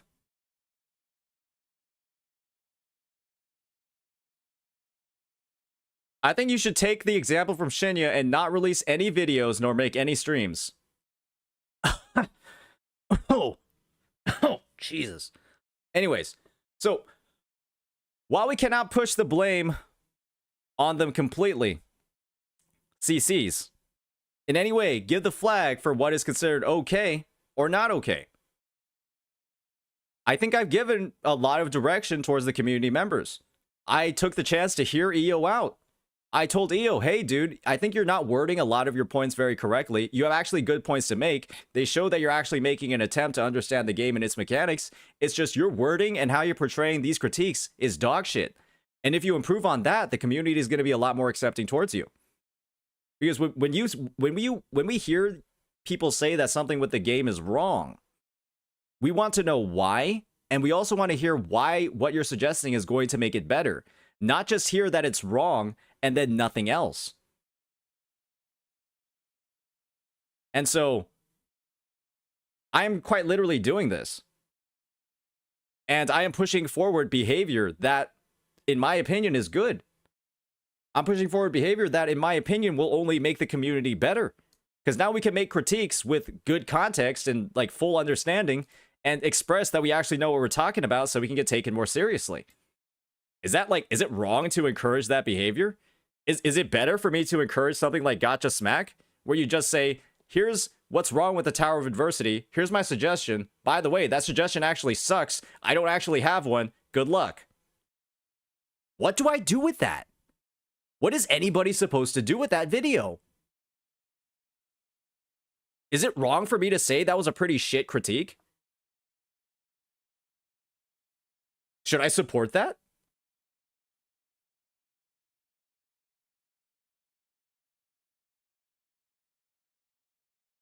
Or should we instead support things like Ryuku, where he highlights what is wrong, where the problems are, and how it could be fixed in a concise manner? I think we support that kind of critique instead. And then we also support the expanded explanation that EO had. I think that's a better way of going about it. And sure, you're allowed to give a critique without a solution. No one's going to take it fucking seriously. Because now it just looks like you're just trying to throw shit on the wall and say stuff is bad without giving a reason. And not a lot of people like that.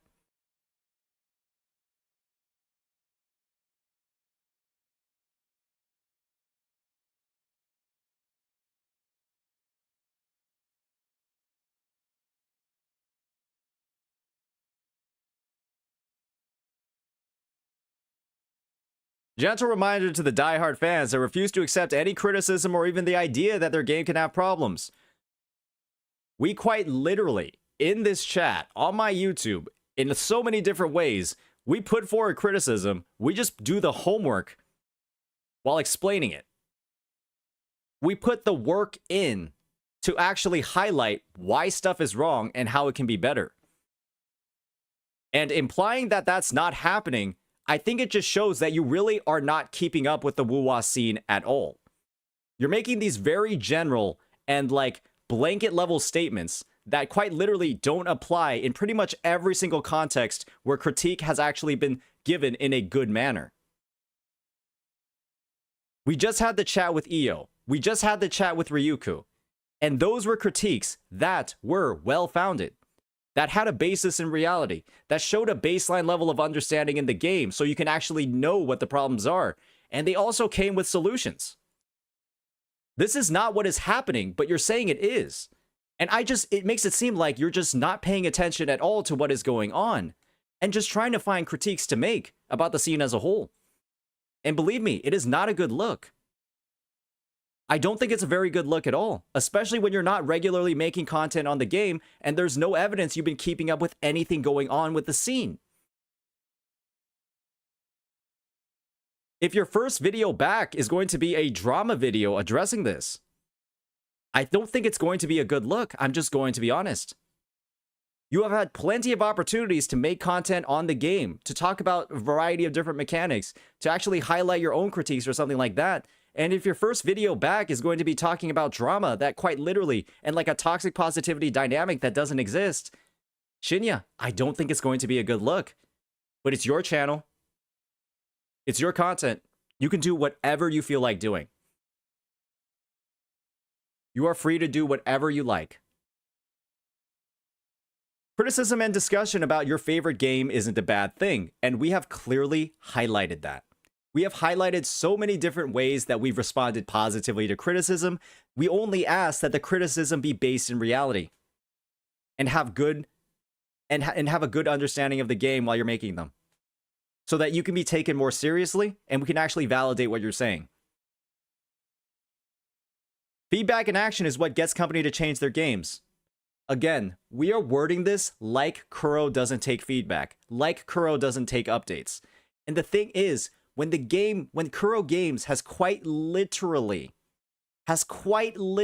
implemented a quality of life, every single patch that has undoubtedly made the game better and made it smoother to play and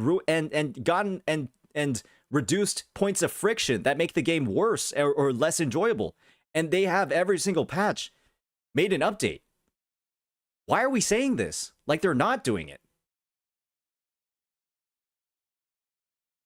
Why are we saying like gentle reminder when this is the one company that's doing the exact opposite? I don't understand why we're wording it like this, like they're not making the updates or they're not making the changes. I genuinely don't understand why this is being said about Wuthering Waves. Moving on. Even if it's feedback you don't necessarily agree with, we should be all attempting to remain civil and respectful. That much I can agree with. Sure, I had a bit of an emotional response. But when I'm seeing big creators, right, ones that should be held to a higher standard, or creators sponsored by Kuro Games themselves, and they're operating without even doing the bare minimum, I'm going to be honest, I think you should at least 30 out of 30 the tower before talking about why the TOA is not good. I genuinely think that. I think you should at least 30 out of 30 the tower a single time before talking about why the TOA isn't good. Maybe that's elitist of me. Maybe it is. But I think that should maybe be at least like the baseline before you can start making big sweeping critiques about the game mode. And would probably lead to a better discussion because you can actually validate that you know how to play the game.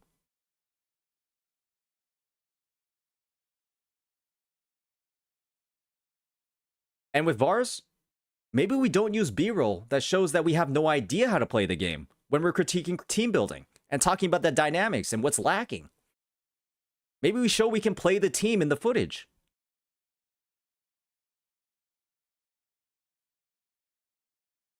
The constant shit-slinging continues to make Kuro fans look bad and perpetuates the negative opinion of gacha gamers in general. You want to know what makes the game look bad, Shinya? This is what makes the game look bad. When you have big content creators making gigantic critiques about the game that have no basis in reality, and they create a negative public perception with their critiques about things that actually don't exist in the game. Making mountains out of molehills. Giving extra airtime to issues that quite literally don't exist. That's what makes the game look worse. And individuals deciding to speak out against that, to take those critiques and break them down and expose why they're not actually rooted in reality. That's making the game better. That's making the game have a better perception. Because we're taking illegitimate critiques and filtering them. And me doing that is not toxic positivity.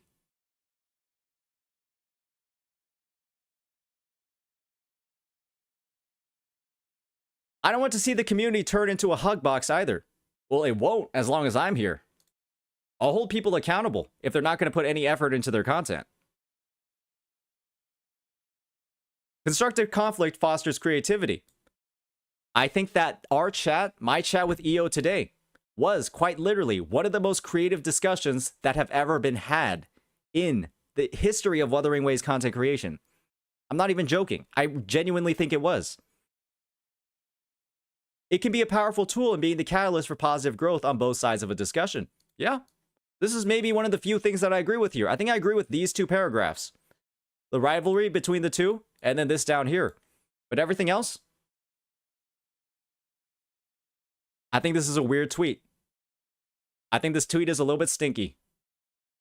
That's my opinion on it. I think it's pretty damn stinky. I don't like it very much.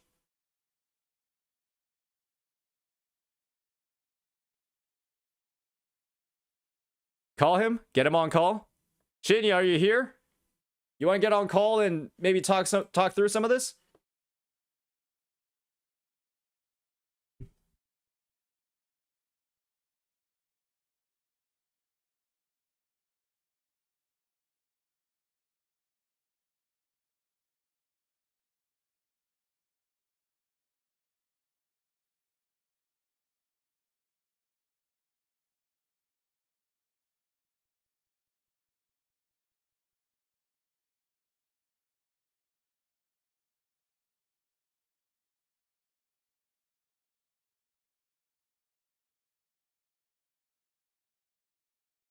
All right. I do think we might be getting Shinya on call.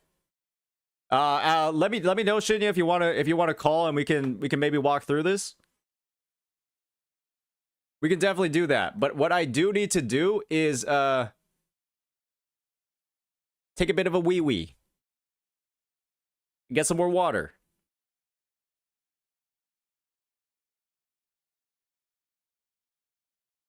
So let me know either in Discord or let me know in the chat what you want to do, man. This will also be my second call of the day, though, unfortunately. And the last one was about 2 hours. So, bit of a banger. Red News now telling me to wash my hands before I've even taken the piss yet.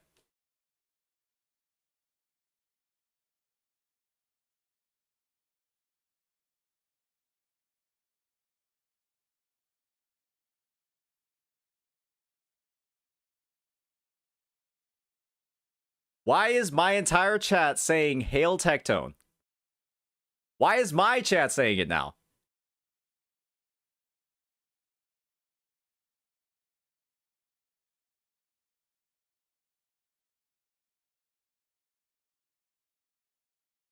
Oh my gosh, we finally got a one hail for me. Good God.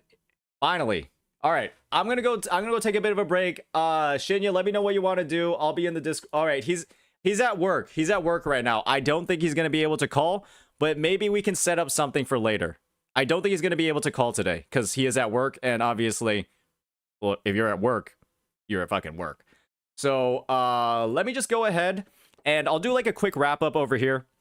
So honestly, I think that this tweet in general, there's definitely a lot of things that when I'm just looking at it, when I'm kind of summarizing it in my head, a lot of it doesn't seem like the reality of what's actually going on. I think there might be either like a misunderstanding or maybe a lack of clarity into what my motivations are, how I'm approaching a lot of my critiques and the critiques that other content creators have been making. My belief is that as long as you're putting the work in, you're putting in the effort to actually, voice out exactly what's wrong, why it's wrong, and how to fix it, there's no reason to flame.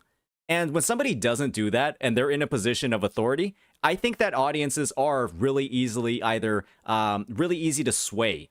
And a lot of them will believe a content creator right off the rip, unless there's somebody, on the other end of the spectrum that's going to go ahead and break it down and explain what the actual issues are so that people aren't just blindly following critiques that aren't actually there.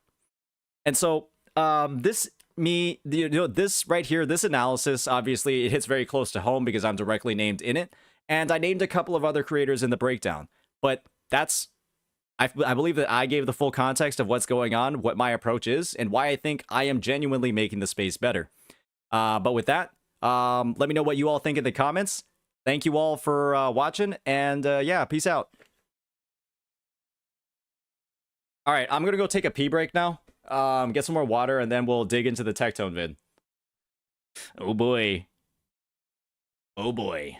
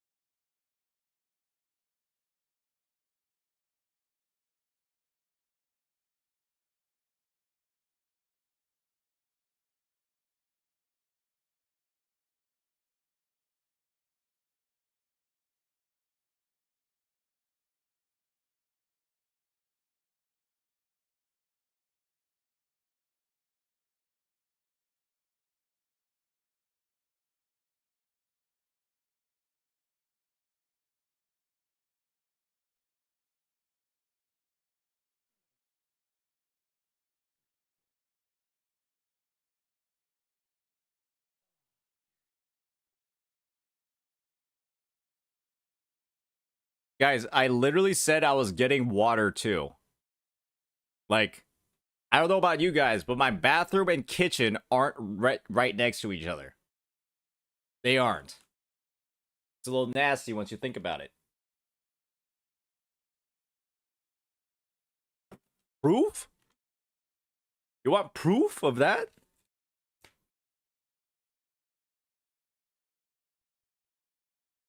Guys, I am dehydrated right now, okay? It turns out that talking is like a little bit tiring on your, whatever.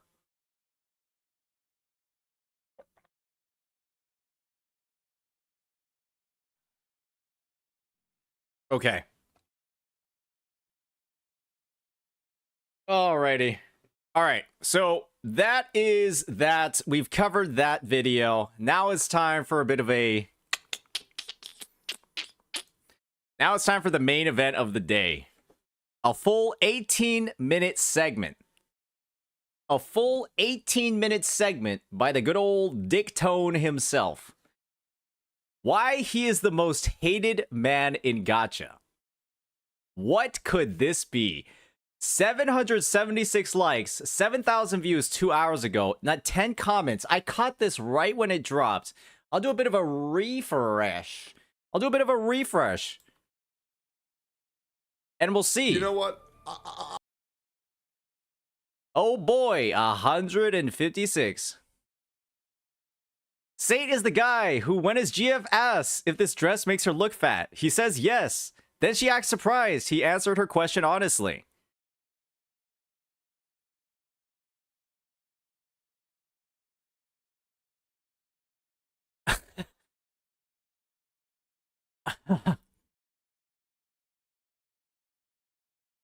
Oh boy. Well, you're not wrong. Oh dear. I have no comment. I have no comment in regards to that. Hey, if it's gonna get her to pick an outfit faster, if it's gonna get her to pick an outfit faster, then maybe I do it. Okay? Like I'm just trying to leave the house and go to the fucking event. Sometimes they take a long time to make decisions, okay? Sometimes they take a long time to make decisions, and you just have to cut the discussion short and just be honest. All right. So, good old Tectone is back at it again with another video on myself. And what this gentleman has done is make a ton of content based off of reacting to me. And so I thought, wow, maybe this is a great opportunity for me to make some content reacting off of Tectone. And so this is kind of like a, you know, like a reversing the situation. I'm very happy to do this. And I heard that this video is actually quite positive for me. Oh, what is this? Oh yeah, I like watching MRE food reviews. They're actually pretty interesting and pretty fun. But that's besides the point. Now it's time for me to do a bit of a breakdown on, you know, why I guess I am the most hated man in gacha and what Tectone's thoughts are on the whole matter. So with that, let's go ahead, let's dig into it, and let's see what exactly he said. Take it away, Techless. You know what? I guess I'm the only guy in this whole community who understands this guy and is not trying to make a big deal out of this guy just being content, okay? I'm gonna be real. This whole Sane Tone Toss thing really isn't that hard to understand for anybody with a general grasp of who this guy is, what his history is, and basic human psychology. Listen. So, one thing we need to keep in mind is that Tectone basically kind of just said that anybody that can't understand my context or my point of view has a problem. And so you've cast a pretty wide net with that one, Techie. I think you've insulted quite a few people with that. So hopefully you brought the reasoning to back it up, because you made quite a bold claim over there with that one, sir. You kind of called a lot of people dumb. Or you're saying they lack some level of, like, social understanding. Good, fuck them. Hey, Basehead. Hey, holy based. Holy based. Holy based. Hey, but that's why we like tech. That's why we like tech. human psychology. Listen, man, I don't know when I became the gotcha guidance counselor. Okay, I don't know when I got to take care of all these That's a good nickname. babies who don't fucking get this shit. And I'll be real, I want to reiterate. I like Saint Tontas's content. I don't even know this fucking guy. Okay? We've talked for 15 seconds off stream one time and maybe exchanged 15 DMs. I can validate that that's true. It might be like over under like 5 onto both of those numbers, but yeah, that's basically what it is. Not a lot more than that. Well, I mean, I guess if you're not counting all the messages he sends on Twitch, but you know, those are like in a public setting. Everyone can see those. And I think he's talking about like the private stuff behind the scenes. But this guy has to be one of the most misunderstood creators Fair. On the entire platform. Fair. It's fucking unbelievable. All right, so let me take you back to the beginning of the Saint Tontas drama. All right, we're going to go on a bit of a history lesson, ladies and gentlemen. And this one has quite a bit of the deep lore. Keep in mind that the situation that good old Techless is going to be talking about was way back in the day when I was at around maybe 1,500 to 2,500 subscribers. This was way back in the day, and I got myself into a bit of a situation. A bit of a situation, they might say. Some would say that the situation was so rough that other content creators would have just quit. I genuinely believe other content creators don't have the same mental fortitude that I did, and they would have just quit. Let me take you back to where several content creators like Sayu, Hexjuice, and Ran Online and Muujin as well. Others, once again, not their fault, Saint Tontas made a video about theorizing why certain voice actors may or may not be able to participate in Wuthering Waves coming from Genshin, okay? Hey, that was the basis of the video. I made a hypothesis for why we didn't see any of the Hoyoverse VAs in Wuthering Waves, and I'm going to be honest. Seeing what's going on with Hoyoverse VAs right now, little bit fishy. Man, I wonder why they only have about 2 characters voiced every patch, and they keep replacing everybody. They keep replacing everybody every patch. Just saying. I'm not going to make a video about it, but I'm just saying. Hey, they seem to be replacing everybody every patch. Right? There seems to be a new voice for every character every single patch. Just saying. Just saying. I'm just saying, okay? Okay? He made a video hypothesizing. It was a hypothesis video. The problem is, some people realized it was a hypothesis. Some people thought he was being dead ass. From minute one, it was painfully obvious that he was merely just suggesting ideas. Now, it's pretty clear that it was a suggestion, right? Because there was absolutely no circumstance that I, as a content creator, that was maybe my second or third video. There's absolutely no possible way that I could have known. No possible way. And so, quite honestly, the only way to take it would have been as a hypothesis backed by some objective facts of the situation. Some people said it was wrong to hypothesize. Some people said it's fine. Do whatever the hell you want. Me personally, I think it is fine. Now, some content creators didn't get that he was hypothesizing. Some people said it was wrong that he was hypothesizing. And some people understood that he was hypothesizing and were fine with it. Me personally, once again, was totally cool with it. I clarify. I give my side of the story. He does shoot me a DM and say, thank you for being the only person who I actually felt like was on my side. One of the only people, okay? Techie, you weren't the only guy. You were just one of the biggest supporters. There were a couple of other people behind the scenes that were helping out with the situation, but you were one of the biggest pushers for it. And so I wanted to give you your laurels for that one. Listen, man, and I want to make this very, very, very clear. I don't care if you're my friend. I don't care if you're my worst enemy, okay? If you're doing something wrong, I am going to call you out on whatever it is that you're doing, okay? And if you're doing something that's fine, you don't need to worry about me. I don't really think there's any history about me going after anybody for any reason that is actually not horrifically wrong, right? I would. One thing that I want to clarify here, guys, one thing that I want to clarify here is that, in all honesty, Techie could have buried me.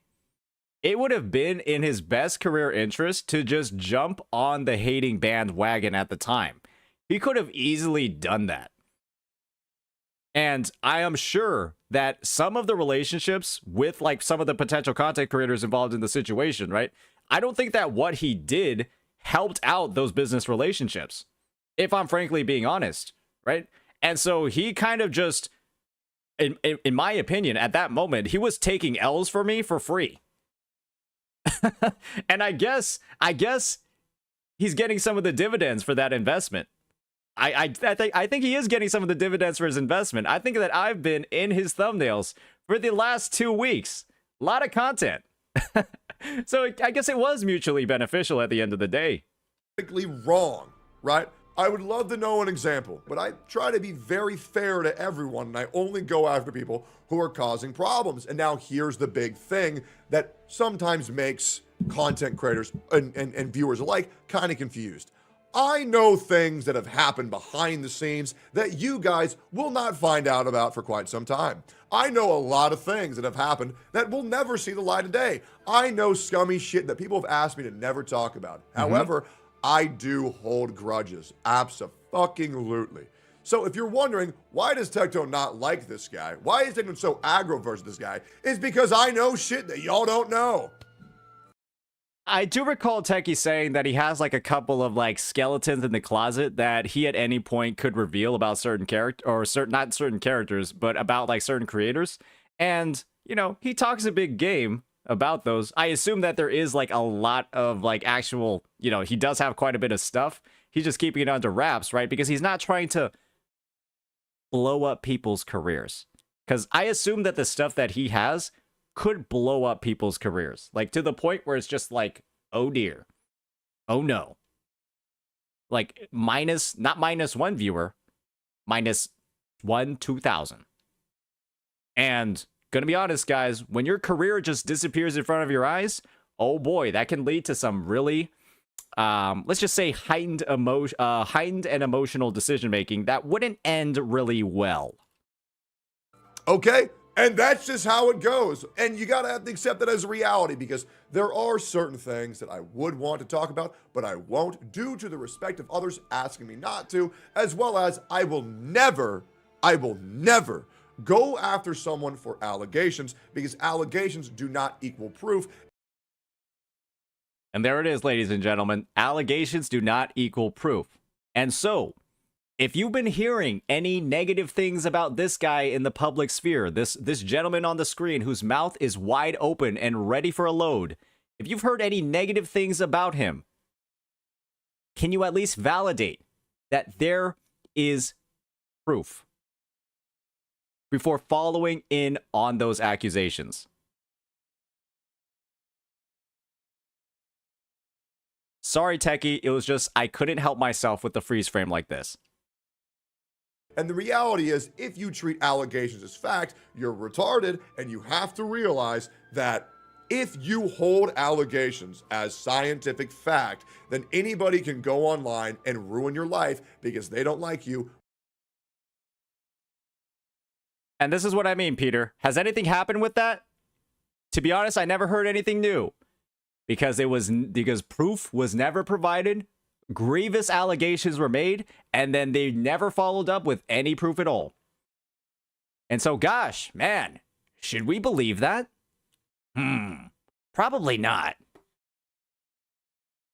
With one lie, and that is why I do not do that.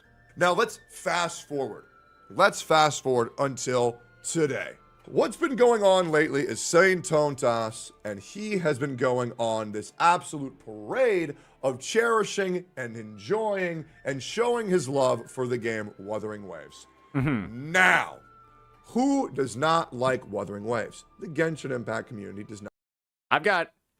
I can demonstrably prove that the Genshin Impact community hates this game.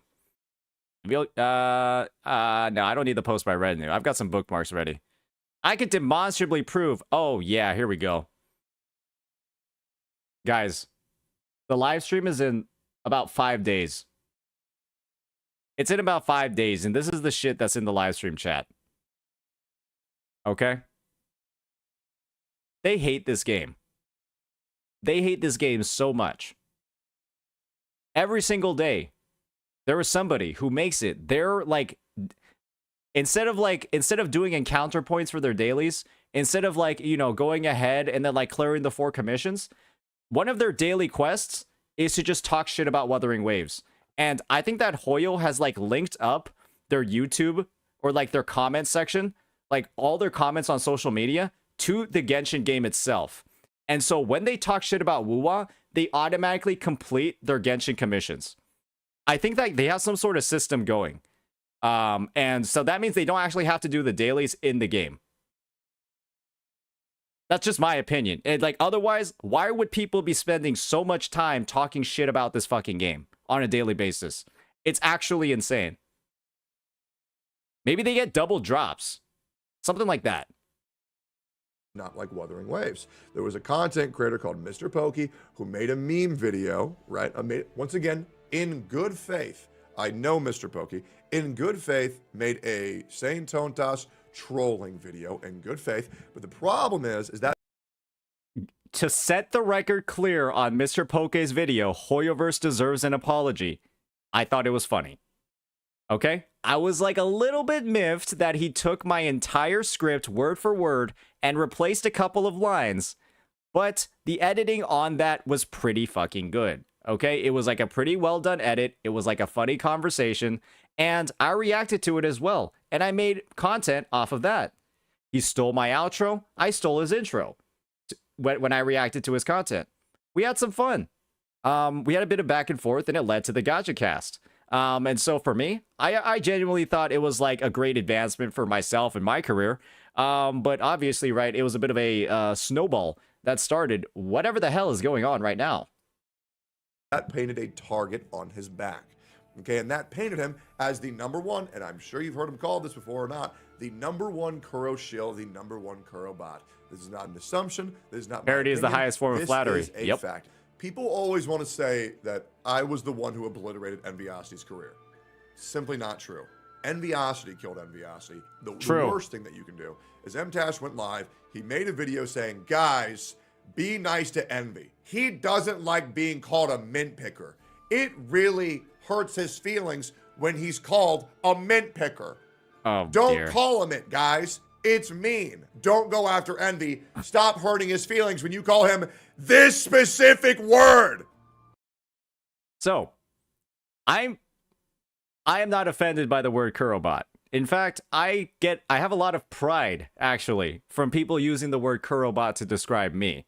Because if we're genuinely at the point where we can't refute anything that I'm actually saying, and we just say, oh, shut up, Kurobot. How dare you talk shit about my game, Genshin Impact, or my game, Honkai Star Rail. You're just a Kurobot. Obviously, it's a way to invalidate everything that I'm saying. But if that's the only thing that they can say, come on, man. Let's dig a little bit deeper than that. Envy crashed out. He hasn't uploaded the fucking video in 7 goddamn months, and his Twitch career is going down the fucking drain over and over and over and over again. What Mr. Pokey did is actually now confirmed. People are calling him, Saint Tontas, a Kuro shill and a Kuro bot. Now, Saint Tontas handles his anger, handles his despair, handles his frustration very differently. How does Saint Tontas deal with it? He deals with it by going Giga Aggro mode. Saint Tontas goes Giga Aggro and says, fuck you and anybody who's trying to fuck with my shit, I will kill you.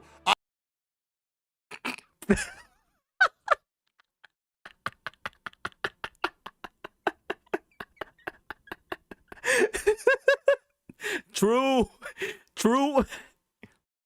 Hey, I'm gonna be honest. I don't think anybody expected that. I don't think anybody expected that level of response. I told you, I am a Cassante main. The character is a tank that when they use their ultimate, they turn into a DPS. And so I was just tanking for a little bit. Then I went all out. I will not yield. I will go live and react to a 15-minute video for 6 fucking hours and say the words objectively 10 million fucking times. You think he was fucking sponsored by that word? Bro needs to increase his dictionary. I noticed that. I said, hey, Santontas, also work in the words objectively, subjectively, and demonstrably into your vocabulary. It'll increase your dialect in spades. And ever since, he's been growing and growing and growing. But now, Wuthering Waves has a new enviosity, and his name is Santontas, because now he is going to Giga Aggro die for this game and be the #1 defender. It took me 2 hours to get him to apologize for merely saying it was a big deal for the B-roll someone was using in their video. Who cares about B-roll? I mean, the B-roll was unforgivably bad.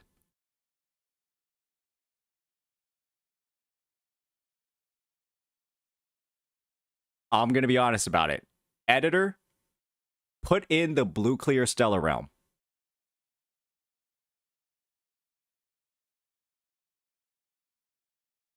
Nobody does that. Ever.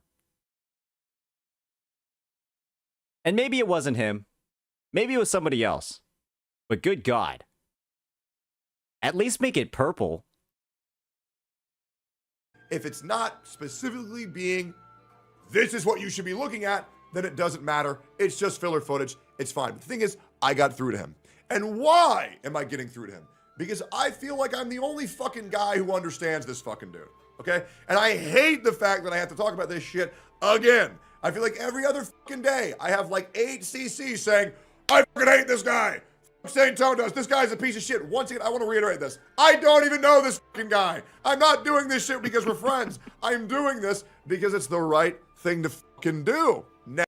And remember, like I said before in the React, guys, he had a lot of potential to do what was in the best interest of Tectone's career. And he chose not to.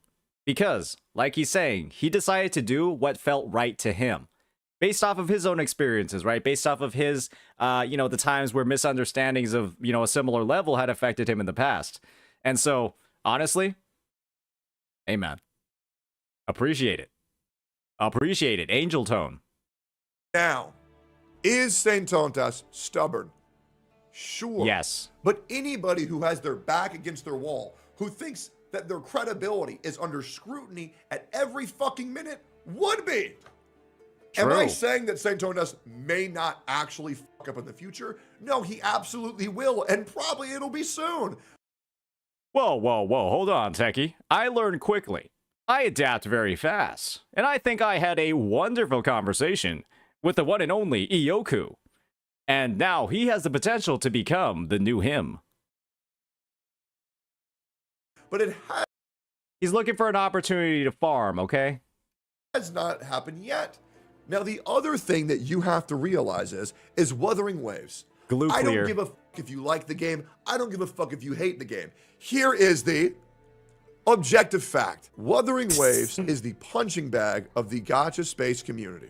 Okay? We confirmed that It is earlier. like white people on Twitter. You can shit on that game and everybody will be like, yes! Oh my God! Get him! Yeah! All right. He's not beating the allegations with this one.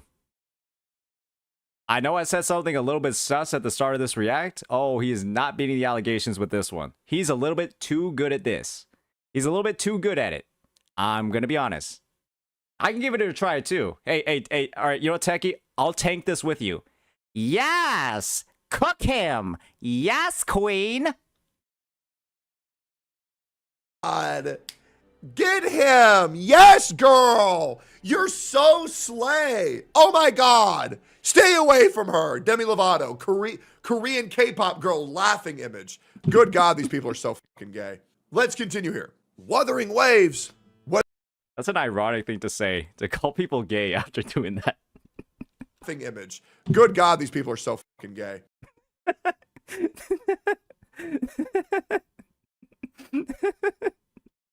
let's continue here. Wuthering Waves, whether you guys want to admit this shit or not, and once I tell you this shit, you're going to realize that it's the fucking truth. Wuthering Waves is filled with tourists and has no residents. Well, I think that is kind of true, ladies and gentlemen. Content creators, I need y'all to get your green cards. Okay? Right now, we're just on a visa. Okay? We need the green card. We need permanent residency. We got a 30 out of 30 the tower. Unlock the overdrive zone. That's where you get your green card. All right? Let's get it. Besides two people, Rexlent and St. Tontas. Those are the residents. Now, me personally, I'm a gotcha tourist.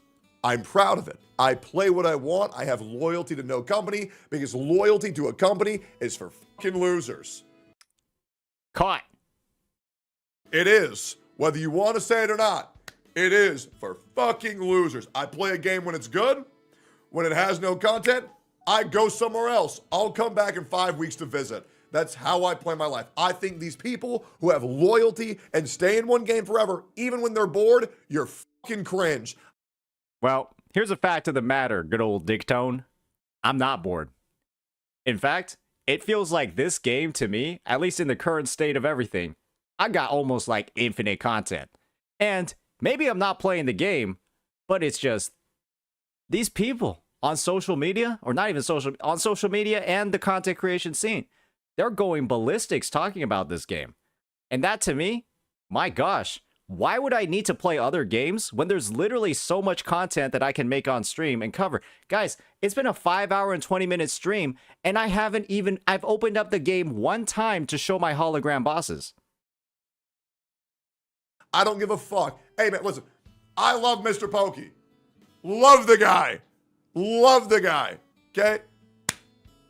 There's no fucking way you like Zero Cycles that much. There's just no fucking way. Okay? That shit's boring. That shit is fucking boring. It's the same thing with fucking Zeox, who chills in his spiral. Zeox? That's vile. Oh, shit. Same thing with fucking Zeox, who chills in his spiral abyss 1 billion times a day. Hell no. Fuck that. Okay? When the game has no content, I'm booting up Path of Exile. When the game has no content, I'm booting up League of Legends. When the game has no content, I'm booting up Helldivers. Fuck it. I'll boot up WuWa. I'll boot up HSR. I'll boot up fucking Genshin Impact. I'll boot up Zenless Zone Zero. If all these other games don't have content, I'm not there. I'm not doing this shit where I'm making content for these games anymore. You want to know why?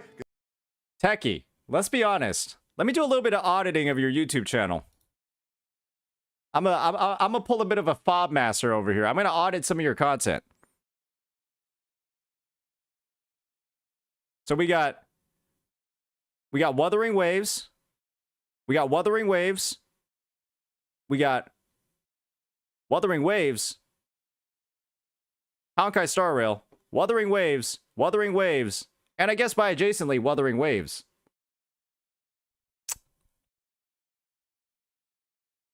That's a lot in the past. That's a lot in the past couple of days, don't you think? That's quite a bit of a WuWa related or WuWa adjacent content in the past couple of days. Oh boy, looks like good old Techless is about one step closer to permanent residency. And Techie, I heard you played the TOA today. Uh-oh. Looks like another content creator is about to get a label put onto them. Oh boy. Uh-oh. Because if these games want me to fucking play it, they'll give me something to do. I'm not here to make content for them. And yes, I did mention Mr. Pokey that way just so he'll react to my video because I'm trying to gauge his comments on his channel. You know, I'm going to try to see how many people just saw that and said, fuck Tectone, I always knew he was after Mr. Pokey. Been having a really fun time with that shit. Regardless. Yo, what up, Mr. Pokey? Make sure to go like, comment, and subscribe to his YouTube channel. When you are, and I'm going to give you an analogy, a real-ass bitch in a fake-ass world, you are going to get shit on. I want you to think about every single time Saint Tontas has gone off for someone for doing something fine or reasonable. Never. Never. Even when somebody was actually doing something unreasonable and unfine, we got to the bottom of it. We got to the bottom of it, and we made it reasonable and fine. And then I want you to think about how many times he's gone off for people for lying, spreading misinformation, and generally just giving shit opinions. Is that like 2 or 3? Yeah. It's probably like 1 or 2, maybe 3. And the answer will be quite a fucking lot. Let's be real. That's more than a content creator called Vars. He said the content was a fucking joke. He said that certain characters couldn't support other characters in the fucking game and spread so much misinformation in one fucking video, it made him want to fucking puke. He corrected a controversial video. If you make a controversial video, Fair. you are open up to controversial content and controversial reacts. It is the fucking truth. Brax got upset because Brax's issue is he's too good of a guy, and when he sees his friend under fire, he's going to defend him no matter what, and he turns his blinds on to what is right and what is wrong. I will say that I can factually confirm, based off of my experiences, that Braxophone is a good guy. Okay? Brax said that the game is steamrollable by anybody's. I said prove it. He goes in, he falls on his fucking face. And that's fine. It doesn't matter. But the problem is there's too many people in this space talking about WuWa like they know shit. There is too many people who only play that game when they're sponsored that act like they're WuWa's #1 player. There are people who go in there who haven't even 100%ed like 3 of the main areas. And they act like they play it every day. That is where the whole tourist thing comes in. And now that we've sort of like peeled back the layer, it's becoming a lot more clear that there's quite a few tourists in the content creation space that are posing as if they have more understanding, more nuance, and more knowledge than they actually do, and are, you know, making content based off of what is actually a lack of understanding. And that's where stuff gets dangerous, especially if you're making critiques. Like these creators, they aren't making like fun, entertaining content, right? Where it doesn't matter how much you know about the game. They're like telling people what is good and what is bad and what needs to be changed. That's an entirely different thing. And I'll be real, guys. It's the same shit with ZZZ. So many people want to talk about how ZZZ is shit, how ZZZ is flawed, how Wuthering Waves is shit, how Wuthering Waves is flawed. None of these motherfuckers know this shit. And you want me to tell you why that is? Because the fucking company sponsored so many of these fake dumb fucks that are just going to flake back to Genshin the moment they get their fucking bag and say, oh, dude, I never liked that game. It was so bad. Hee hee, Paimon. Because it pays their fucking bills. You know I'm right. So many of these other people go back to their main games because that's where they get viewership, and they shit talk any other game where they fucking can't handle it. Do you guys remember seeing Zajev's critiques for WuWa? Do you guys remember those? It was like maybe a month. It was like maybe 30 minutes or a month. Or sorry, like 30 days plus after the game was released. Maybe 15 days. Bro was just saying some of the craziest shit about the game. Bro was just like, he was going in on WuWa. It was a little bit, you just took one look at that and you were like, this is kind of disingenuous. I'm gonna be honest. It was disingenuous as fuck. He's right. Those were some really, those critiques that he had, bro was like talking about like a slight camera angle change in the combat. He acted like the camera change was literally like the worst thing in gacha gaming. And I'm like, bro, just move your fucking mouse and adjust the camera manually. And do it dynamically in gameplay and you don't have this problem. But he's just like, I can't see. The amount of misinformation put out on Wuthering Waves is fucking ridiculous. Here's something that you need to acknowledge. And if you don't, you are disingenuous, you are a liar, or you lack the ability to make a critical opinion. Zenless Zone Zero and Wuthering Waves have the best combat in all of gacha games. True. If we're comparatively thinking about it, ZZZ is above HSR and Genshin for sure. Okay, HSR, you have one button. Maybe more. But ZZZ is quite okay. You want to know what would make it better? If you can parry with a fucking on-field character. Out of the big ones, Zenless Zone Zero and Wuthering Waves have the best storytelling in gacha games. Also true. Also true. The storytelling is the best in those two games. They have the most cutscenes, they have the most dynamic dialogues, and they retain the most engagement across your playtime.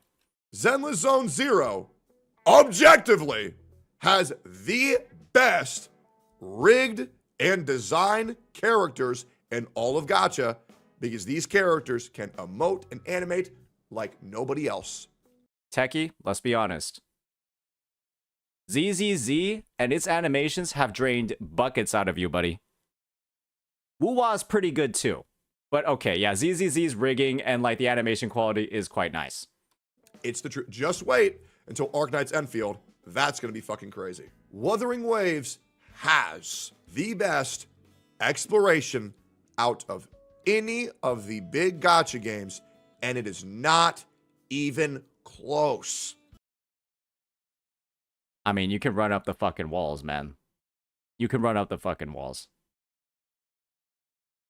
And now, ladies and gentlemen, we can fly. It is not even fucking close. We may see a contender with Infinity Nikki, which I will be playing later today, unsponsored, to actually give you guys my real opinion. I feel like bro's not gonna like the game. Wait, did he actually play Infinity Nikki? I feel like we have to see what he actually did in that. You can't get upset at Saint Tontas when he goes off on people spreading blatant misinformation about a game that he likes. There is too many fucking posers in this gacha space who want to talk shit about things they don't fucking know. So if you don't know shit, then stop pretending that you know shit.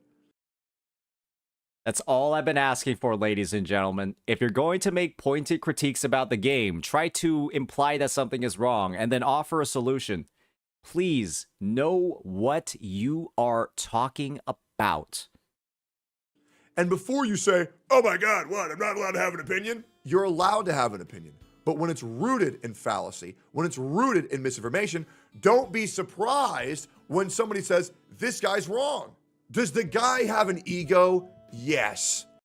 And I think that's a big point that people seem to like really try to shield themselves around, is this idea that just because you say up front that it's your opinion, that you can say whatever the fuck you want and that people can't say you're wrong.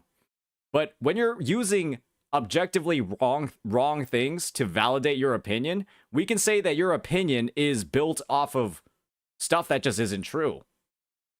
And that's a perfectly fine thing to say, and, you know, in some ways, invalidate what your end opinion is, because the way that you got there is littered with bad reasoning and bad logic. Does the guy have an ego? Yes. Is the guy a dickhead? Yes. Is the guy an asshole? Absolutely. The way. Okay, I can be like that sometimes, but I believe that I have, at least to a degree, proven today via the conversation with EO, that I'm not like that all the time. Right? Right? I can be like that sometimes, but everybody's like that. Everybody's like that sometimes. You're not nice all the time. The way he goes through things is the same way I went through things in 2020. But we're sitting here acting like everything that he's doing is completely unreasonable, and everything that this guy is doing is a fucking problem, when in reality, if you were just to see things from his perspective, And I mean this without exaggeration. Guys, this guy is an ant compared to the size of my channel. I don't gain any points from dick sucking this guy. Look at this view shaming, bro. An ant? How dare you? How dare you view shame a smaller creator like this? Techless. I don't get any points from glazing this guy. I'm doing this shit because it's the right thing to do, and I really hate seeing how many people are dogpiling this guy over nothing. Hey, I'm used to it by now. They do call me the 1v3er. They do call me the 1v9er for a reason. Because I ain't scared of it. Hey. When I was at 2,000 subs and I had the combined forces of Muujin, Bran Online, Sai Yu, and Hex Juice on me, that was a combined force of about 2 million subscribers. Maybe 1.5. And if that is the situation and I was able to get through it, my oh my. In these situations, I'm smurfing at this point. I'm just smurfing. Y'all don't have nearly the amount of sway that I was back then. I'm smurfing now. This is way easier. Now, if you want to go after the guy because you don't like the way he says things, sure. But you can't go after the guy for the things that he says because what he's saying isn't really that wrong. Now, I see the big one where he says, "Oh, Techie, do you really think that he should be telling people to quit the fucking game if they're not good?" And now, ladies and gentlemen, we're going to hit on this one. Because I'm going to be honest, I don't think it was that bad of a thing to say. And here's why. Brother, do you know how many people I've told to kill themselves because they were bad at League of Legends? Are we really that sensitive?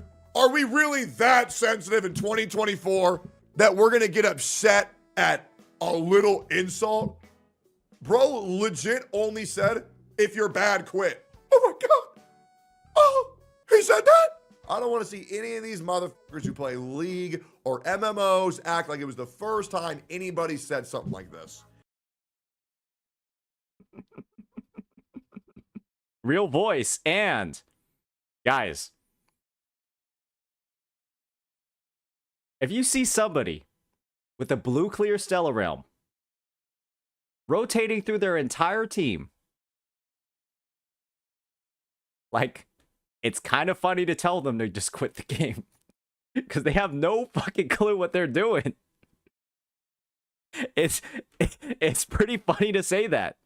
Like, we have demonstrable evidence that you have no clue what you're doing on the screen. You could just say, yo, quit the game, bro. What are you doing? Your bot lane just got double killed 2 minutes in. You can tell them to quit the game. Don't get me wrong. When this guy fucks up, I'll be the first person there to shit on him. Okay, because I'm going to hold you to that, buddy. It's like I'm having to take care of a rabid dog at this point. He's a rabid, misunderstood dog. Okay. Okay, that's you're reaching a little bit there, buddy. I'm more like a honey badger. I am more like a honey badger. Okay? Those guys are invincible. Honey badgers fight lions. And they win. They win against lions. Right? But I'm doing this to pay penitence for who I was in 2020. How I wish that I had someone to take care of me when I was going after people a little bit harder than I was. But the thing is, Saint Tontas has a horrible habit of saying the truth in the way that nobody wants to hear it.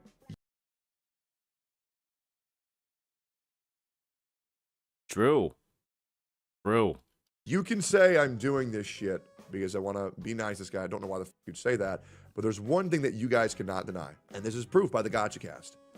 I will even invite people that I fucking hate onto the Gotcha Cast and talk to them. I will invite people that I fucking hate onto my game shows because I believe in equal opportunity to all. If Ziox, Asian guy, Zajev, Enviosity were to want to come talk and be on the Gotcha Cast or be on one of my game shows at any time, How cinema would that be if any of those creators went into it?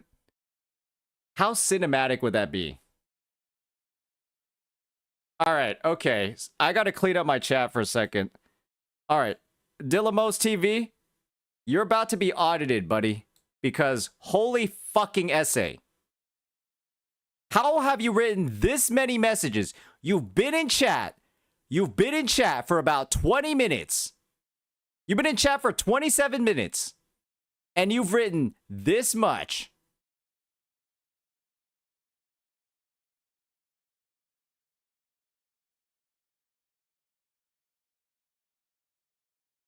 Holy moly.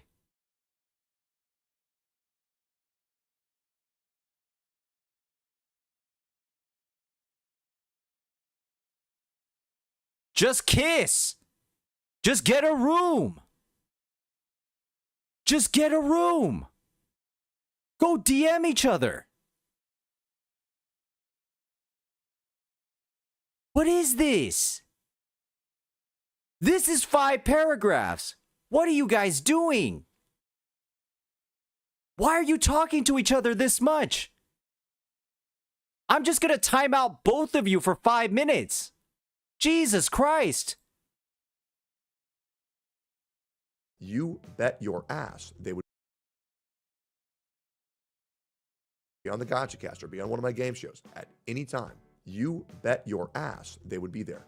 Because above all, there's things that I put over everything. It's not content, okay? It's not friendship, it's having fun. And I know for the viewers, that would be fun. And I know for me, it would be fucking fun. It would be fun. Just understand his perspective.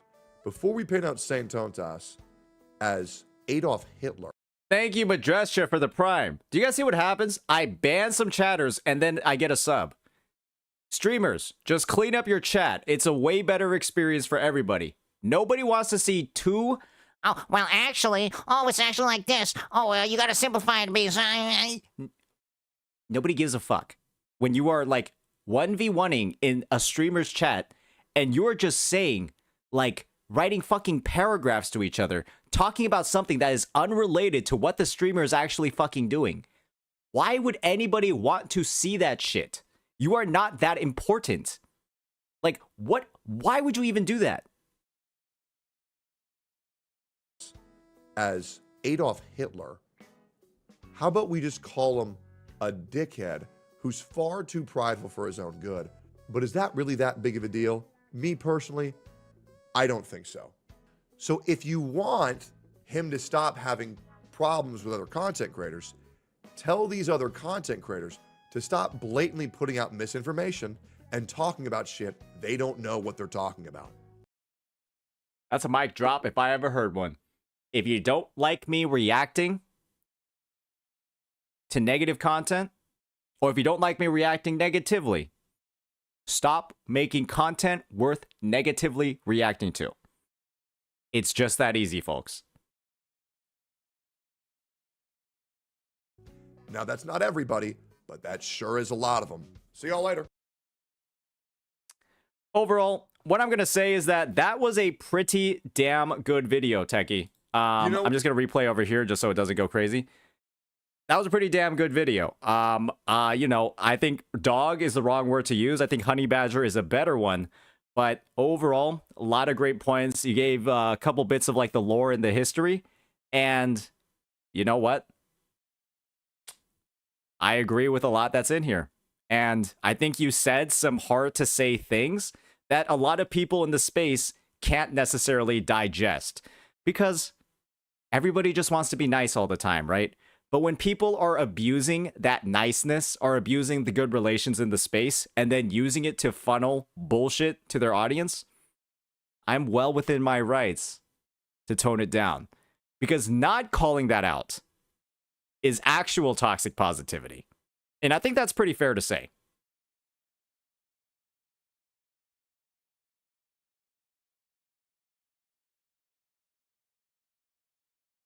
I think that's fair to say. Right, ladies and gentlemen?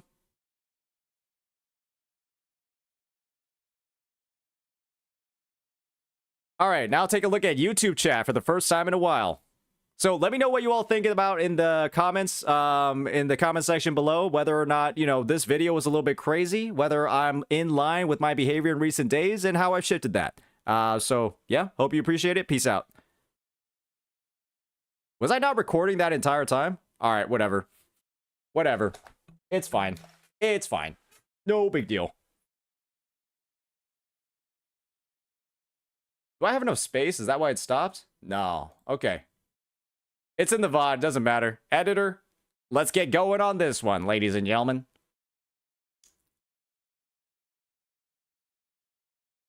So, that's that. That's the good old Tectone React. What else do we have today? What else do we have today?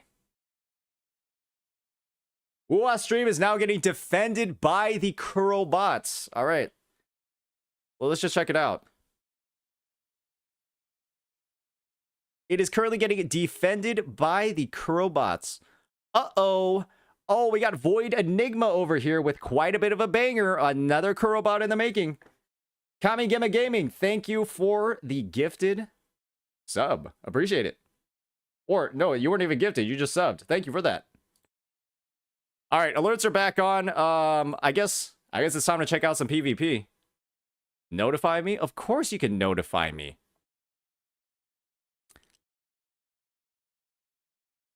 Yo, Kurobots, it's time to defend our homeland.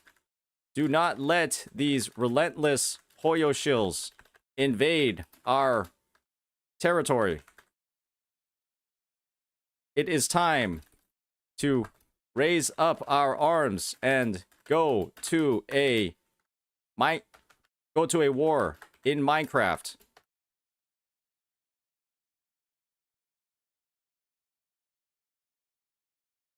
Nobody cares what I'm typing in here. I don't think it matters that much.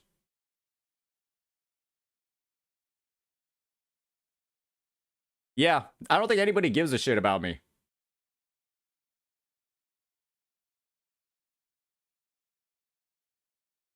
I mean, it's looking pretty good. It's looking pretty good to me, guys. Oh, we got good old we got good old Tectone in here too.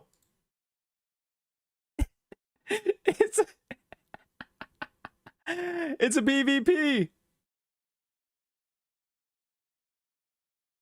It's a PvP. It's a PvP event, everybody. Everyone, get in here! Everyone, get in here! You guys remember that from Hearthstone? The good old Grim Patron deck? Everyone!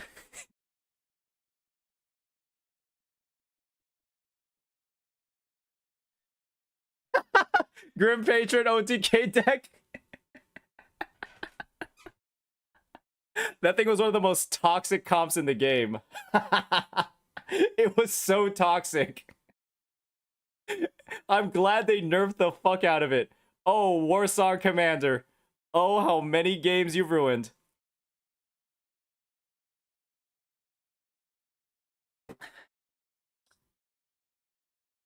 Jade anything? Jade Druid. Jade Druid gave me a disease.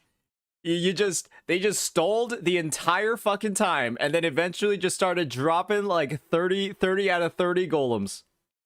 Not a fun time. Oh, I mean, hey guys, is this the content we want to see? Just a bunch of people fighting in chat. Actually, let's see how many Wu warriors. My Wu warriors. Let's see how many we can get in the chat. We promise, we deliver.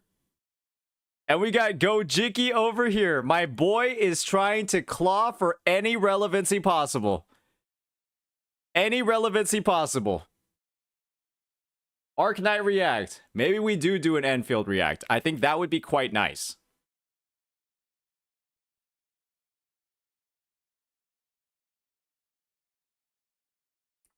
Let's look at the Arc Knight Endfield React. What the fuck just happened?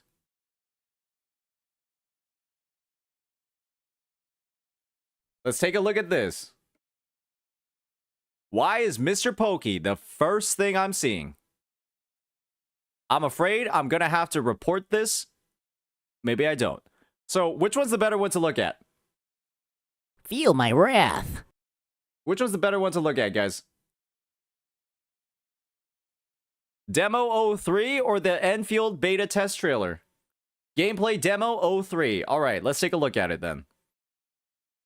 Watch the Mr. Pokey video? I'd rather do something in Minecraft. This is 15 minutes. How long was his react? 30? Oh boy, all right.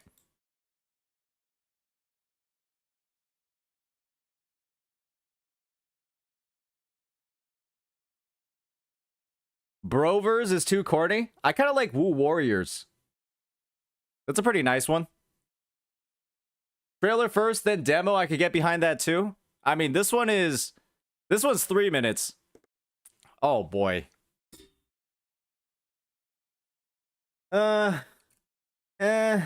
Trailer's insane. All right, I won't blue stell around the recording then. Whoa, that's not pre-watched. All right, ladies and gentlemen, I have been hearing some very, very interesting things about the 5 gifted subs. Thank you so much, Initial XO. So, all right, ladies and gentlemen, I have been hearing some very, very interesting things about Arknight's Endfield. There are a lot of people saying that this will be the gacha game to end every other gacha game. And so let's see whether or not WuWa is actually ruined. So with that, take it away, developers. Only 106k subs. Let's see if we can pump some of those numbers up after seeing some of the amazing content you have in store. Field scan concluded and uploaded. Depth fluctuation nominal. Okay. Ether environment stable. Optical observation reports no anomalies. Copy. Results confirmed. Loud and clear. All right. So first things first. Are they even on Earth? Where does this game even take place? This looks like Mars, as far as I'm concerned. I don't think this takes place on Earth, right? A completely different planet. Death Stranding or Starfield, yeah, this is definitely not... I don't even see a fucking tree here. Hey! Oh, it's another fine day. Say hi to the fellas for me before you start work, will ya?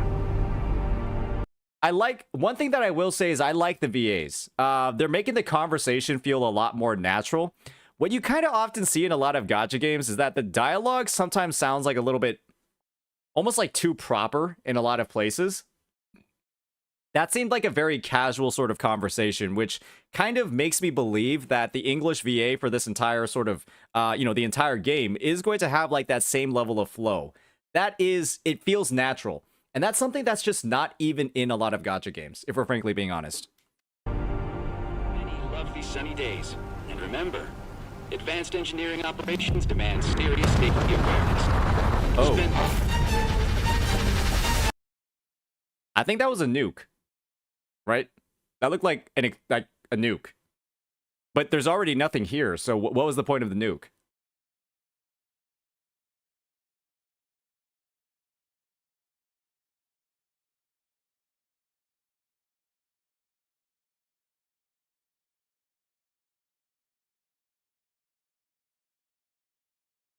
Am I about to get DMCA claimed for this? Is that what's about to happen? Because I think it is. Because that song is a little bit too good. That song is a little bit too good. Guys, the NTE one got claimed. The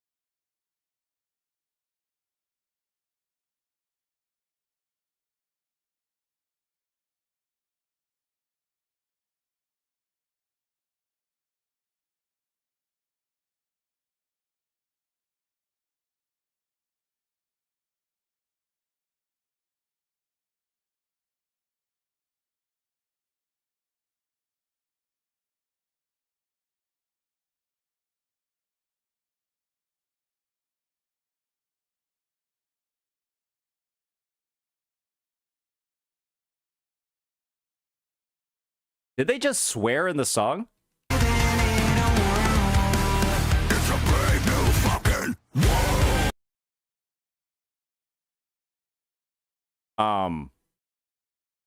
Let me take a pause real quick and find my Bible.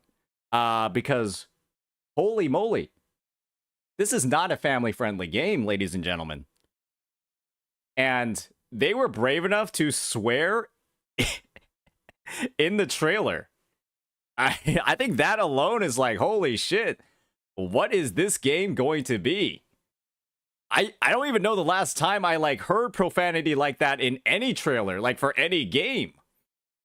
Is this an 18+ game? This is going to be too scary for Genshin Impact players. This is going to be too scary for Genshin Impact players. Oh my gosh. Well, I mean, I think I'm definitely getting DMCA claim now.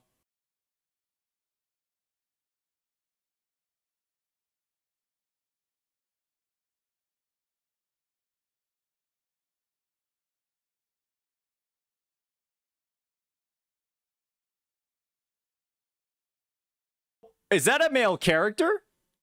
Whoa, I thought that this game was only going to be females with like maybe the male MC.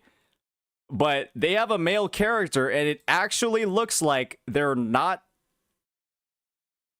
That's kind of cool. And we all know Saint likes his dudes. Not in that way, don't clip that.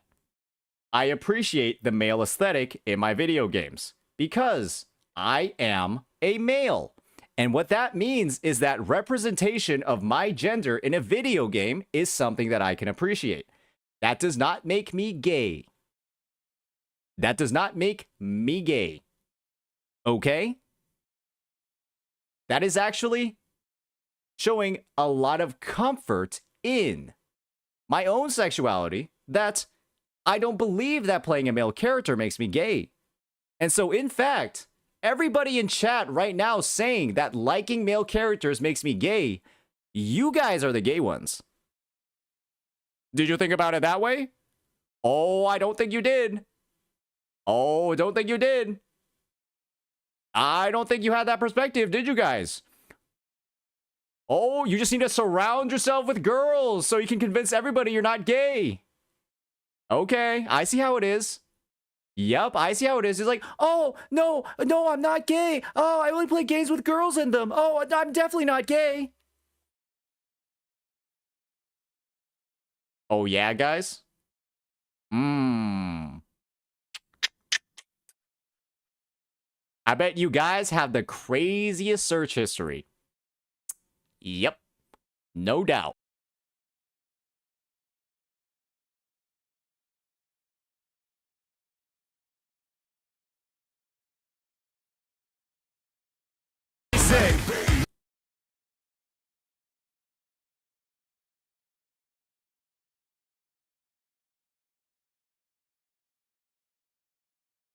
That's a panda. How serious is this game supposed to be? Like, do they know? That's a walk. So, like, we got the trailer dropping the F-bomb. We got, like, edgy-looking dudes and, like, a desolate, barren landscape. And then we have a panda that fights with a fucking walk. I understand that Jujutsu Kaisen has a panda too, but, like, what is going on here, ladies and gentlemen?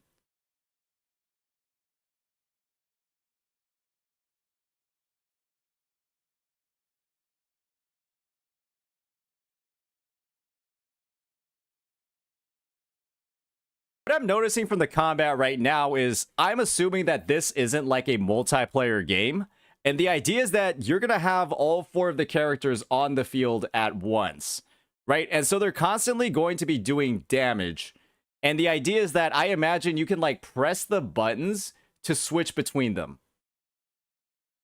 So obviously we haven't seen the gameplay yet, but this kind of reminds me of 1.4's main event, where you kind of have this dynamic, but you can't switch the character, right? You always, in the 1.4 main event, currently in WuWa, you have all of your characters on the field. And you kind of like, they're like AI controlled. And so I imagine there's something like that here. My only hope is that the AI isn't so good that it's better than the average player, because that would be kind of depressing. But you also want the AI to be good, otherwise they're just going to be useless in a game like this. But the chances are, if we just take, obviously, right, everything that I've learned about the TOA and gacha gaming, the AI is going to be playing these characters better than you. So if you want to succeed in this game, just play the support. Okay? For 95% of players, just play the support. You probably suck balls, just play the support and let the AI carry you.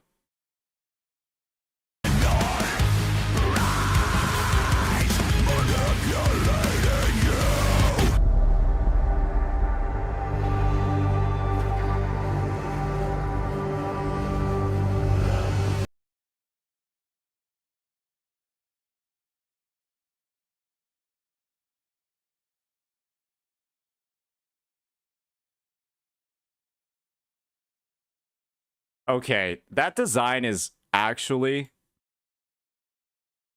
That is such a tasteful and nice design. Like, isn't that just one of the best designs we've ever seen? Like, I really like this character.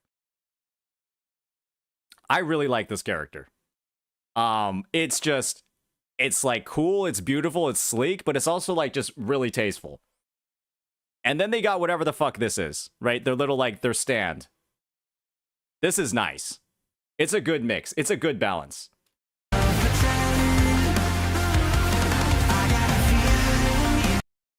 Whoa, whoa, whoa, whoa, whoa, whoa, whoa. Okay. She's got a tail and dual swords. She's kind of like a mage-looking thing.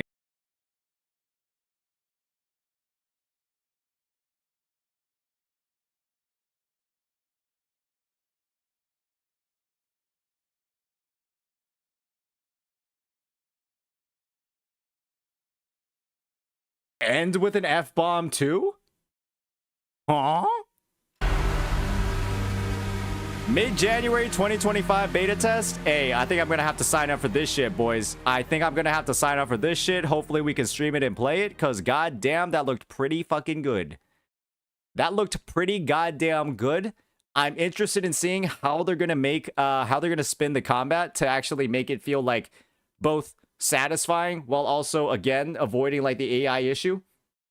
Does this really need 32 gigabytes of RAM? Because that's absolutely demonic. That's demonic. But yeah, hopefully you all enjoyed that react. Let me know what you think about what's coming up for this game. I'd love to add another channel to my portfolio. Or I'd love to add another game to my channel's portfolio. Because this, just from the character designs, just from all the mechanics that I've seen and the setting, this looks like it is going to be a blast. All right, ladies and gentlemen, hopefully you enjoyed that. See y'all next time.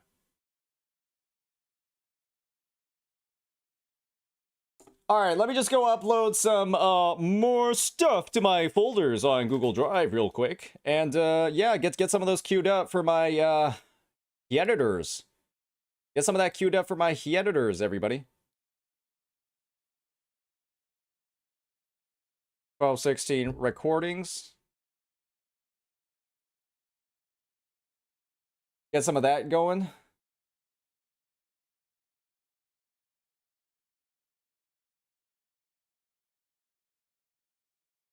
I do have the techless react. Oh, I just stopped recording halfway through. What a gamer.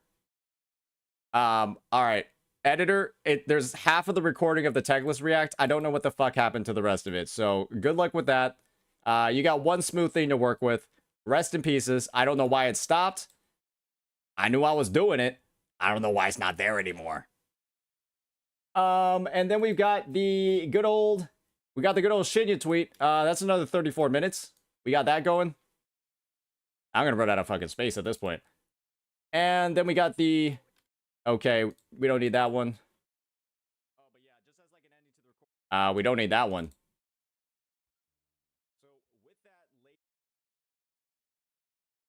And the EO conversation is all going to be on VOD. The EO conversation is going to be on VOD. EO, if you're still here, I don't think I'm going to do the full... I don't think I'm going to upload my initial react to it, bro. I think I'm just going to upload our chat. And so, editor, we want that EO chat out as soon as possible, I guess. I might need to actually... I mean, I might need number 3 at this point.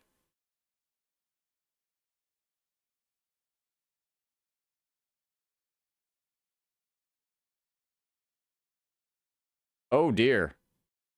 Okay, yeah. I saw some interesting... Okay, I just saw some interesting DMs. We might have a bit of a situation brewing, ladies and gentlemen. We might have a bit of a situation brewing, ladies and gentlemen.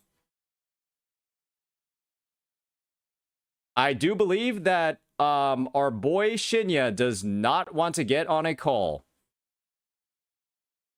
I do believe he does not want to get on a call, so we won't be doing that, I guess. I think he had plenty of... I think he had a good opportunity to kind of like explain the situation, explain his viewpoint. He did not want to. He watched the VOD and he decided he did not want to. I think that I had a fair and objective analysis of the situation, but I guess he does not share the same sentiment. So we'll be waiting for his response. We'll be waiting for his video before moving forward with that, I guess. And, you know, I guess we'll just have my... we'll just have my response going, and we'll move on from there. Not really sure what else we can do, ladies and gentlemen. Unfortunate situation. Sometimes we lose somebody. Sometimes we have somebody write an essay about us, and then they don't want to clarify anything. And I think just from the response that I had with EO, right? Just from the response that I had with EO in that whole situation, it was pretty cut and paste that, you know, when you approach me with genuine intent, I respond well to you. I'll give you that opportunity. And I think both parties were better for it from the chat that I had with EO. And if Shinya doesn't want to take that same exact opportunity, then it is what it is. It is what it is. And that's a little bit unfortunate, but hey. It is what it is.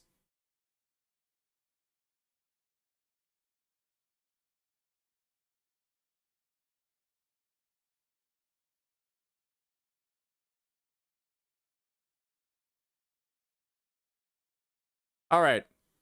Anything we want to chat about right now real fast? Should we just go into Demo 3? I kind of want to save Demo 3 for another time. That thing seems long. You're giving the man a chance to explain, which shows your willingness to confront, which is good. I mean, hey, that's the thing, right? I gave, like, obviously, right? There was a pretty negative impression of EO that I had from that tweet. There was a negative impression that the chat had from that tweet. And he kind of came into it, right, with a lot of potential swinging going on.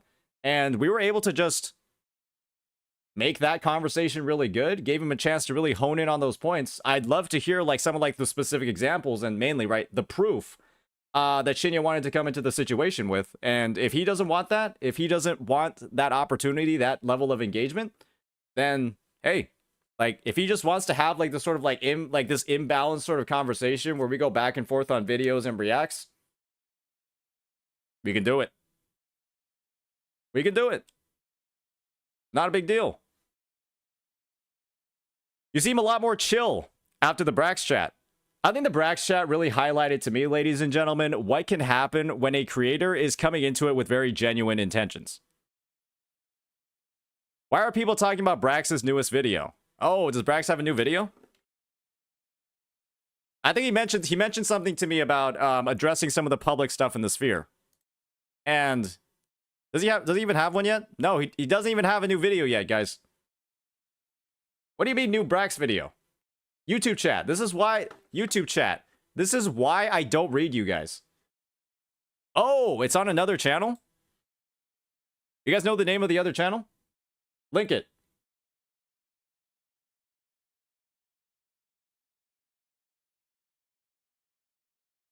Any linkers?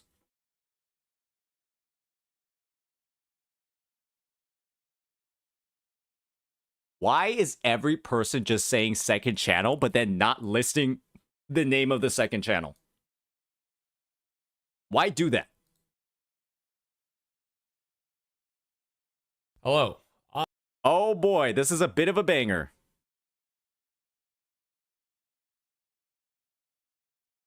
This is a bit of a banger. Holy shit. Racksoft 2.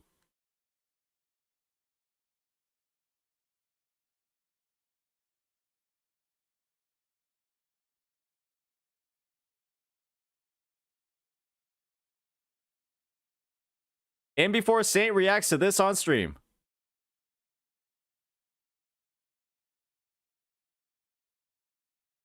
Should we watch this? This is 56. I'm just gonna pre-like it. But Brax, this one's not really gonna get that many views. Maybe I just don't react. Because do I react to it even though we put it on his second channel? I think we maybe save this for tomorrow. Let the situation develop a little bit more.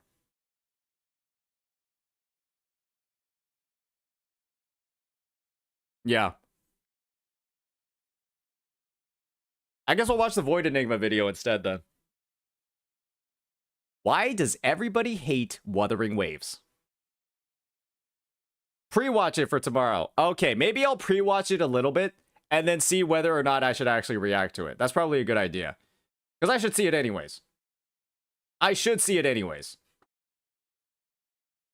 Because obviously, like, my name's in it, so I should see it anyway. So I'll probably pre-watch it a little bit and then decide whether or not it's worth discussing on stream.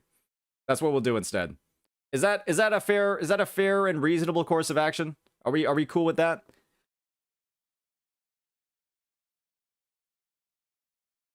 YouTube chat deserves an apology. Is that the new meme? Is that the new meme? Deserves an apology? I think it was like Tectone deserves an apology. It was just everybody deserves an apology. Hey, first it was ruined. Now it's about deserving apologies. Hey, YouTube chat, I got the link from Twitch anyways. So, hold that L. Maybe EO does deserve an apology. Legend. All right. I mean, hey. It looks like we might need a Void Enigma video, ladies and gentlemen. This is something that we haven't seen in quite a while. And I think right now at this point, we haven't watched a Void Enigma video yet, but I do hear that he has some pretty good thoughts. So, I'll pop open the recording button one more time. And we'll dive right on into it. Because let's be honest, ladies and gentlemen, I do believe that I'm not somebody that hates Wuthering Waves. And so I think it's time to find out why people do. See the reasoning. And our friend Void Enigma here is willing to provide the reasons for why every single person seems to hate Wuthering Waves, despite the fact that it is a pretty damn good game. So let's go ahead, make it full screen, dive right into it, and yeah, Void Enigma, please take us away. Legends are born through doing something that has never been done before. They will be hailed in history as the honored one, who has claimed a pinnacle achievement that no one else has ever achieved in all of history. These cornerstones are talked about for ages, and they will remain hot topics that will survive through the eons of time, no matter what. Those pinnacle achievements include things such as Einstein's E=mc². Void Enigma, I'm gonna be honest, man. You are a nerd. You are a nerd, bro. What is this? What is this nerd shit on my screen? Why are you putting physics formulas on the screen, bro? You are talking to gacha players. They have no idea what they're talking. They have no idea what you're talking about right now. Nerd calling another nerd a nerd. Guys, there's a difference between playing gacha games and whatever the fuck this is. Okay? There's a big difference between the two. And Shakespeare's To Be or Not to Be, near automata reference there, and Isaac Newton inventing gravity, I think. Another one of those pinnacle achievements is, of course, launch. Okay, no, he is a fucking nerd, okay? He is a nerd. That don't even play. This guy is straight up a nerd. An open world gacha game during the pandemic of the year 2020 when the world was forced to stay inside and play the game. That is one of the crowning achievements that sets you up to be a legend for the next decade. The pandemic was a very hard time for many people, and what was presented to those people going through it was an amazing, new, and unique game, Genshin Impact. Fair point, right? The pandemic was a time of the year, or not even year, a time of the last century where there were an unprecedented number of people staying at home with absolutely nothing to fucking do. And it just so turned out that this game, with the level of quality, the innovation that it provided, allowed people to have actually something to spend all their goddamn time on. Because not a lot of people were working, not a lot of people were studying. It was kind of just like, hey, what the hell are we doing? Kind of suspicious on the timing. Well, the virus did apparently originate from China. So who knows?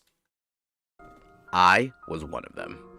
Now, the reason I bring this up is to demonstrate that Genshin Impact has become a massive game with a gigantic following. Despite its gigantic following, more than 50% of the players still follow Genshin, but don't play Genshin.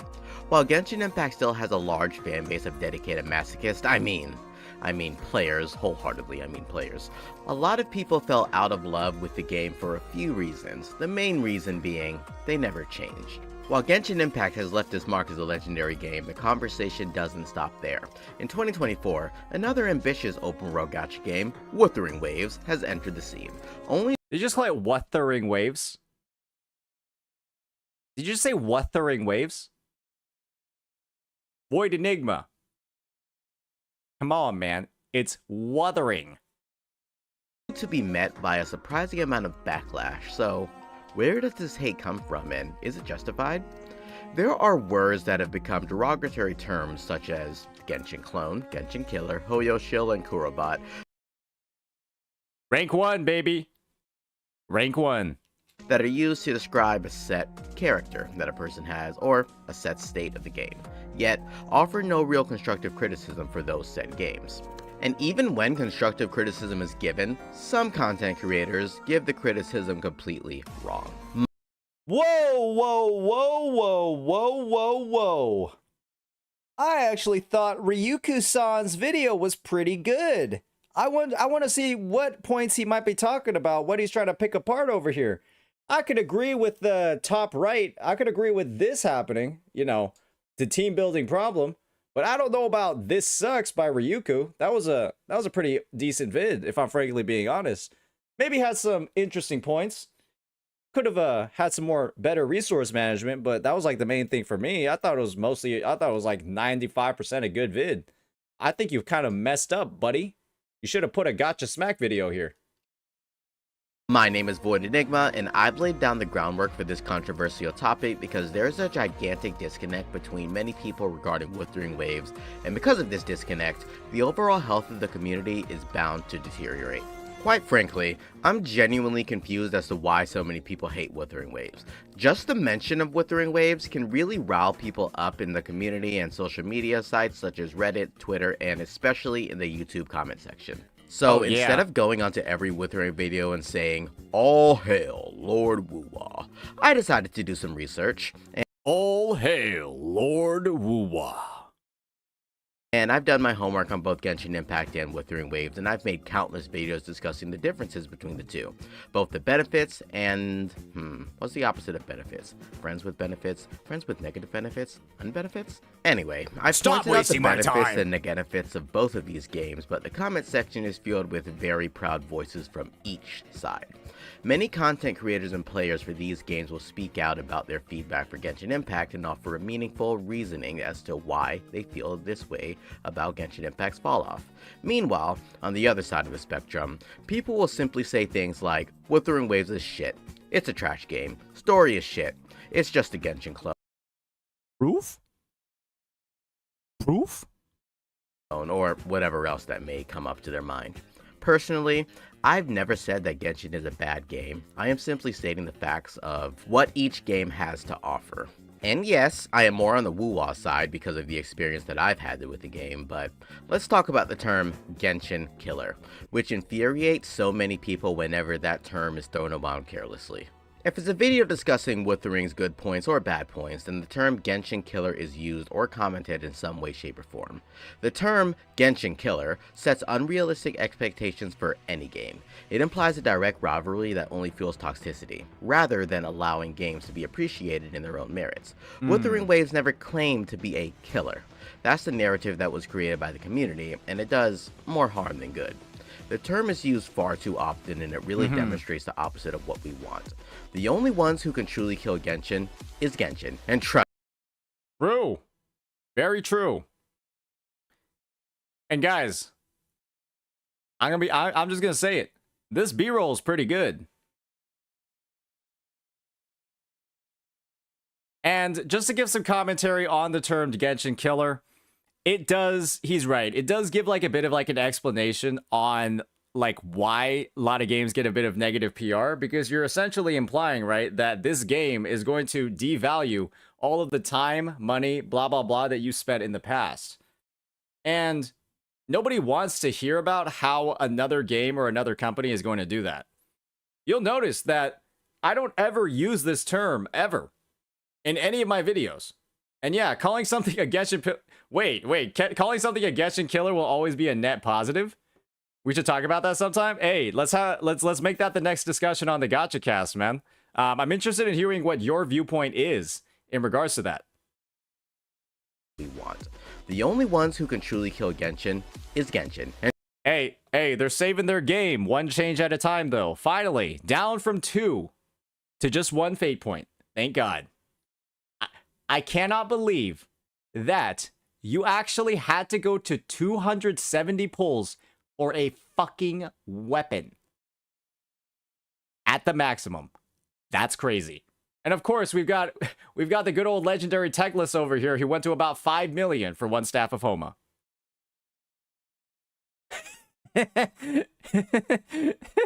we've got the man himself, the man, the myth, the legend. This is your story carried forward. And trust me, they're already on their way to doing that, but Genshin is more than just a game. It's a cultural phenomenon with a massive fan base, and even among those who no longer play, the brand power makes it nearly impossible for any competitor to simply kill it. Hoyo as a brand has become so big that they have spawned people to create animations, art, cosplays, hentai. Genshin is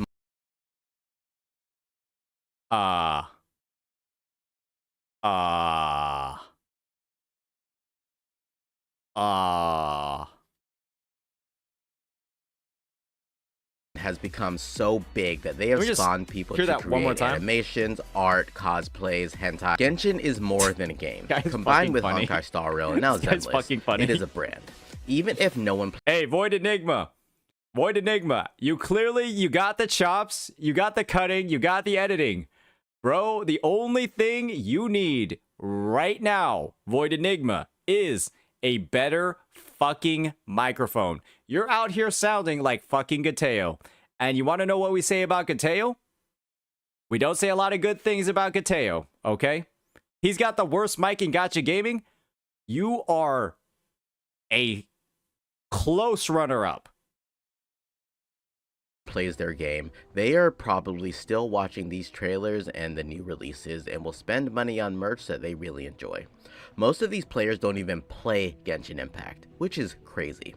With that being said, most of these players are very casual as well, which is how they actually want to play the game, and that is where the hate for WuWa comes in. WuWa is really meant for a more determined audience to fully immerse themselves into the core mechanics of the game and have a great time doing so. Because of this, the audience deters many, and I mean many, of players from even trying. It's a more complicated combat system, and you really only get invested if you like this type of gameplay. In addition, they're a gacha game, so that's also an immediate turnoff for a large spectrum of people. I would understand it in the comments and discussions, people explaining that this is the reason why they don't like Wuthering. Wait, I need to verify that he was using Shorekeeper's, okay.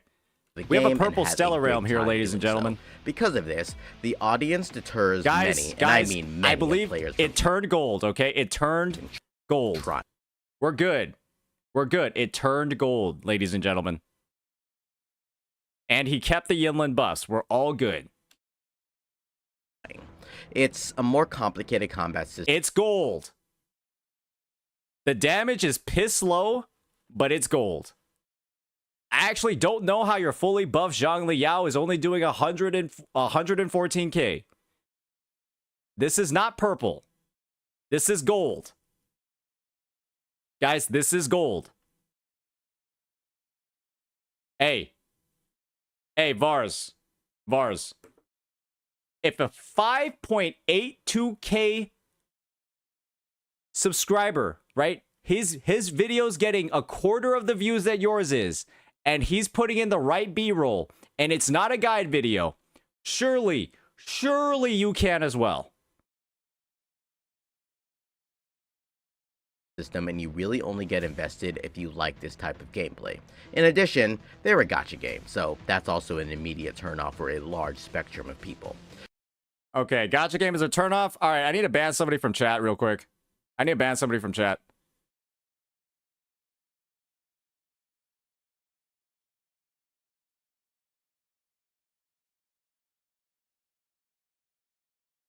Are you a Gateo watcher? Are you like a Gateo supporter? What's going on here? Are you just trolling? Wait, no. Wait, no.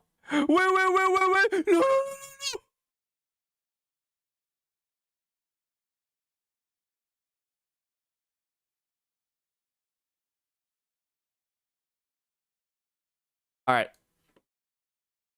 Oh, that's also an immediate turnoff for a large spectrum of people.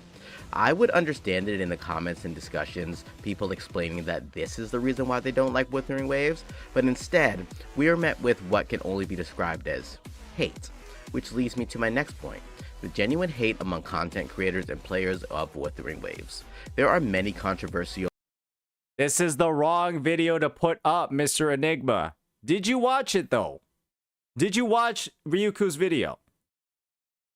I mean, I think it's fair to say that this is an inflammatory thumbnail, but the video itself wasn't actually that. Actually, there were some points that I disagreed with, and there were some very aggressive ones, but I think overall it was okay. So, let's get some different thumbnails up on there. And players of Wuthering Waves.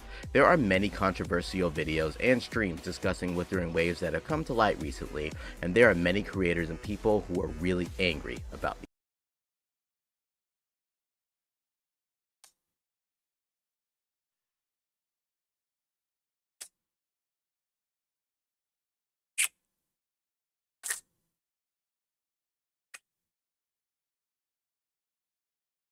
I'm not angry.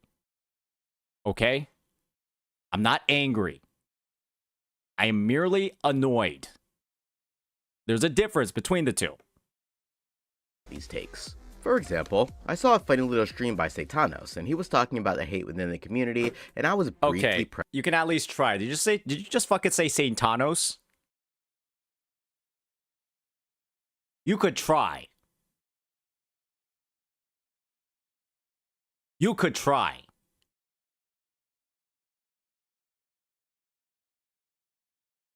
The hate within the community, and I was briefly present for his discussion regarding videos released by Vars. For example, I saw a funny little stream by Satanos, and he was talking about the hate within the community, and I was briefly present for his discussion regarding videos released by Vars and Ryuku Sensei. Braxophone and Tectone were present, and Satanos was furious about some of the takes on Vars' video regarding... I was not furious, okay? I wasn't furious. Regarding the team building in Wuthering Waves. This depicts a picture that content creators are fueling the discourse around Wuthering Waves, sometimes constructively, other times not so much. For example, Vars' video discusses criticizing the game's team building mechanics, but much of his critique boils down to a subjective preference rather than an objective flaw. While different opinions are valid, this highlights how decisive the conversation around Wuthering Waves can become, even among influencers. I've watched both of these videos, and I can say that I definitely felt like Vars' take on this video was incorrect.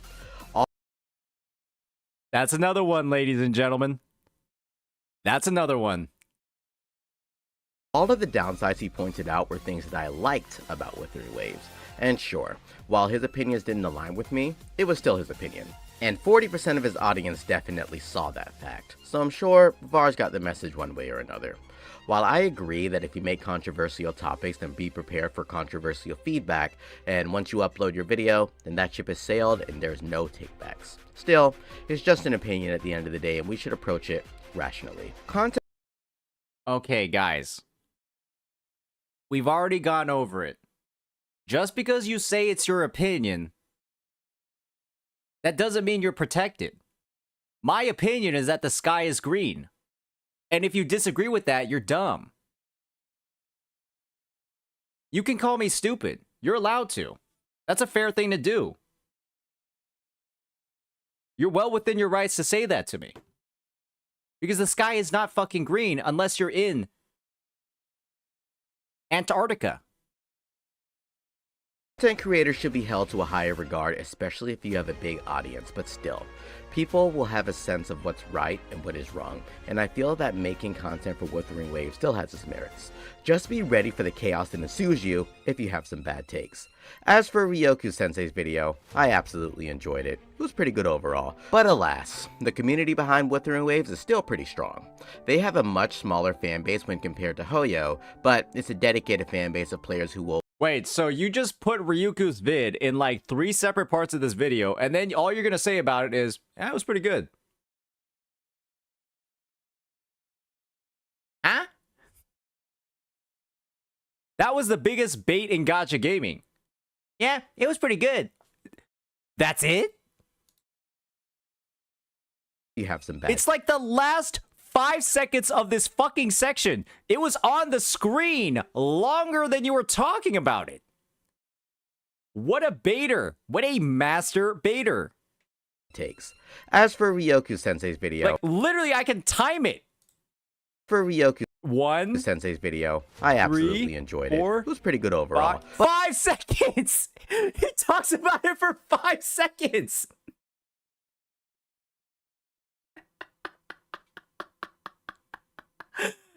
Oh my god, what an absolute dog! Oh my god! Of course. But alas, the community behind Wuthering Waves is still pretty strong. They have a much smaller fanbase when compared to Hoyo, but it's a dedicated fanbase of players who will play the game rather than just follow it. It's becoming more apparent to me that the people who talk about Wuthering Waves in a positive light talk about the aspects that they enjoy of the game and also discuss the downsides, whereas most people who talk about why Wuthering Waves is bad just say simple mute points that offer no substance. Now don't get me wrong. Whoa! Twerkatronics, thank you for the raid. Ethan. Appreciate it, buddy. Appreciate it.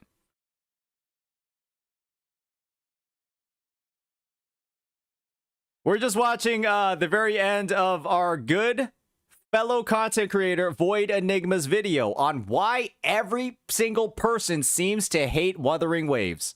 And we're going to get to the, I mean, we've gotten to the bottom of it. We've gotten to the bottom of it. There are a lot of people that don't like this game. So I'll just play like a little, I mean, it doesn't fucking frankly matter at this point for you guys. To me that the people who talk about Wuthering Waves We're basically done. Light talk about the aspects that they enjoy of the game and also discuss the downsides, whereas most people who talk about why Wuthering Waves is bad just say simple mute points that offer no substance. Now don't get me wrong, there are people who discuss why they don't like Wuthering Waves over Genshin, but it's just rare to see those type of comments.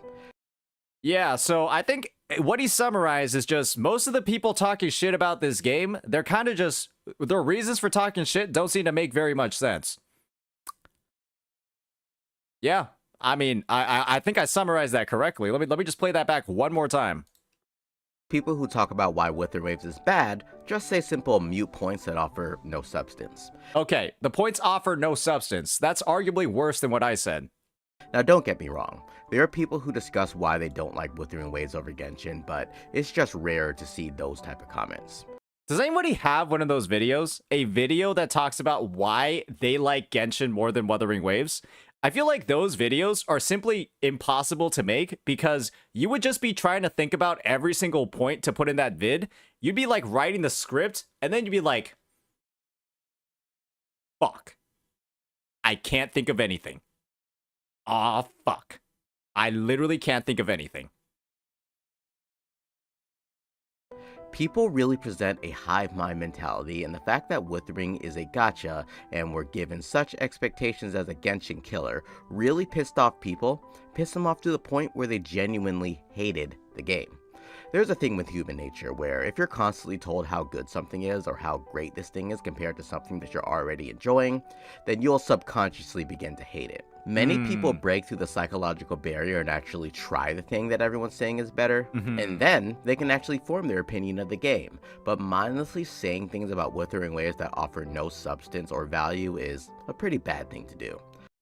You heard that first. That's another content creator today that's basically said, guys, let's have some substance in our critiques. Otherwise, it's bad. We got big old Tectone saying it. Now we got big old Dick Enigma saying it too. Crazy. So please, if you happen to be one of those people who added no substance to the conversation and simply said things like dumb Kurobata or is just a Genshin clone, please evaluate your perspective and think for a second. Maybe I should, I don't know, try the game for more than 10 minutes. This That would be a good idea, more than 10 minutes. has been Void Enigma, and let me know about your thoughts in the comment. Is the hate towards Wuthering Waves justified, or does it stem from unrealistic comparisons? If you enjoyed this discussion, don't forget to like and subscribe for more deep dives into the gaming culture. Until next time, Enigma out. All right, Enigma. That was a pretty good video. I think I'm going to give it a like, and I'm already subscribed, so I don't need to do that part. I would just say when it came to the overall thoughts, pretty W video, pretty good breakdown. He went into like a nice little discussion of, you know, why there might be a negative response to certain critiques that are getting made. And let's be honest, guys, Vars actually helped out Wuthering Waves quite a bit with his video. He made about, I'm sure there are at least like 20 different videos that have spawned as a result of his. And that doesn't really happen very often in the content creation community. And this is just one more video that's spawning as a result of Vars's. So when we think about WuWa content creation, Vars was actually one of the biggest catalysts for it. And so maybe that was actually his intent. Maybe he is an actual Kuro bot because all he's done is make content for every other Kuro bot. He's a true supporter. So with that, everybody, hopefully you enjoyed that breakdown by Void Enigma. Let me know what you think about some of the points. And see y'all next time. Peace out. Okay. I mean, Void Enigma does look like a WuWa resident to me. I clearly saw a gold Stellar Realm. I saw a gold Stellar Realm in his gameplay, so clearly he probably knows exactly what he is doing. And so what I want to do next is, oh boy, been a bit of a banger day, ladies and gentlemen. Been a bit of a banger day. Let's go ahead and this is my reminder to eat food. Well, I've got about a couple of minutes left in me, if I'm frankly being honest. And what I want to do is actually make do on a promise. Sarah of the Abyss has just suggested to me a team composition that, at first glance, actually actively makes me want to rip my own eyes out. And so what I wanted to do is take a look at Sarah's gameplay, see whether or not they actually know what they're talking about when they're suggesting a team like this to me. And so, Sarah, you are putting your credibility on the line, brother man. And first things first, what I want to say is that something here looks a little bit fishy. Why are you in the level 90 zone with the attribute damage buff? If this team comp was truly that good, why aren't you in the hazard tower?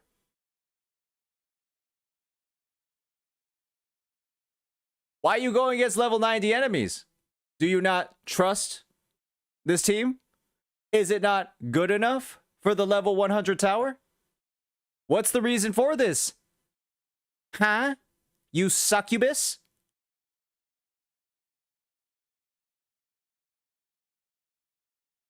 So let's see what exactly we have in store with this clip from Sarah in the level 90 tower.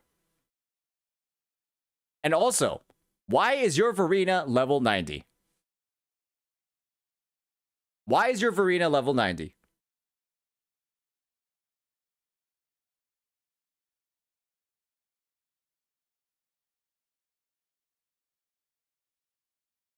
Let's check it out. It's doable in overdrive. I just have a skill issue today. Well, let's see. All right. Hopefully, we'll make new findings.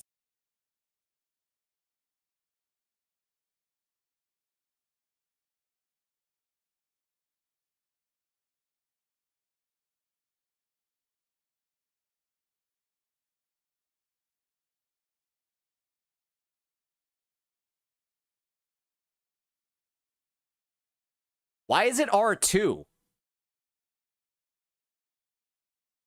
Why is it? It's a blue. Why is it at R5? It's a blue weapon. You should have at least like 30 of these. I mean, I'm not even talking about variation. It's just, why is the blue weapon R2?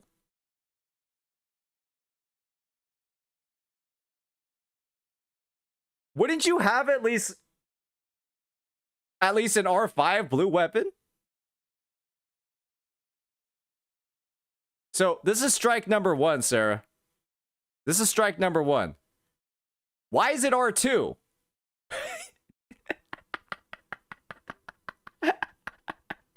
What the fuck?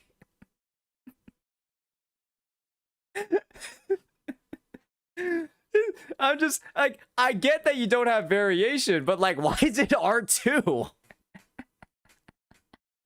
Findings. You thought I wouldn't notice? Oh, I got the eyes of an eagle, okay? Whoa, whoa, whoa, whoa, whoa, whoa, whoa.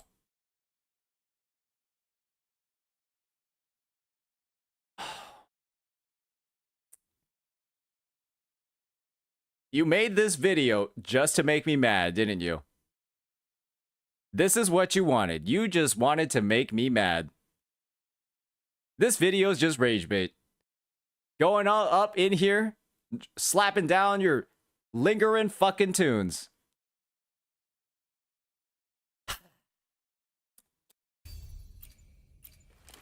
In the dual DPS composition, we got lingering tunes. We also pulled Verdant Summit. You want to know what else is on Verdant Summit, ladies and gentlemen? Variation. Variation is always rated up when Verdant Summit is on banner. And so, somehow, we managed to pull this weapon without a single copy of Variation.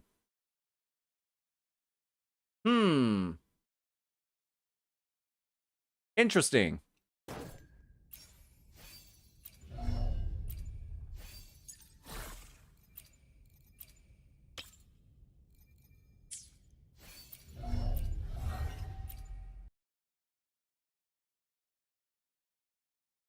This Gian is fucking stacked. What in God's name can this not clear? This thing is actually stacked. Does anybody else see this thing? This is better. This is actually better than mine.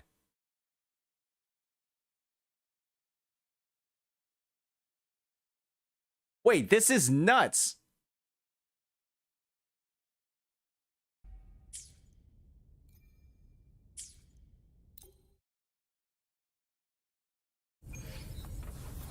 Hey, I don't even know why Zhang Liao is on the team. He's over here with his bum-ass BP weapon. Jian's got the whole fucking shebang. Bro's out here with like 300% critical rate. Oh my lord, what are we doing here? Ready for battle. Fear no more.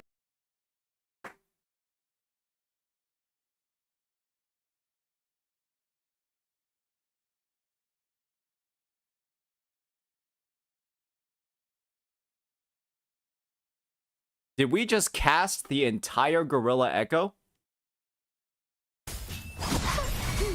Ready for battle.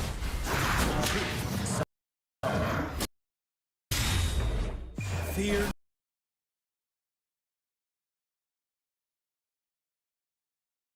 Sarah. We can do at least one swap cancel, right? Sarah, I will play this team. I will watch your video, and then I will play this team. And I'll show you how to get it done properly. No more.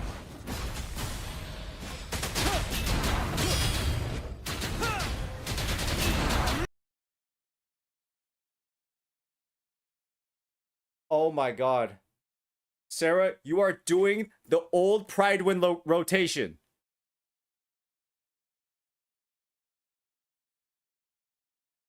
Oh.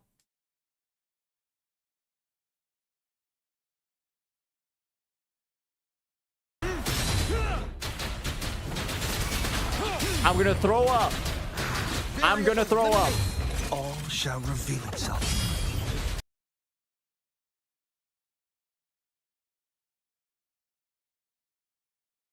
Integration initiated.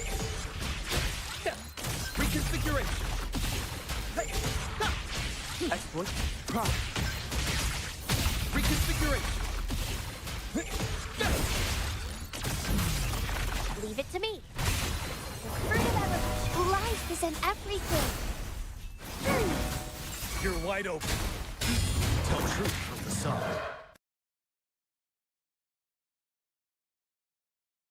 My eyes are... This video is rage bait, right? You're not serious about this, right? This is just rage bait, right?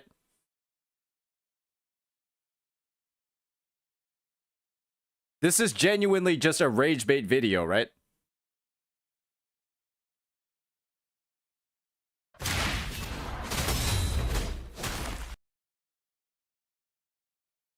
Are we EO?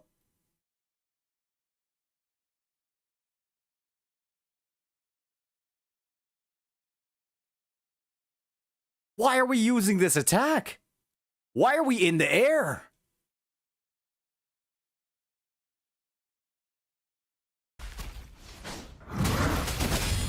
Wind Rider.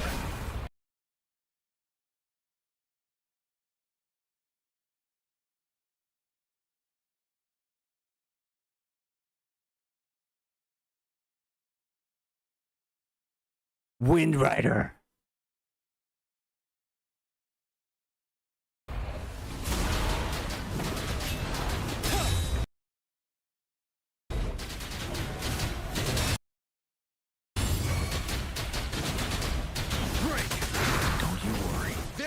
Elimination. Disruption. Verity. Confined within limits. Reconfiguration. Schmack Kelly, thank you for the gifted sub, or thank you for the sub with Prime. Reconfiguration. Exploit. Prime. Ready for battle. So, we currently don't have Marina's outro buff active at the moment. It is currently not active. That is a pretty significant DPS loss. And we did that again. Oh, I'm gonna vomit. I'm gonna throw up. I'm gonna throw up. You're wide open. If I hear Wind Rider one more time, oh, thank God. Okay.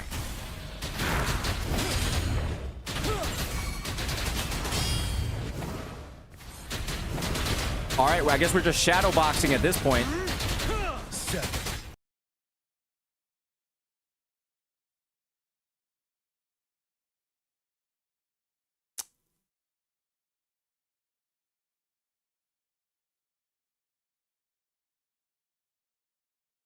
This is a 310. This is a 1 minute, 50-second clear on the right side of the tower. On one of the side towers.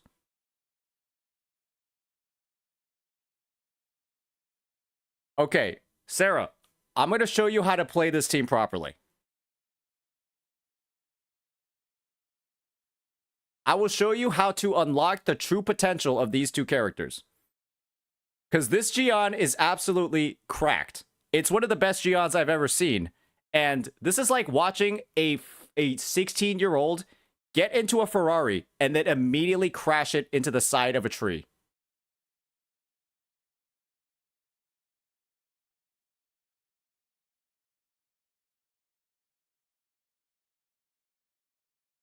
Do you want to do it on my account? I don't like your Zhang Li Yao because he's on Lingering Tunes, so I don't want to do that. Do you have a Void Thunder set? I genuinely don't want to use Lingering Tunes.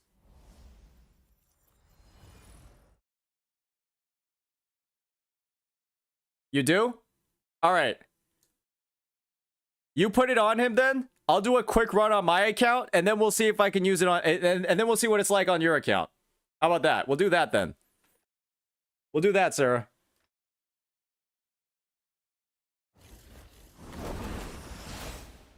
We'll do that. All right. So I'm going to take this to the Hazard Tower. I'm going to take this to the Hazard Tower instead.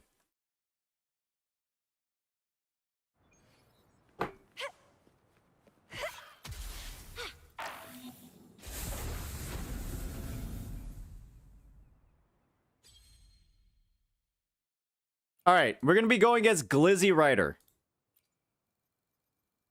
And so, I'm not going to mess around with however you slotted in the stuff. We got my level 50 Varina and also my Zhang Li Yao. Hopefully, we'll make new findings. Sarah, I will show you how to take the skill issue and remove it completely. First and foremost, you're going to want this weapon called Variation on her. This is she's very low investment. She gets the job done quite easily. And my Zhang Li, or my Gion, your Gion is better than mine.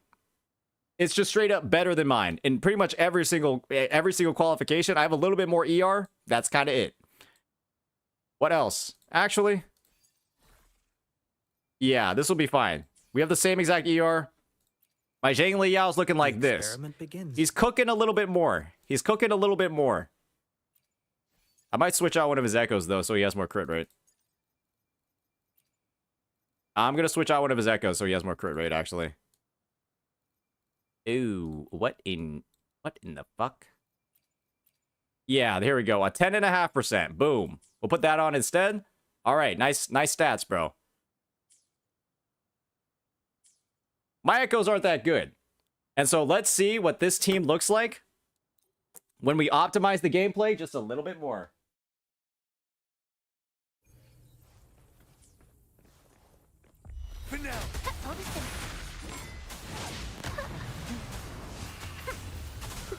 Oh fuck. Fertilizer. Life is in everything. You're wide open. Tell truth. Complete overhaul. Wind rider. Oh, whoopsies, my bad. Let me redo that. Let me redo that one.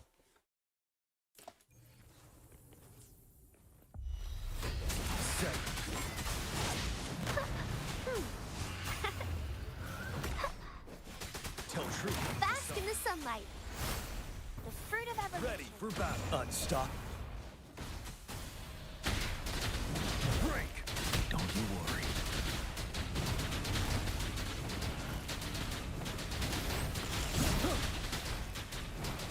Variable elimination.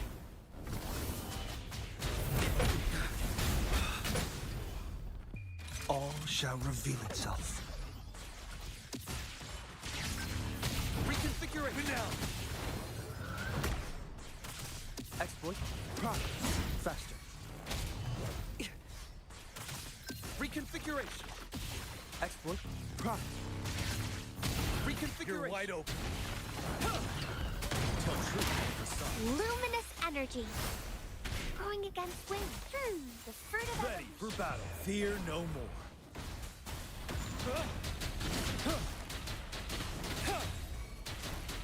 Break.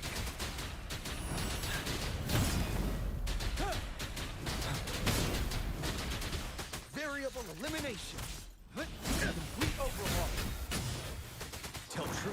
Pierce through the stars. Exploit. Prime. Seven. Reconfiguration. Reconfiguration. Wind Rider. Conditions optimal.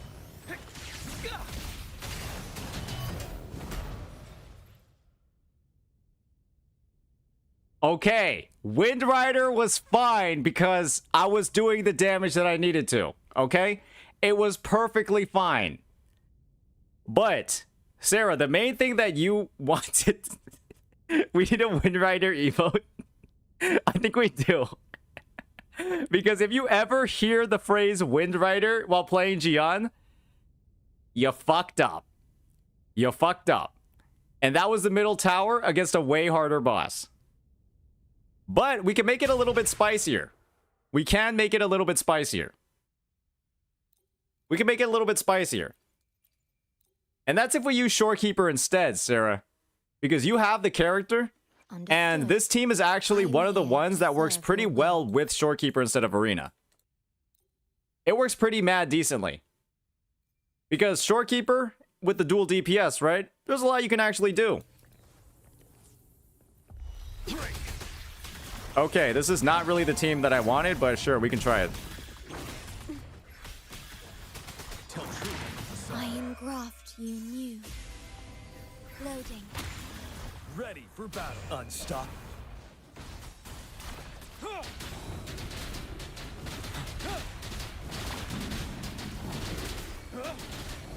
Variable elimination.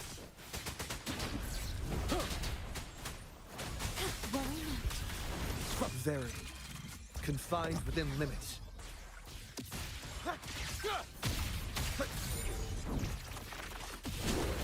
Tell truth with the facade.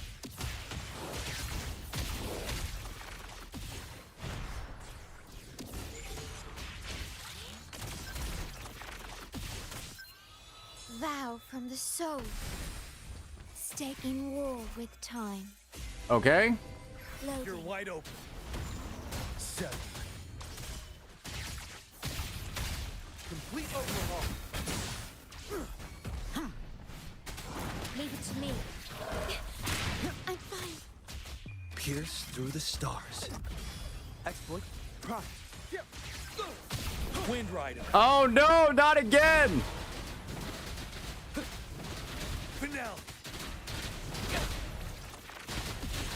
Exploit. Ready for battle. Variable elimination. Exploit. Profit.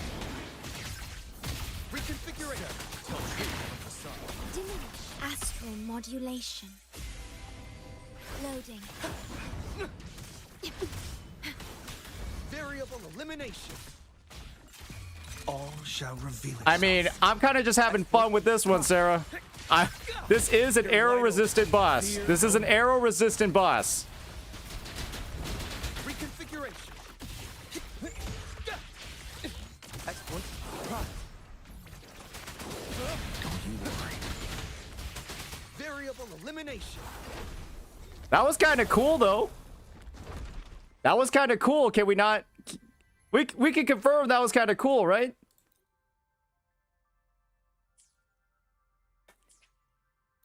I can try it on your account now, too, if you want, Sarah.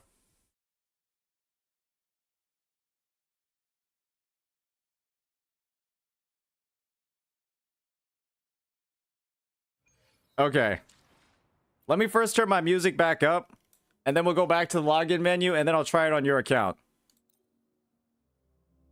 I'll try it on your account. Man. Sarah, your login deets have been passed around. Your login deets have been passed around to like every content creator in the scene. At this point.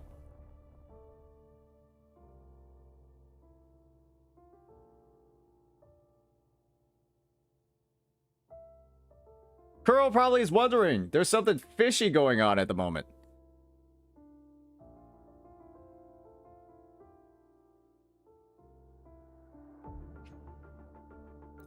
Wow, this is a level 80 account.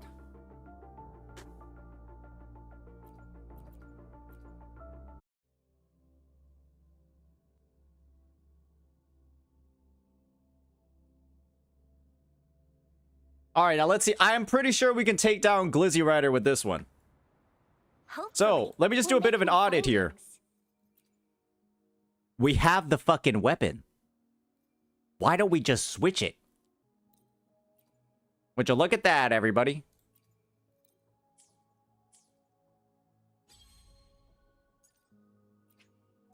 What just happened? Where are all these 07s coming from? Did the stream actually just crash? Oh, that's unfortunate.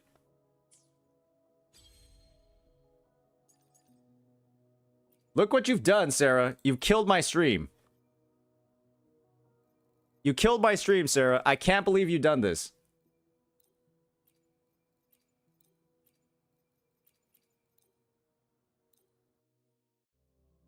I'm at 0 viewers once again. Oh my god. Can you guys all see everything? Is everything actually working?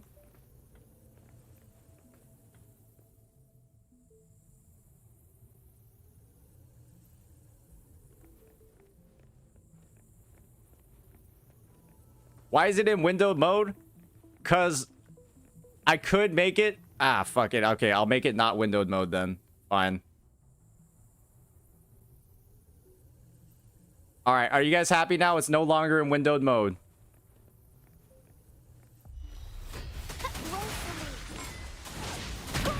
Oh, I just fucking ate that for breakfast, lunch, and dinner. Bite the drink. Don't you worry. Ready for battle. Unstop. Don't you worry.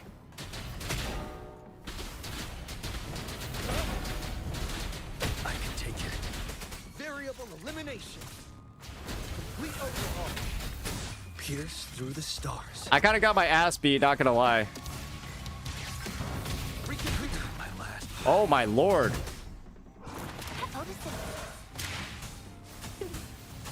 Exploit.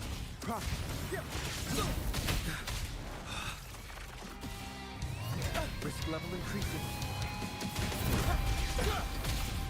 Leave it to me. You're wide open. Finale. Tell truth. Life is in everything. Damage. Critical. Damage. Why does it feel like I am lagging? Complete overhaul. Disruption. All shall reveal itself. It actually feels like I am lagging. I can take it. Okay. Do I have like different controls on right now? Do I have like different controls? I'm like actually lagging so badly right now. It's so hard to play.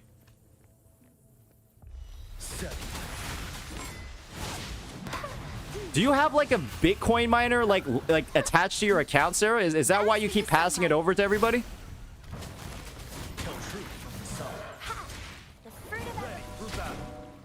What in God's name is going on?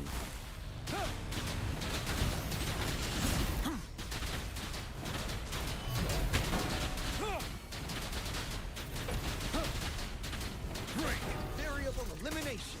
Complete overhaul. Verity. Confined within limits. Exploit. Prop. Reconfiguration. Don't you worry. You're wide open. Exploit. Prop.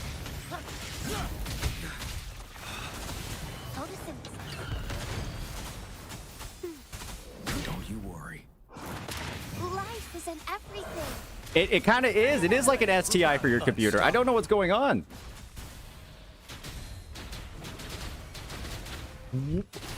My dodge inputs are just not going in.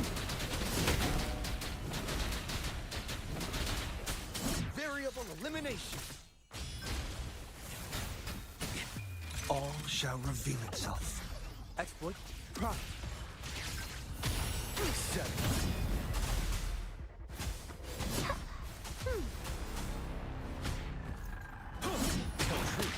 Luminous. You're wide open. Reconfiguration. Exploit. Prime.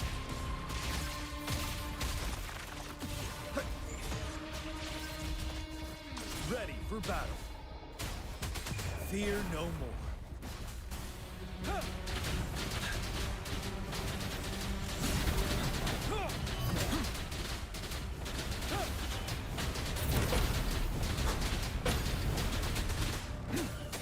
Variable elimination. Very confined within limits. Exploit. Prime. No! Sarah, your account sucks. I don't know what to say. Your Zhang Liao does negative damage. He needs more investment. Does no damage, okay? He does no damage. He does no damage at all. Okay? This is what I was trying to work with here, ladies and gentlemen. Look at this absolute monstrosity. He missed every single crit. He's at 50%. This is what you gave me. A 50 fucking percent crit Zhang Liao. That is what I was working with, okay? He missed every single one. And I missed it by like 5 seconds. Okay, that's not my fault. That's not my fault. That is not my fault. All right, he missed every single crit that mattered. That is not my fault. Literally not my fault. You told me he was on Void Thunder. Sarah, if these are your stats, you don't have a Void Thunder set. If these are the stats, you don't have a Void Thunder set.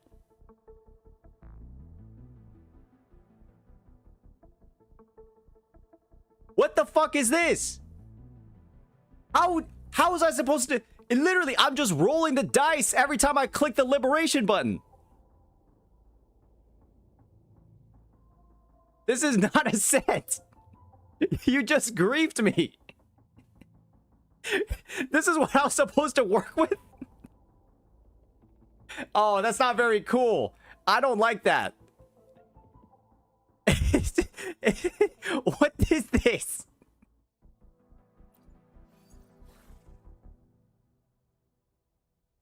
It's not terrible. I mean, I guess. Not bad. This one's actually pretty good. All right. We're just trolling at this point. You're just trolling me at this point.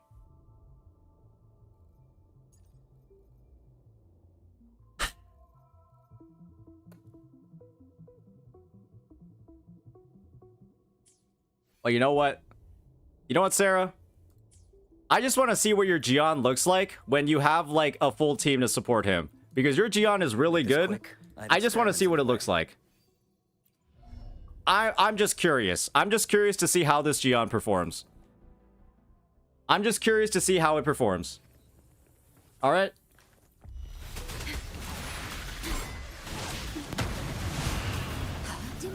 I realize that this Shorekeeper does not have any...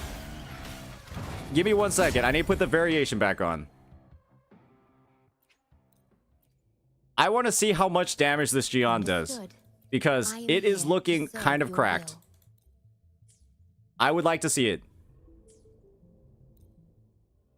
Do 110 pull on Sarah's account as punishment? I'm down.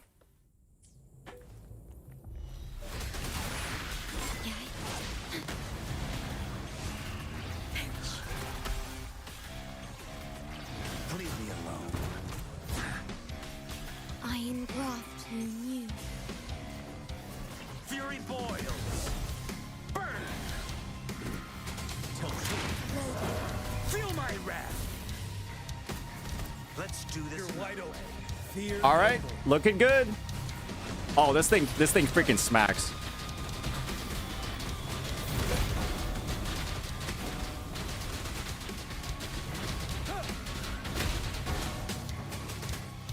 Oh, from the Oh heart. boy.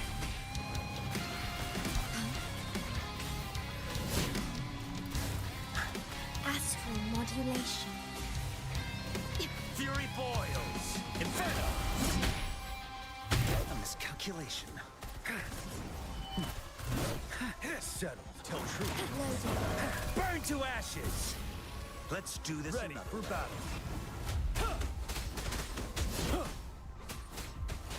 Okay, your ER is kind of trash. Your ER is kind of trash. I'm sorry, Sarah. You need a little bit more ER on this guy. I'm going to be honest.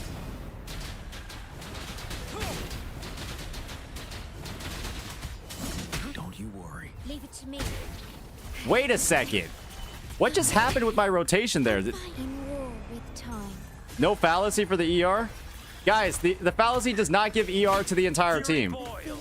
It quite literally only gives ER to the wielder. It's only on the wielder.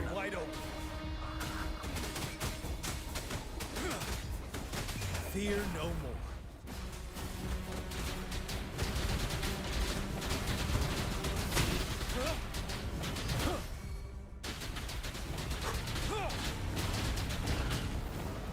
That's pretty good.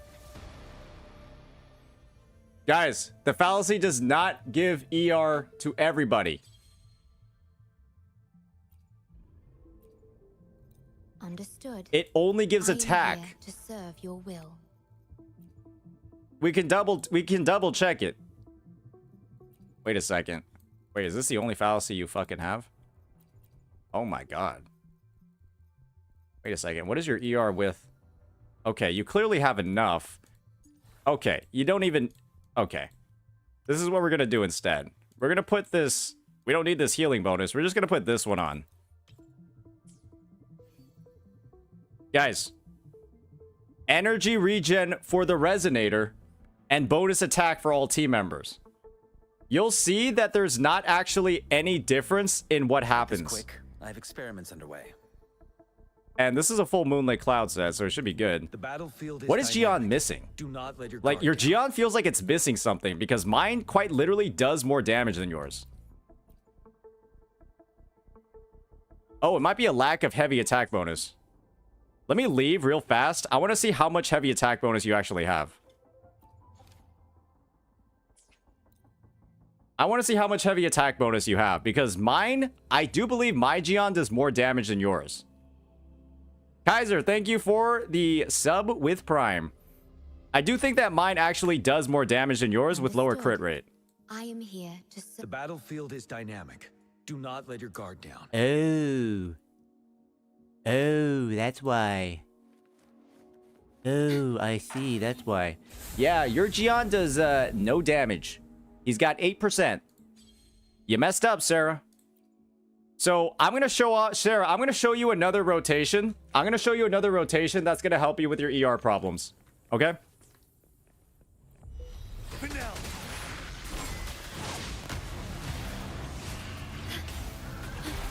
This one's going to help you with all of your ER problems. You don't need to use this special rotation on the first one. As you wish.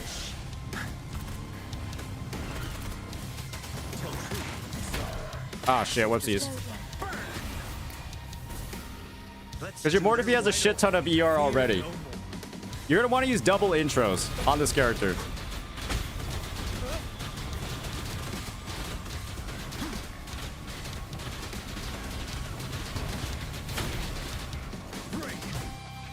Vow from the soul. So from every intro skill from here on out, you're going to want to use every single one on Gian. Ready for battle. Inferno. And you're going to have to spend like a little bit longer on Mortifi. It's unfortunate, but hey, happens. Silence. Let's do this. Wide open. And now you're going to have your ultimate up for every single rotation. Why is he there?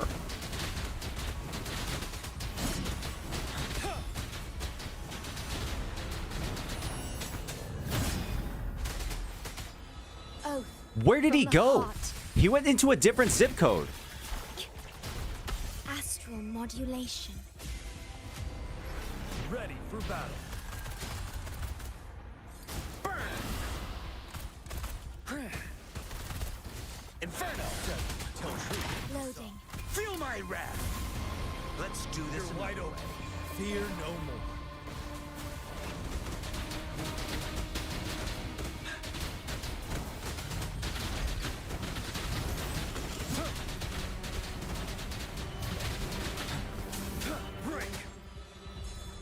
was a little bit smoother, right? That was a little bit smoother. But you just feed more to feed the first intro skill than every single one to Jian after that. And when you land with Jian, you just do the plunge and then throw an E, and you'll be able to get more ER that way. But it does make your rotations a little bit slower. 130 ER is typically the best to like never have to do that, but that's just another way to play the team. So I see what the problem is, Sarah. You've got no heavy attack damage bonus, unfortunately. Bit of an L. But I've made my promise. I have actually played the game today. Crazy, I know. But we got some gameplay in at the end of the stream, ladies and gentlemen. I finally did it.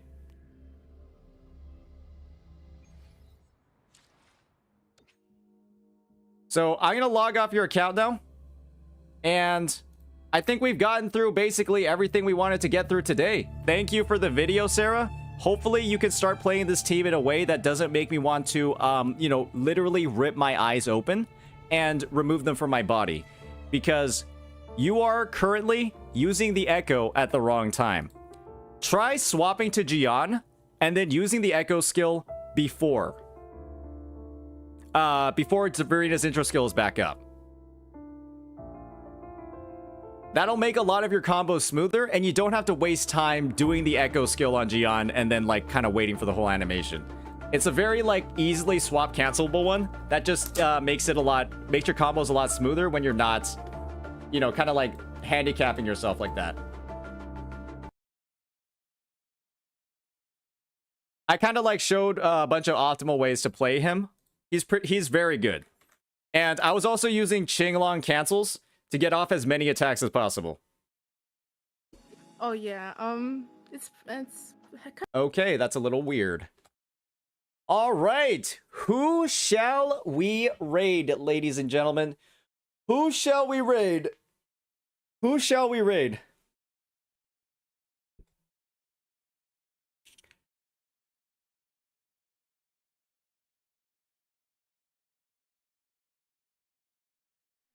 Should we raid Gotcha Smack? Should we raid Gotcha Smack?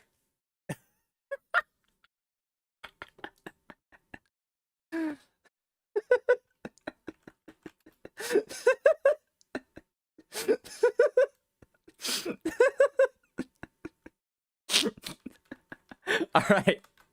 All right, we're going to raid Gotcha Smack, ladies and gentlemen. We're going to raid Gotcha Smack, ladies and gentlemen. Oh my lord. All right. Okay, whatever you say. During the Mancini's year-end clearance sale, I got an ad!